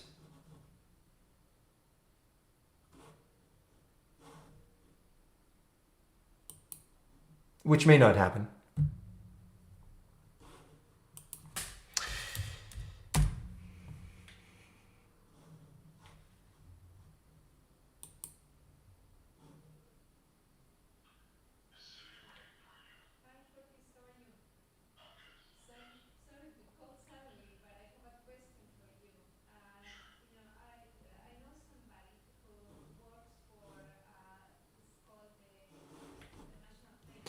Yeah, this PSV could go. What is stacking up to be here?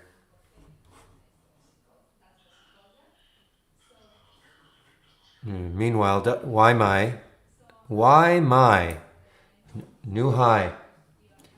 This will be really interesting in on Monday. I mean, just to see if it can sustain this. This is not shortable for me, but if it can sustain this, this is again an all-time high.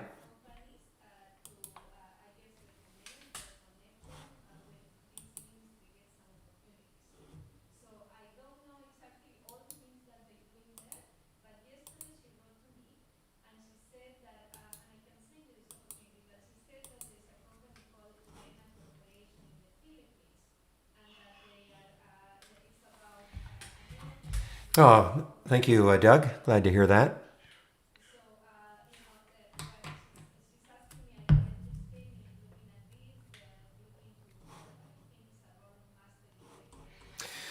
Just waiting for the next one. So even here, let's take a look here at 909 price. Let's see, got up to 950. I'd like to see ones that are not that have not been so parabolic during the day. More, I like this CPSH. I mean, this is what I'm talking about. Remember I was saying, sort of a rest, not a lot of activity, and this is about a couple of hours, and then all of a sudden you get the pop. That's what I'm looking for.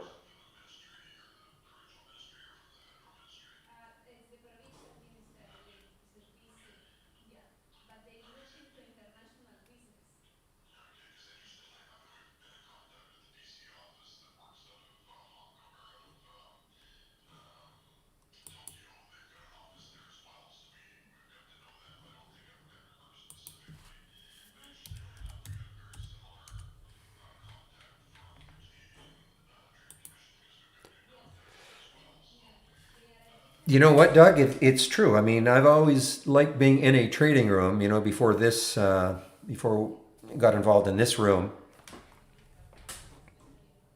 it can be very lonely sitting at home staring at screens all day long. So I always enjoyed being in a room, not necessarily having somebody talk at me all day long, but at least interacting with other traders.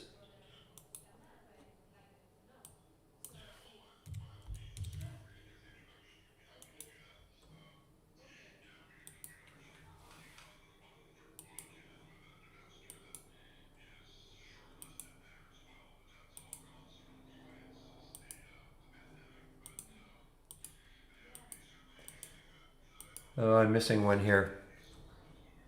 Oh no, I'm not. That's on the way down. Okay. I thought it was. I thought Wafu was screaming higher. Look at this though. Not shortable for me.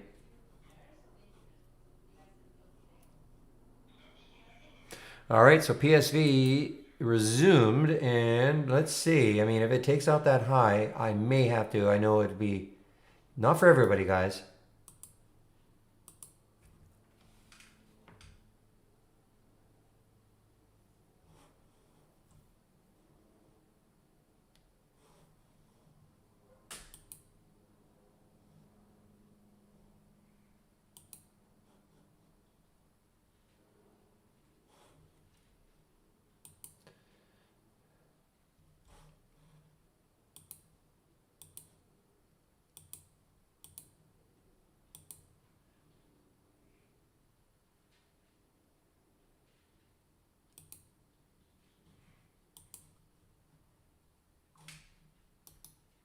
Whoa, that got halted. Trying to think if it got halted on the way up or the way down. I almost took this trade. I almost took this trade.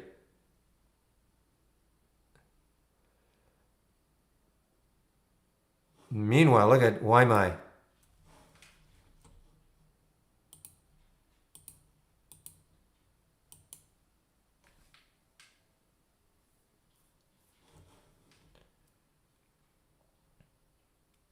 It's just this bottoming tail kind of, or no, I'm sorry, on PSV kind of got me.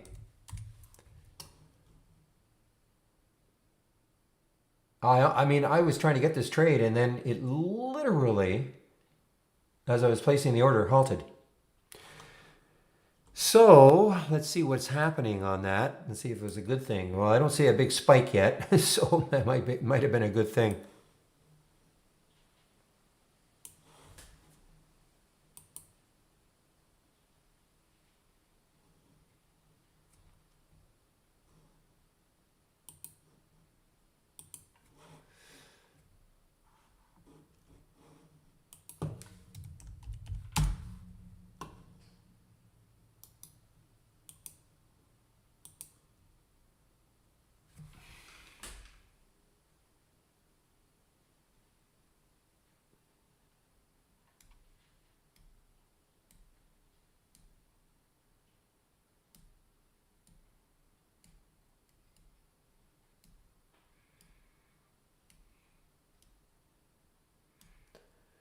Sorry, are you talking to me?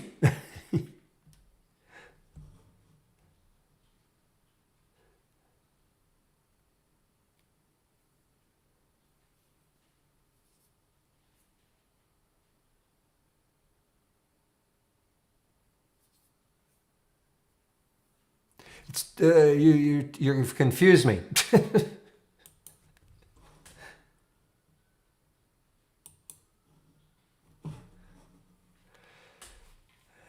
Uptrend, red candle.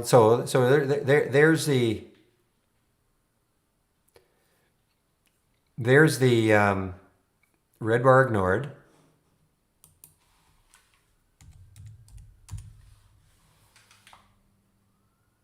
Oh, here. Okay, so you're talking about right there, so it didn't take it out. And your point is, and the next one did. Okay, I'm sure that happens a lot. Yeah.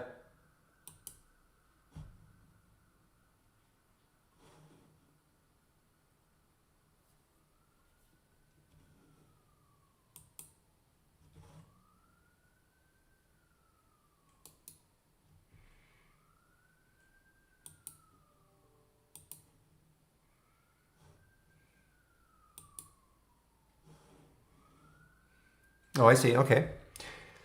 Yeah, it's just, it's not that it's confusing. I just, I guess I try to really, really simplify things. And I just try not to look at so many different types of setups. So if I see that RBI and it doesn't form, then I see what you're saying though, Vicky.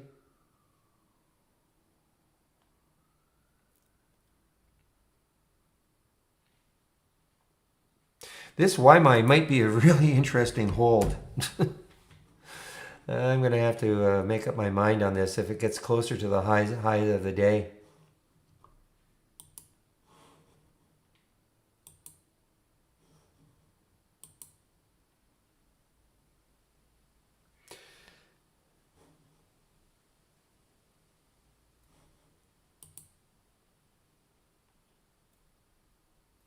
I Well, I mean, I guess anything is possible. It's a relatively recent IPO, relatively recent. I mean, I guess anything is possible.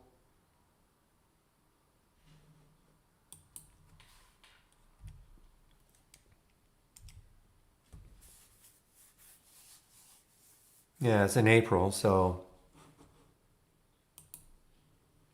initial public offering. You can look that up. IPO, initial public offering. When a stock first starts to trade, usually it's a private company that eventually wants to go public. And they have to follow some rules, of course, to get listed on NASDAQ or New York, etc. A bunch of rules they have to, a bunch of rules that have to be met. And then they go public, start trading. All companies at one point were private. Well, generally speaking, were private, and then they go public if they want to.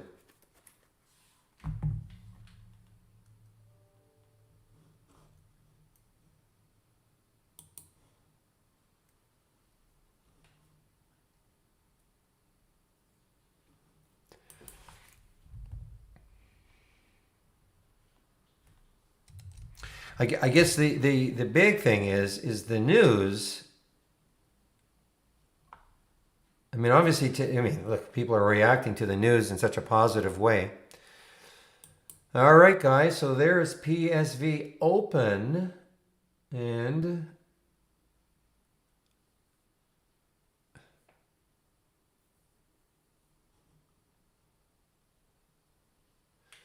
you talk about reacting positively to news, 361%.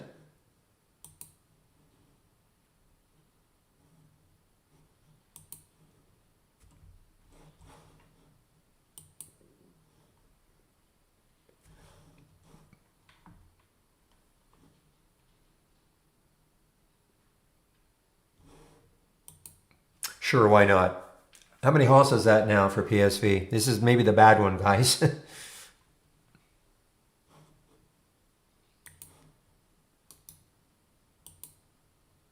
There it goes.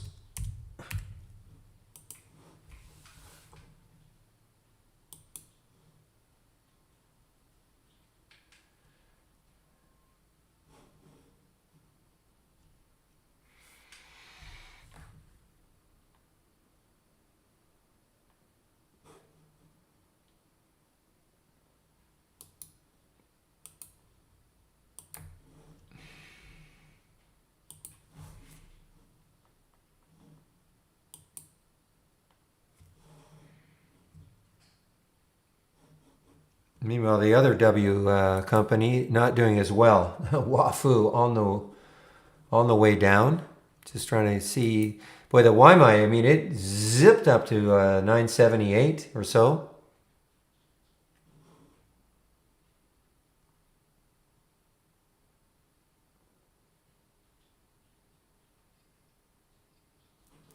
Oh, meanwhile, yeah, I'm not watching these. So ELVT, 173. So it's a little bit close to that whole number, unfortunately. Also, no volume pop. Look at this, no volume pop. So I don't care about that one. Grits, GRTS, 763. A little bit of a volume pop, but it's also very close to the 200 day. So, I'm not interested in that.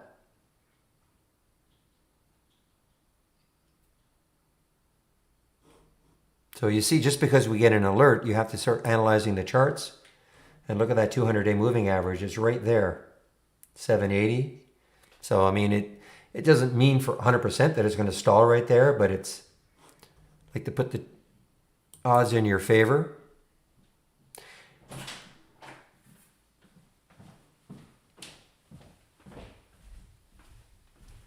Just one moment, please.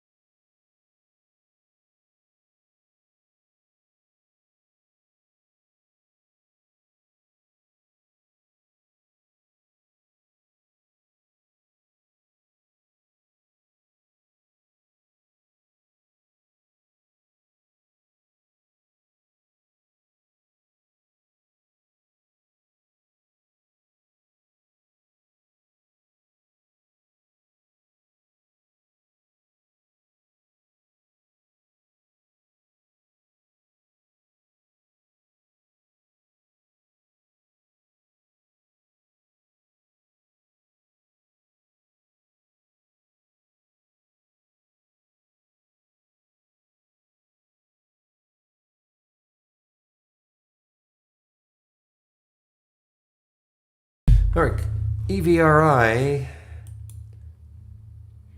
I mean, this could, okay, I mean, this could really, it's getting some volume. Issue here is, well, it's at 6, the magic number, the magic whole number. 623 is an, I mean, if it could, there's so much room here if it can just get out of here.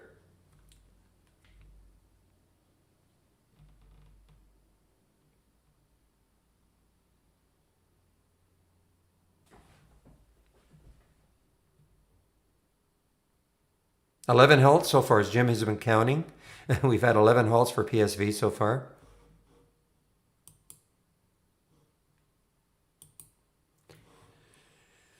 Goods! A late Friday afternoon appearance. How are you?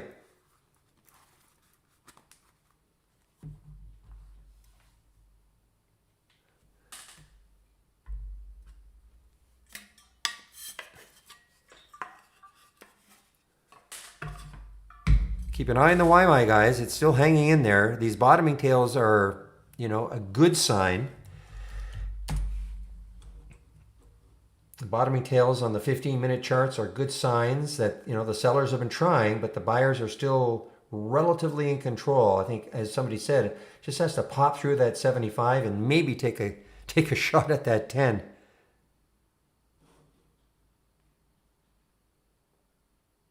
I mean, the volume is still there. I mean, look at the volume. It's still there. Not drying up yet.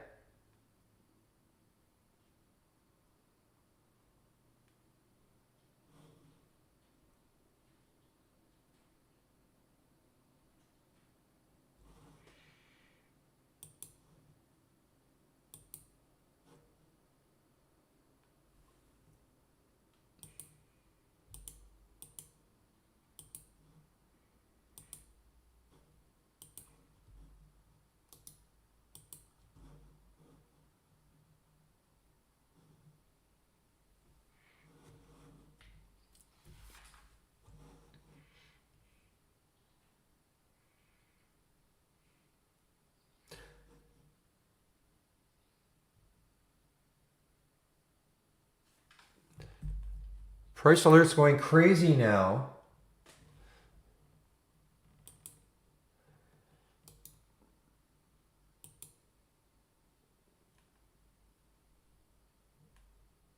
Well, let's see if I can take out, and there's EVRI, guys.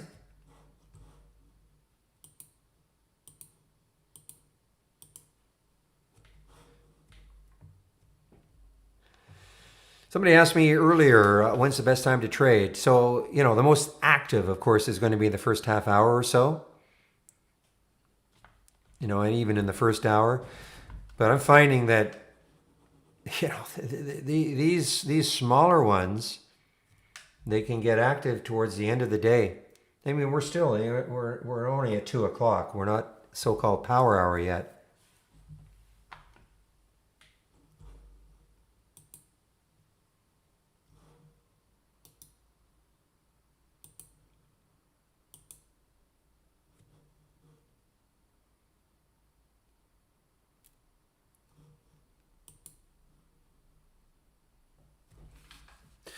Okay, now that might be a little bit tough for YMI. Okay, because now you're getting these topping tails. So now it's sort of the reverse, of course, of those bottoming tails in the 15-minute chart, but you're getting these topping tails on the 5-minute chart. So, I mean, the sellers have been trying like mad.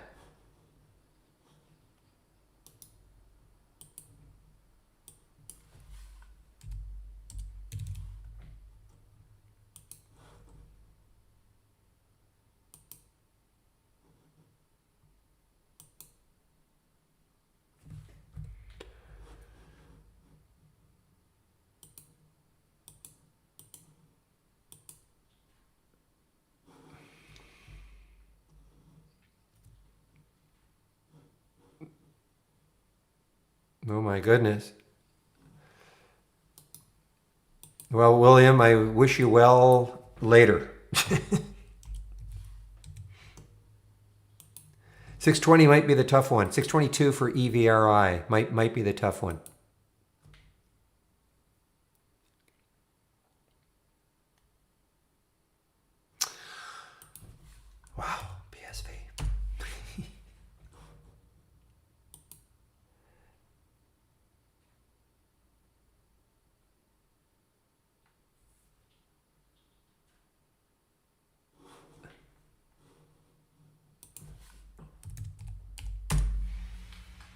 Yeah, there is movement on RTO, guys. Somebody mentioned that in the YouTube feed. There is some movement for sure.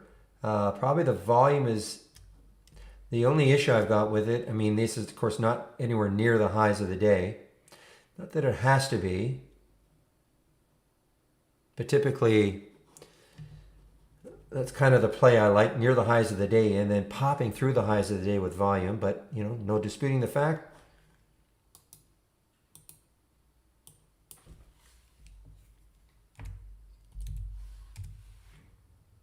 Okay, guys, as mentioned before, with the EVRI, this is the big level right there, 623. Cracks through that, look out. Not easy for me to say.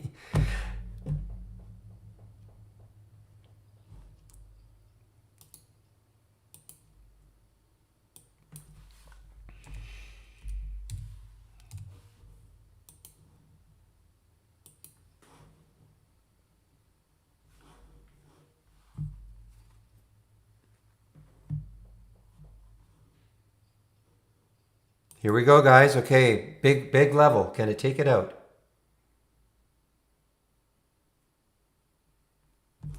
Of course it halted again.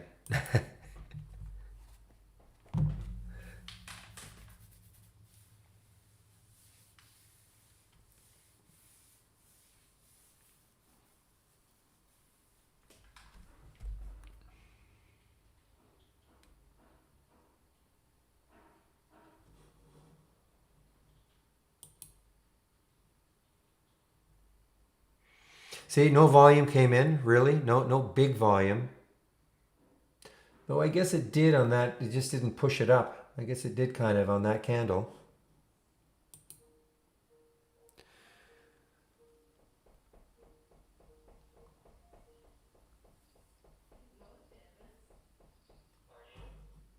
Okay, you are through it now, a little bit anyway.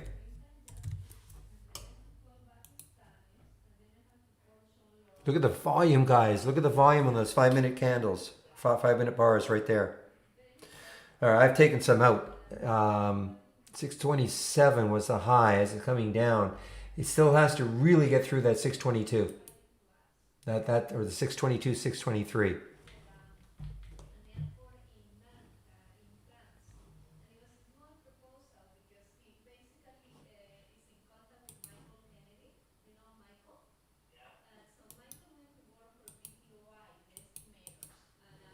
Time is it? This window here has really ignited my passion for trading later on in the day, because later on in the day I was really bored.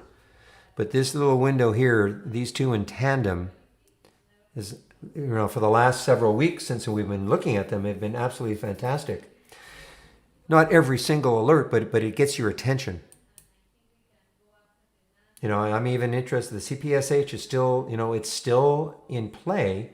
Just need volume to take it out through this.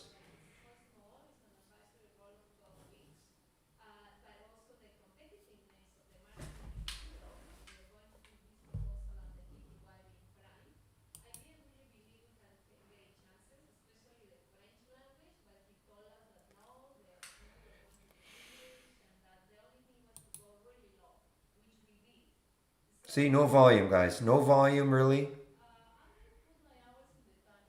I mean, there's a little one there, but what we want something that's dramatic looking.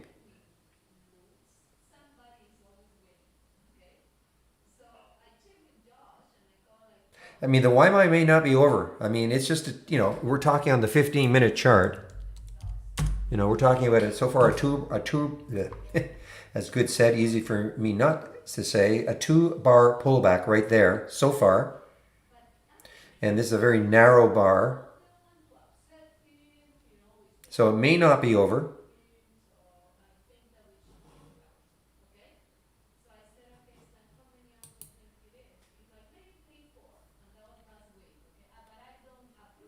But look where EVRI has kind of stalled. I mean, yes, it It poked above a little bit, the 622, just a little bit, got up to 627, but it's kind of stalling right there. But look at the volume, great volume.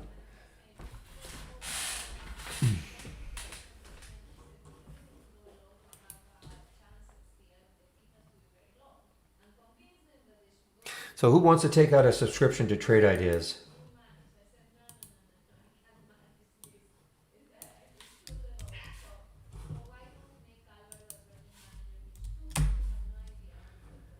You two can join in all the fun.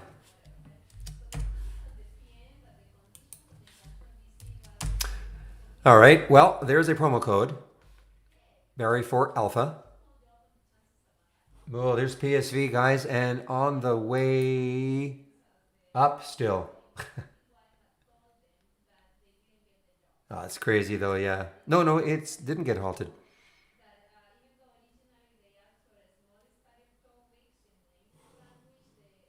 Oh, you bought it yesterday? Okay. I mean, they're.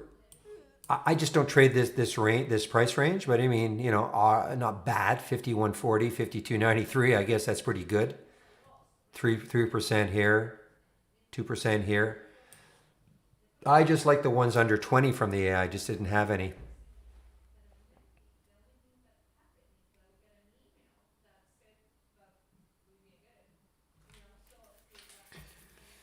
The quarterly 10-day, what does that mean?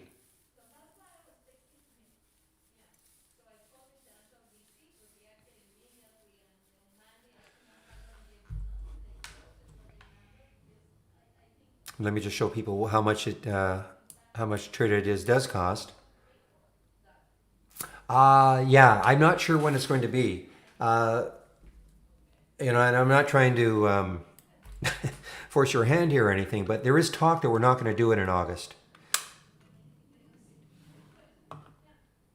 I'll be totally honest. We've had such an amazing 3 months now, and there's talk we're not going to do it in August. Not 100%. I mean, so I would have said, after the last one, there would be no issue with not doing it in August, but there's talk that we're not going to do it in August, so I don't know.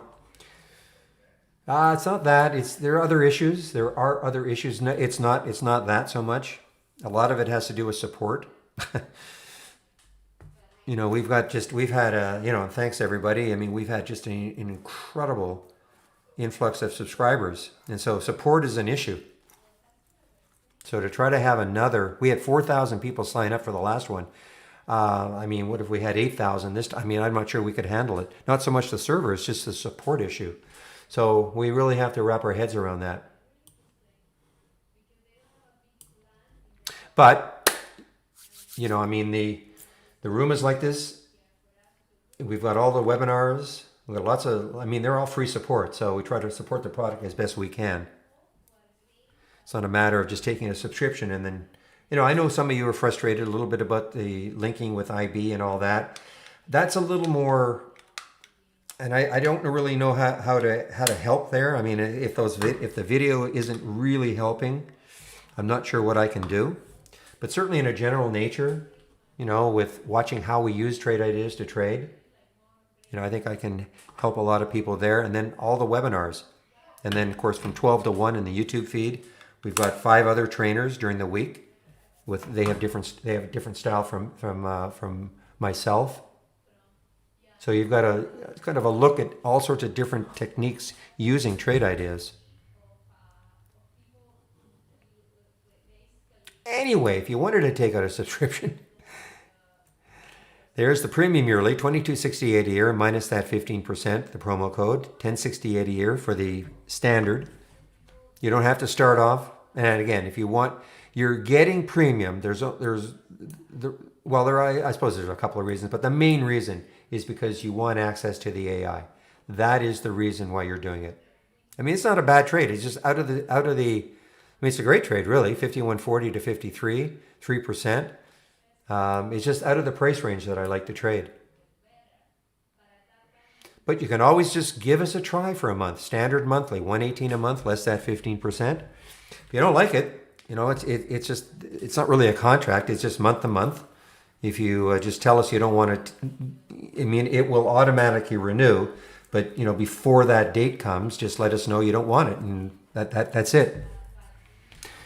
And if you do want to upgrade, though, we'll honor that 15% promo code.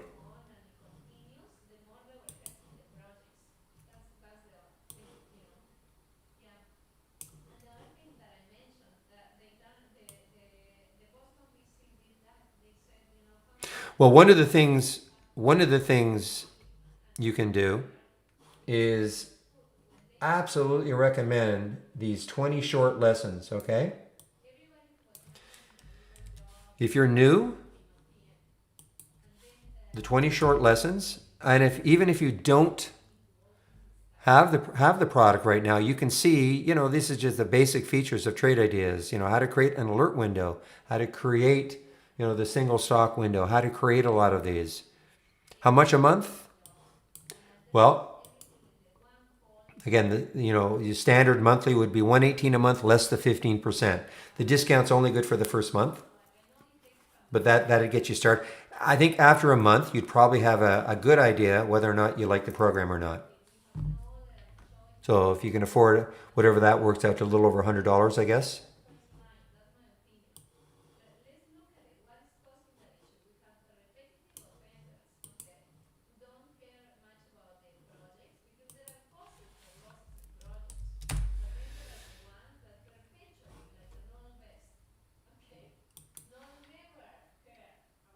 Well, you're getting the program. I mean, you're getting Trade Ideas. So you can set up your own scanners if you want. These are scanners. These are real time.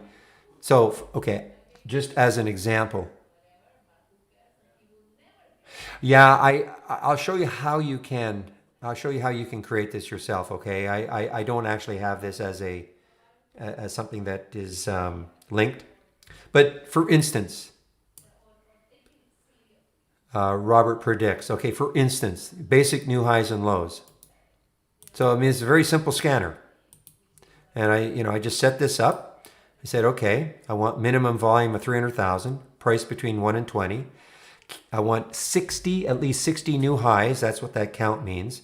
This little EPS of 0.01 and minus 0.01 is just a trick because all I want to see is stocks. I don't want to see ETFs. All right.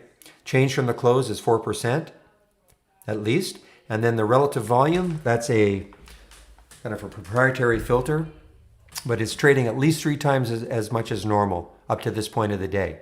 So these are filters that I've put in. Now, we have a lot of filters, but so I've just constructed this. So then every time a stock hits a new high or a new low, I will know about it real time, as an example. Okay, but I mean, I'm not going to say it's infinite, but the possibilities are, we have so many. Oh, there it is, guys.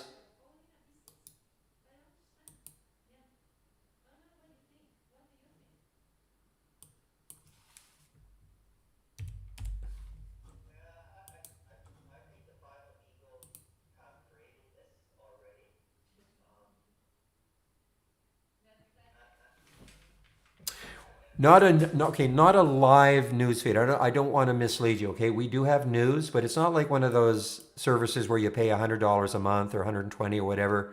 That is, a live feed. Okay, we do have news, but it's not one of those services that you pay for.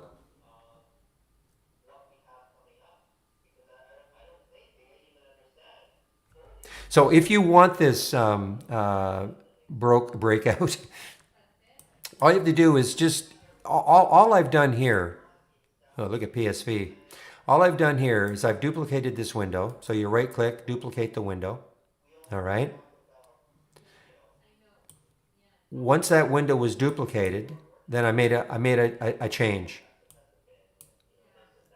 First thing I did was we do have a time of day. So 225 minutes. So what I don't want to see any alerts until 1:15. That's basically 1:15 Eastern time, 225 minutes after the market opens, okay? That's why nothing happens until then. And then I did change the count from 60 to 30. And then I just gave it another name.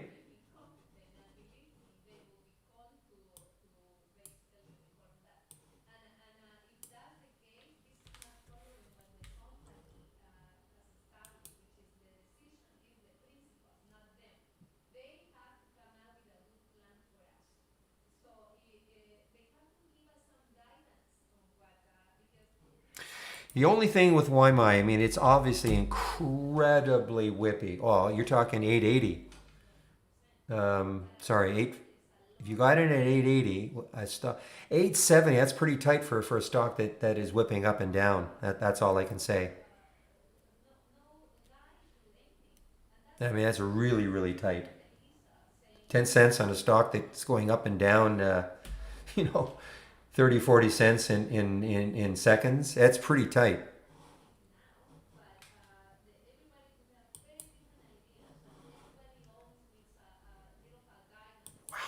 Well, I have no idea where it's going. I mean, it has no resistance because this is a lifetime high now.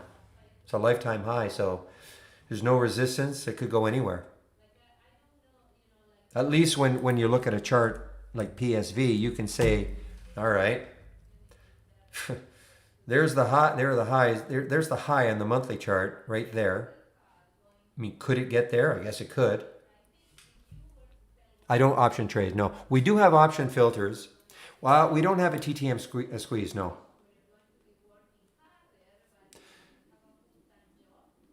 we do have option filters, which may help you in looking at stocks that you might want to trade the options in.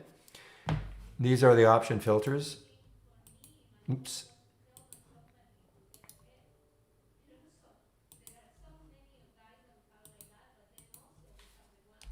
And there's one filter that is kind of cool. No, not option flow so much, but put call ratio. Okay, so we have some obvious ones. The put call ratio, option volume is an average over the last 10 days, the total number of contracts. This is obvious. Option volume today in contracts. Put volume, call volume. Okay, so these are pretty obvious ones. This is the cool metric.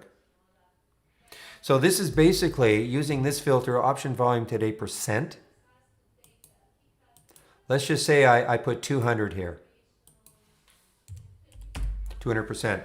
So what that's doing is if over the last 10 days a stock has traded on average 2,000 contracts a day, for me to see that stock today, it's going to have to trade 4,000 contracts. In other words, 200% or double.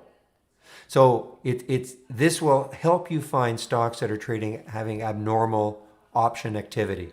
Now, whether that helps you trade the actual options themselves, I have no idea.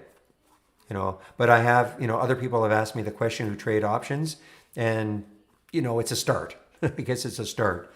So it's zeroing in on abnormal option activity.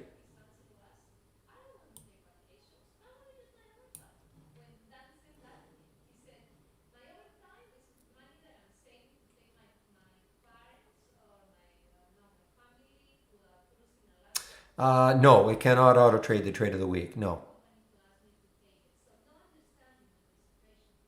Well, I shouldn't say that.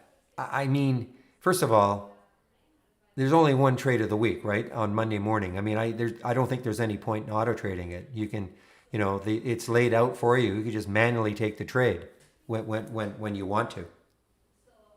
The only way you could possibly do it is to create a symbol list and put that trade in, and put it in there.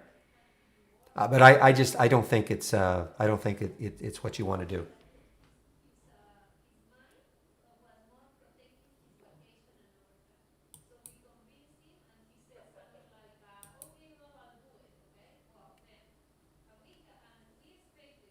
So what you're seeing here is a simulator. Again, if you're new to trading, this is our trading simulator that you see. I've connected it.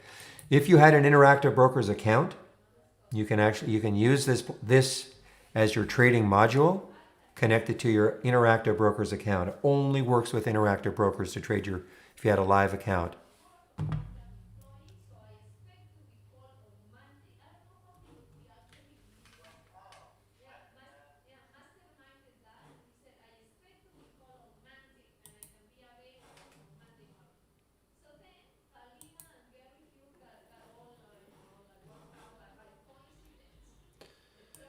All right, take a look at OTIC. OTIC here. OTIC, what sort of room does this have? Now this, let's take a look at the monthly chart right there.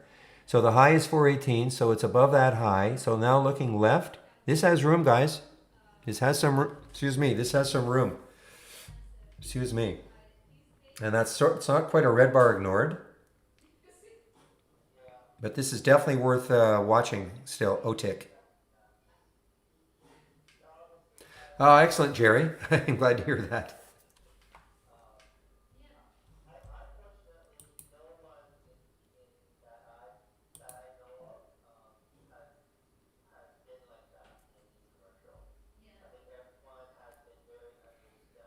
So I just need a volume pop. You know, it's a fairly low float, 28 million in the float. It's trading 3.5 times normal. That's what that 3.5 means. So it'd be nice to get a volume pop.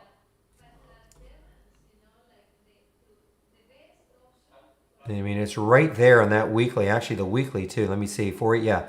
So I mean, it's just a penny above that price right there. Look at the volume this week.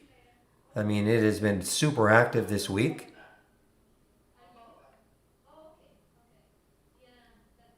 Well, I'm not looking. I don't think it's so far back. I mean, I'm.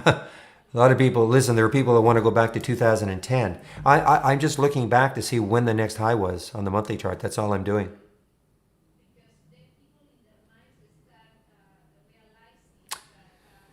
Yeah, I mean, I just don't trade the $1,000 stocks. That's all. Or well, the $500 stocks. Sorry. I mean, it's had a tremendous run. 8%. Yeah, I mean, it's fantastic. Don't see a lot of people in the room trading the very expensive stocks. Nothing wrong with them, but I just don't. I concentrated on the 20 and unders.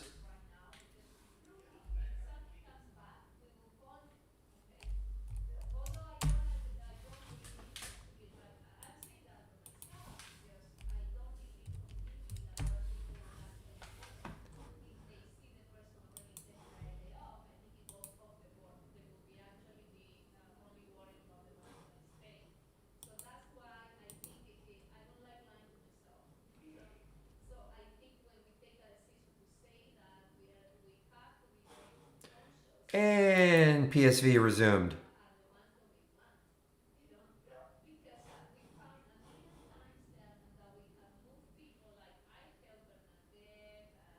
Flatten, not ratten. It's flatten.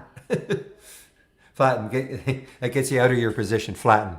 Gets you out of your position. Half gets you out of half your position. Double means double your position. Okay? It's you must have shrunk it down or something.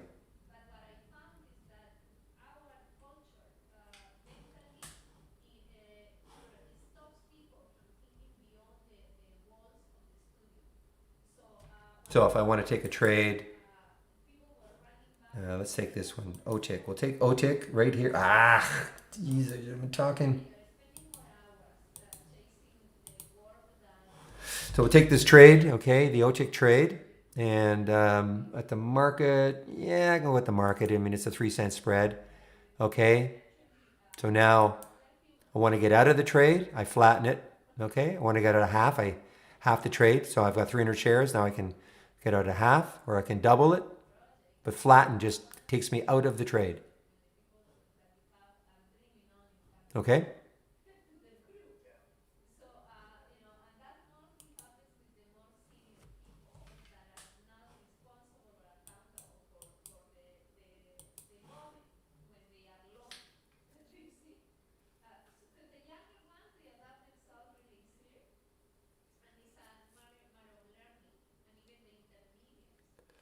Well, well, then you still have to flatten.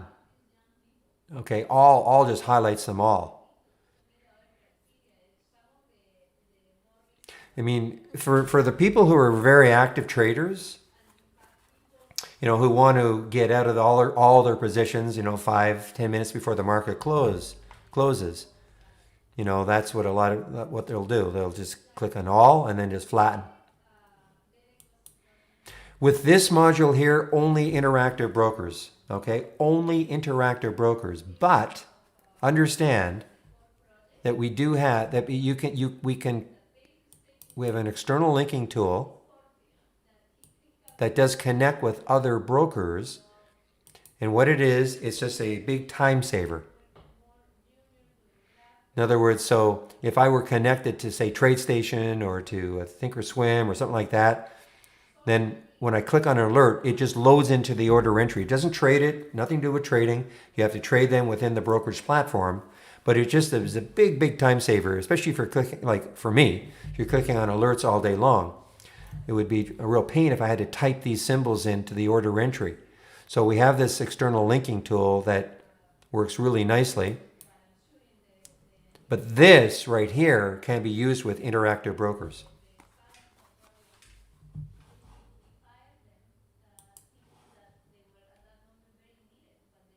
And only Interactive Brokers. For now. We're hoping to, of course, we want to add more brokers, but we've been saying that for a while, and you know, it's a tedious process.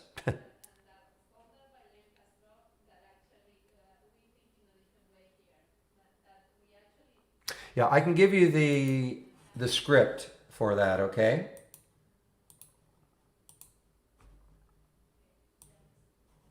I'm going to put this in Macarand. I'm going to put this in the tech support tab right there, the tech support tab. And you just have to follow those rules.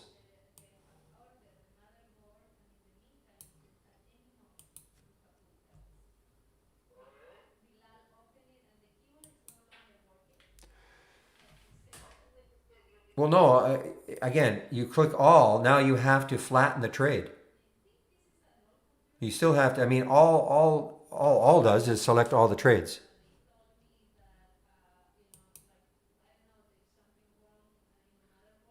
Yeah, I think it's very fast. I've been using it for, I don't know, 3.5 years now. IB, I think it's extremely fast. It works very well.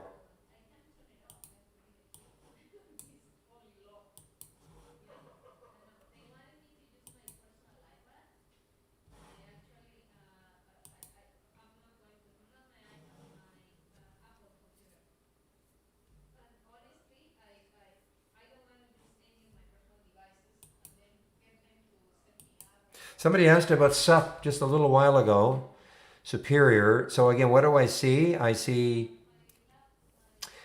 I talked about this earlier in the day actually, but it has to take out 213. There's the high looking left about 4 weeks ago, all right? There it is. I mean, if it takes out 213, if it does it today, look out. I mean, it's got a ton of room.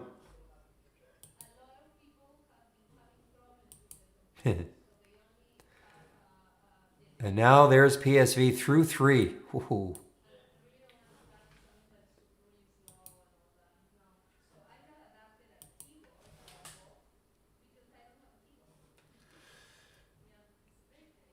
So even if you would have thought this was very late, so at 144, an alert for PSV at 236, you know, you would have had to held on through a couple of a few halts.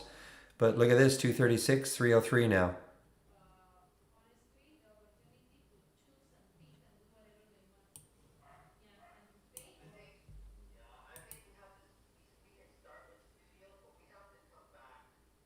There is no app really, Jerry. I mean, it's he doesn't. I don't think he even has the. If he has the app, then he hasn't. Then he's forgotten to get rid of it. It's all. It's browser based. So you just go into. You know, it's all browser based.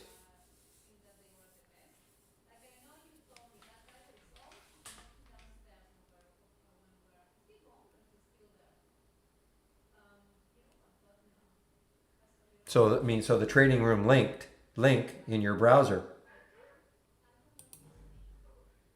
So it doesn't matter what platform.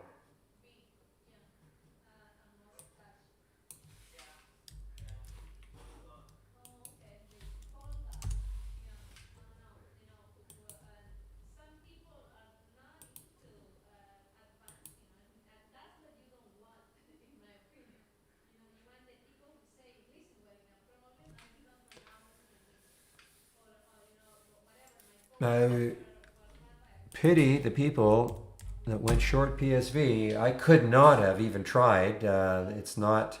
I mean, this has been a great uptrend. I mean, we've had a few little, but look at that 5 minute chart. Look at that uptrend on the 5 minute chart.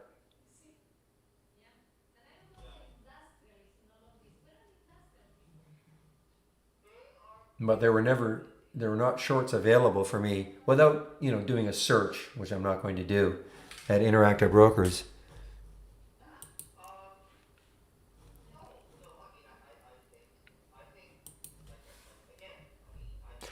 Oh, there are people, William, who would do that.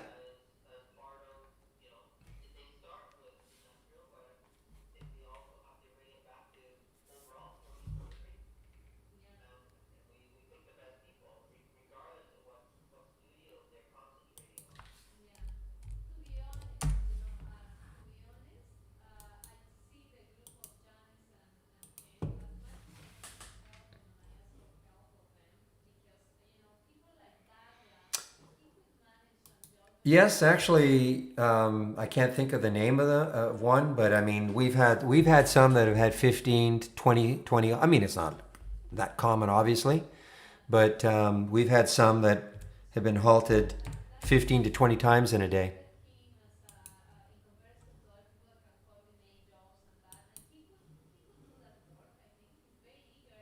I did not know that, Jim. No halts after 3:45. I did not know that.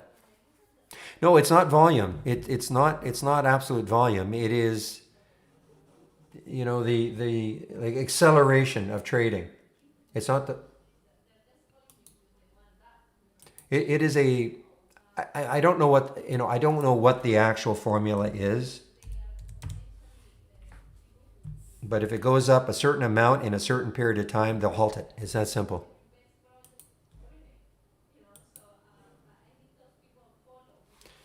It's volume and time related. Actually, it's not volume related. It's price related. So in theory, it's got nothing to do with volume. It's if it went up if this went up $1 on one share in half a second, it would get halted. Okay. So it's got nothing to do with the actual volume. But typically, of course, a stock has got a lot of volume happening when it's doing things like this.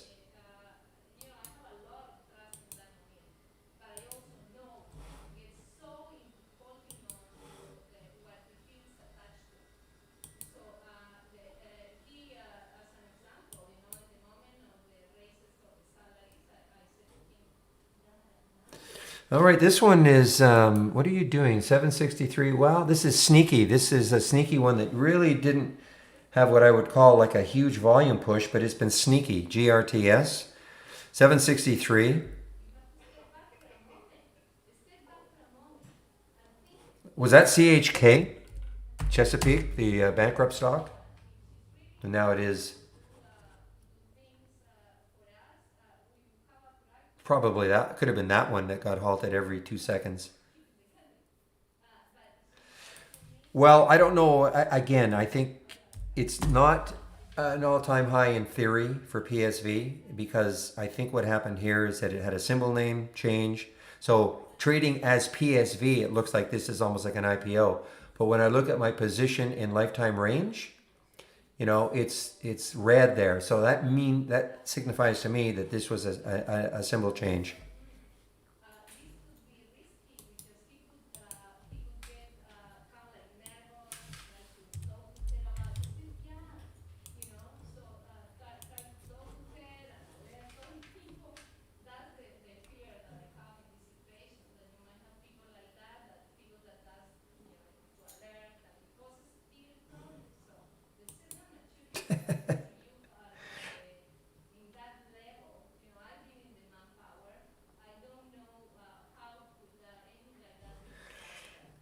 Yeah, GRTS guys is just doing this. This is a very now that's what I was saying. Now I remember why I didn't like it. Also, it's right at the 200-day moving average.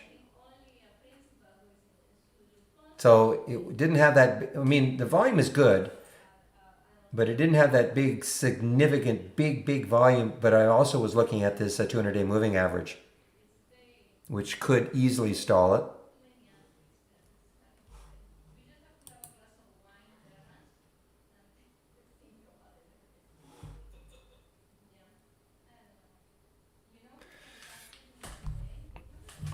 Yeah, there is a way. You can create a symbol list. And if you create the symbol list,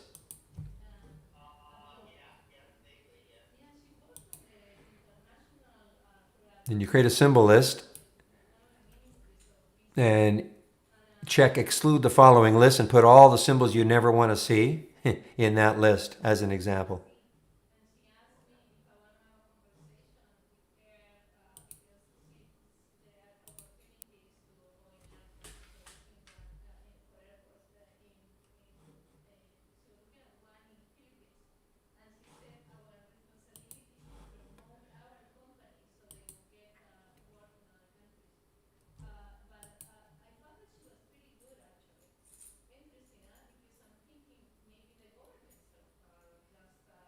Well, I would not exclude it like that.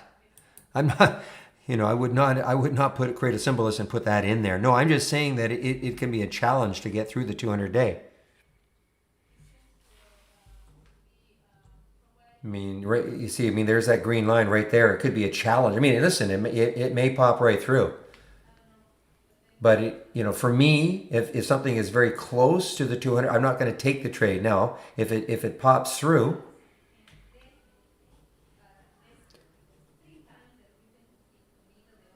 it's possible. But I'm just that's all I'm looking at. Just looking at that 200-day moving average that could really stop it for a while anyway.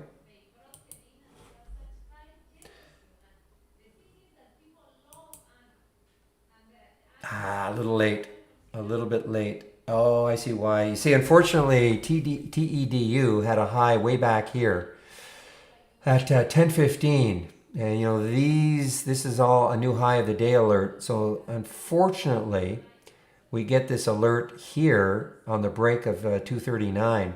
Would have been nice to get it more around here. And I know Vicky's going to say, "Well, just put a position in range." I'm not going to do it.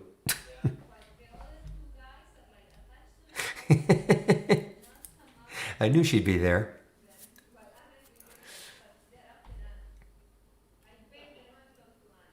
Now, it could still pop right through. Never mind, A. Never mind. Don't listen to Vicky.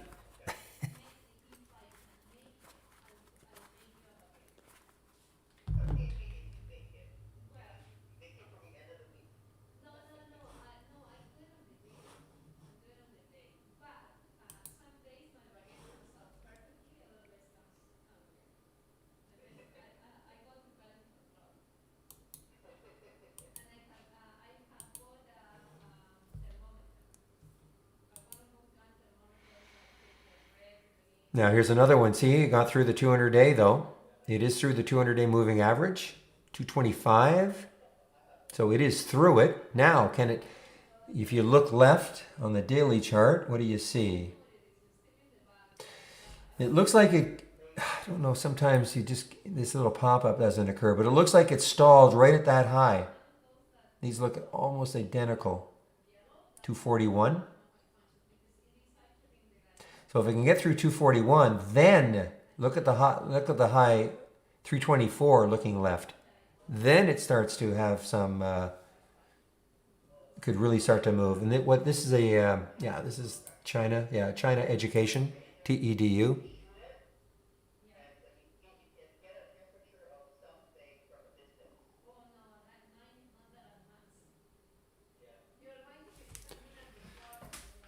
It's still early, Strive. Still an hour and a half or hour and 20 left in the market for why might he do it.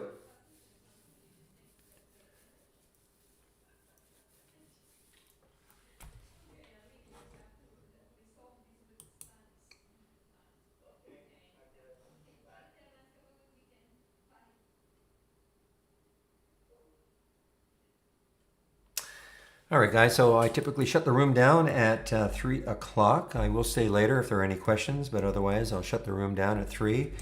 Been another exciting week.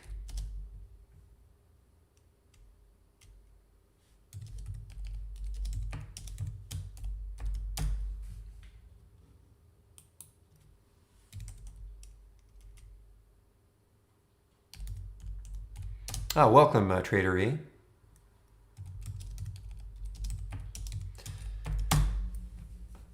It is Friday. Oh man, is it ever? So guys, it'll be, I kept the symbol list name the same for the last 2 weeks, I think. There will be another, I'll be changing the symbol list name. I haven't really followed, I haven't really followed my watch list as much this week. I mean, I know here was very good early. Got almost up to $18 from the 1730 alert.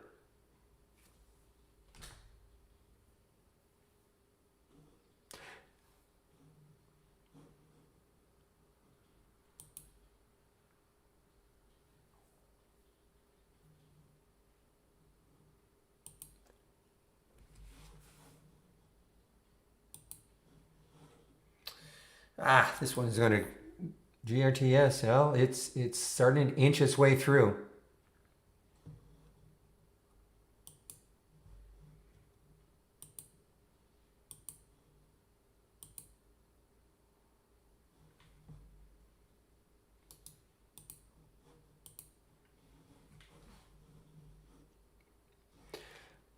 So you lose the bet. $10, WIMI. You lose the bet.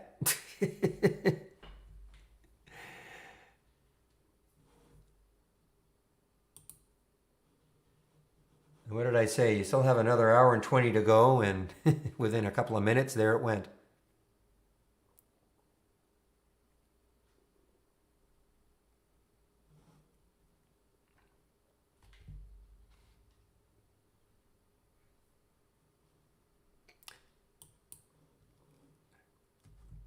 Well, look, I mean, that was a tough one, though. That was a very tough one. I mean, something as whippy as this, not easy. Again, you have to take fewer shares, wider stops. Otherwise, you'll just get whipped out left and right.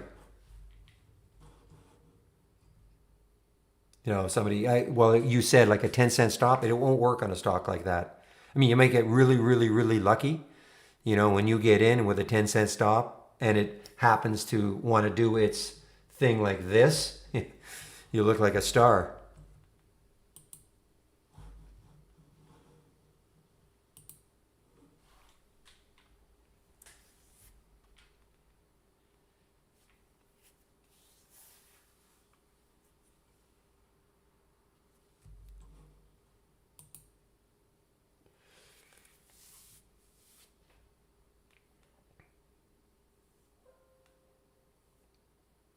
So again, look where SUP stopped, right there. Basically maybe a penny or two from that high, and then it just stopped. Worth watching next week, though. I mean, if it can take this out, definitely worth watching.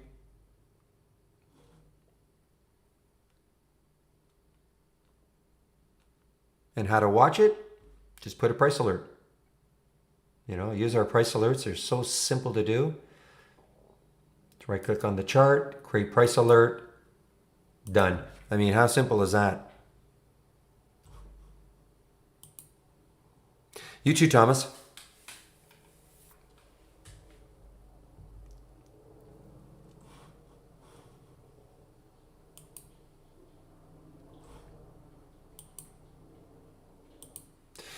Well, GRTS is surprising me a little bit. So it is now through that 200 day. So let's see.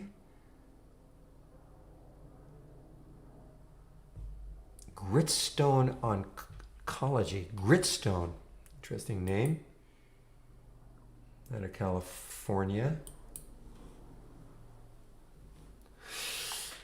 Yeah, earnings next week. It's going to be really interesting to see what sort of earnings and guidance. I mean, it's all about the guidance too. What are they going to say? So Alcoa is on the 15th. And I think Goldman Sachs is on the 15th, and probably Citibank or Citigroup is on the 14th. So we've got some big banks next week. Wells Fargo. And then after that, we'll start to see a lot of companies releasing earnings, such as they are.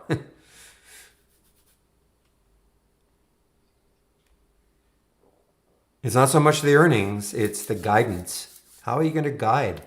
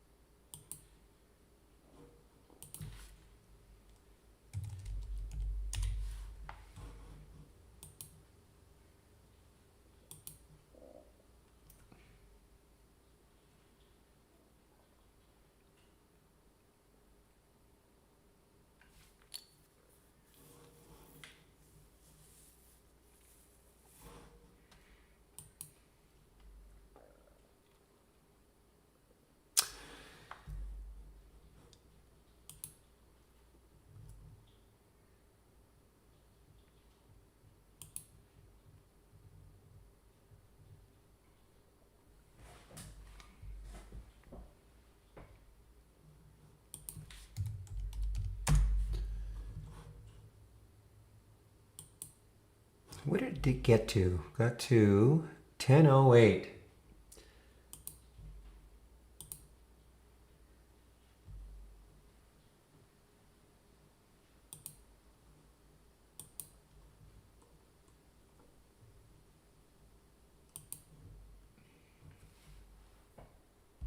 You too, JB. It's possible. I mean, I'm really am thinking about it. I mean, it has come a long way. I don't know. I mean, it's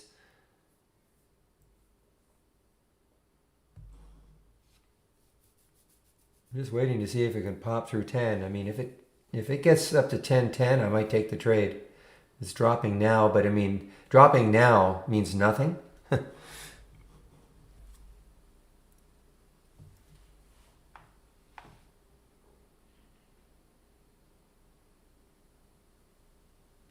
I mean, it's highly. I mean, you got to read that news. You got to be convinced that that news is worth being up 150%.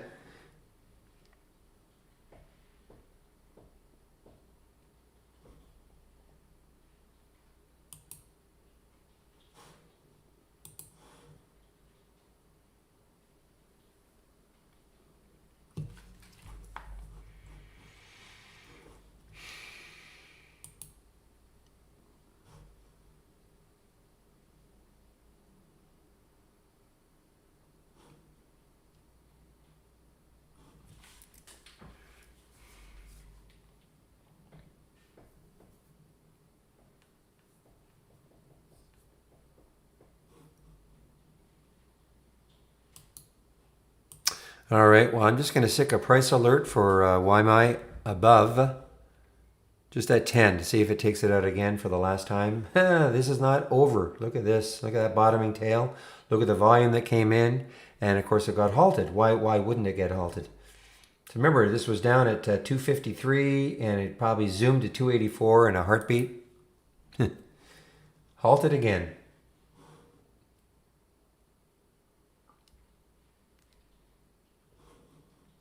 Oh, here's one that just got halted. Neon. Neonode just got halted. Very little volume, but it just got halted. Something's lighting a fire under this.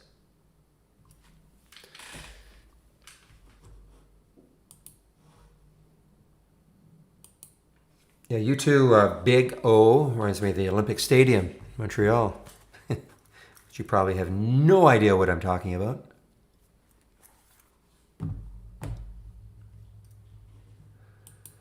Or as we affectionately called it, the Big O, because I don't think they ever paid everybody.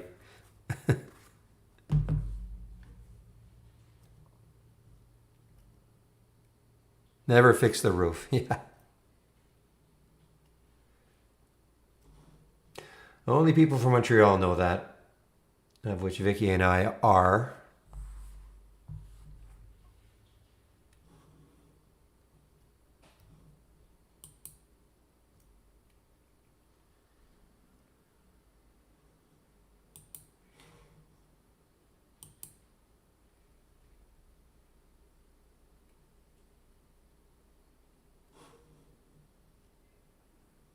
Never asked you this, Vicky. Are you a born and bredder in Montreal?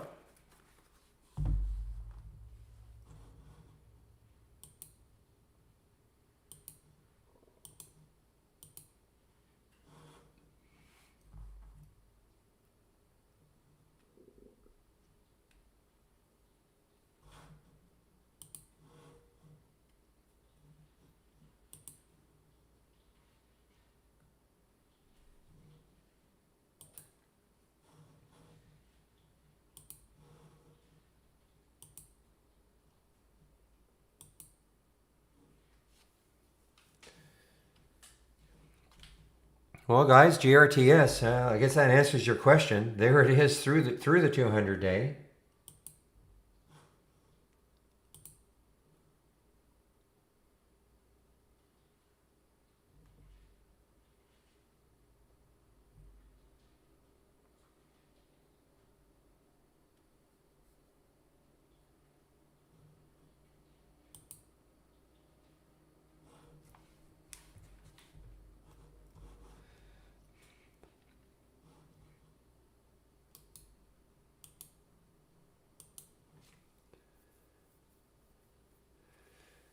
Dawn of the Dead. I haven't seen that scan. So obviously these are stocks that are coming off the bottom somehow, coming around. Not anymore, Eli. No, I live in Vancouver now. But I grew up in Montreal.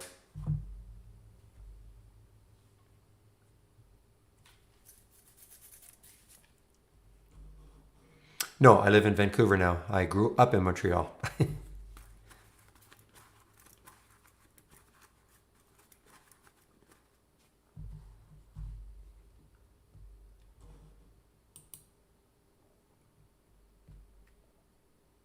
Top list from Andy and Jamie. Okay.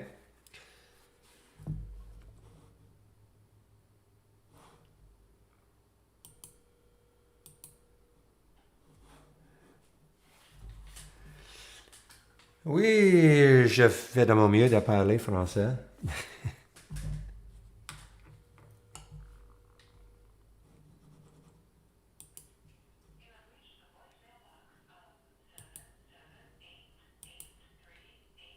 A little rusty.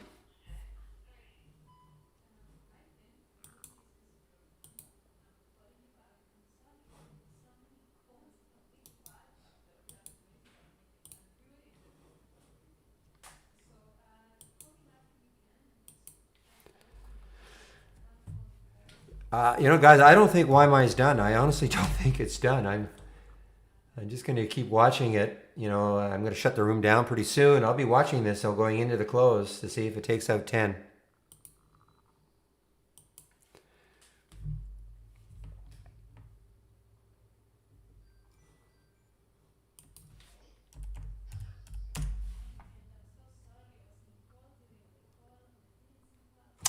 Okay, I can see Kurt. Wow, what a bunch of weeks it's had.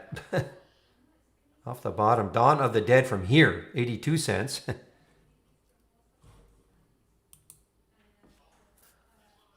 Well, this is a tough one. I mean, this is Neon just got unhalted.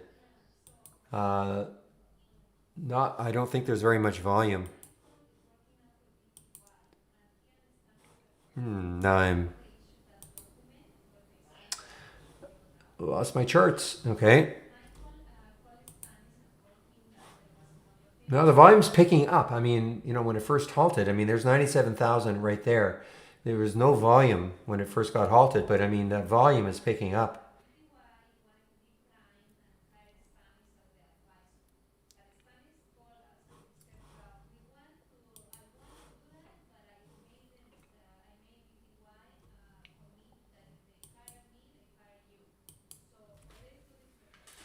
I don't think it doesn't. I don't think it would be a bounce play. I think it's something that's coming back, especially as a top list. I think it's probably something coming back, like Dawn of the Dead, a stock that's been dead. I think. I haven't seen it. I mean, I've got one called Trend Reversal up. I'll bet you it's very similar.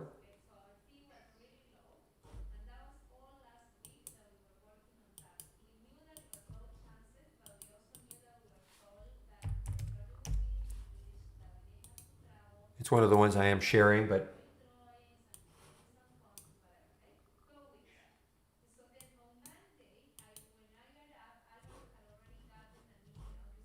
if I find a good one here.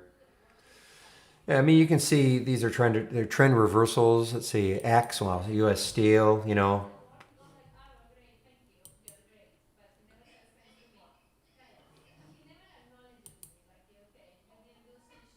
these are stocks that have been beaten up and trying to come back.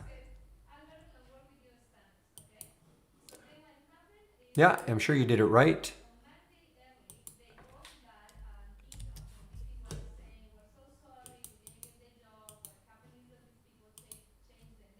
Dawn of the Dead. Oh, Grits is on there. Okay.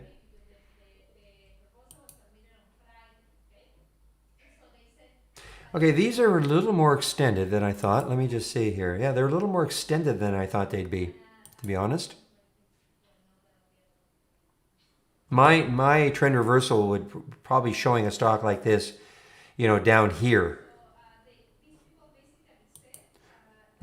Yeah, they're a little. Let me just see what the filters are. See what he's. Okay, $3.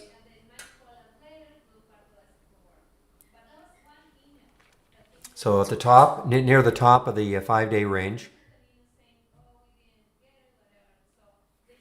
So the lifetime range, so it's at the bottom, way at the bottom, no more than 10% from the low, lifetime low. And then the volume. So interesting. So it is actually more like a day trading type, because I mean, otherwise, why would you care about the last 5 minutes?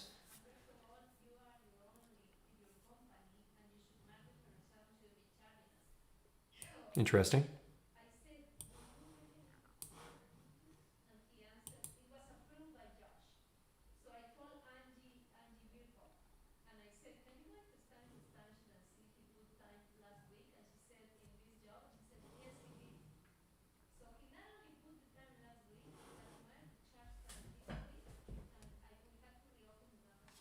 Yeah, I'm surprised they would have the 5 minute volume. Ooh, look at TEDU through the 200-day. Okay, guys, now this is interesting. I mean, it's above that.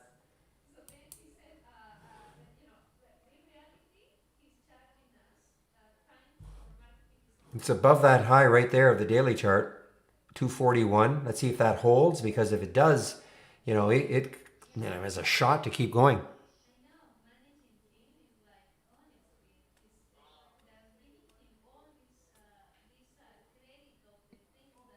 Looks like that is a pink sheet stock though, Chris. I don't trade pinks, but let me just before I don't even see it. NVNXF.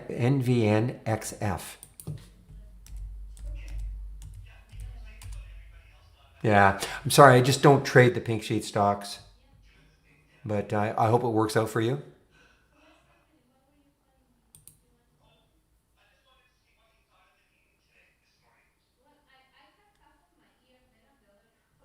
I actually disabled my.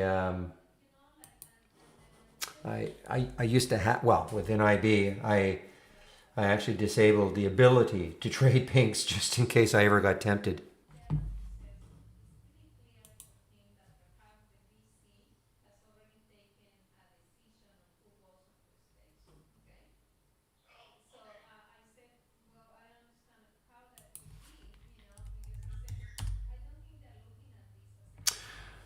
All right, guys, are there any other questions? It's now 3 o'clock.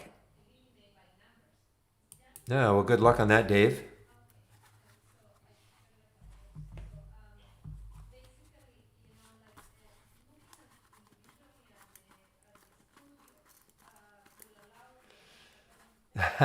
Maybe.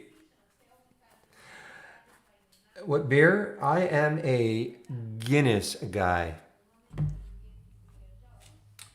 Favorite beer in the world? Um, no, I haven't had a Molson or Labatt in, I think, decades. Seriously. Guinness all the way.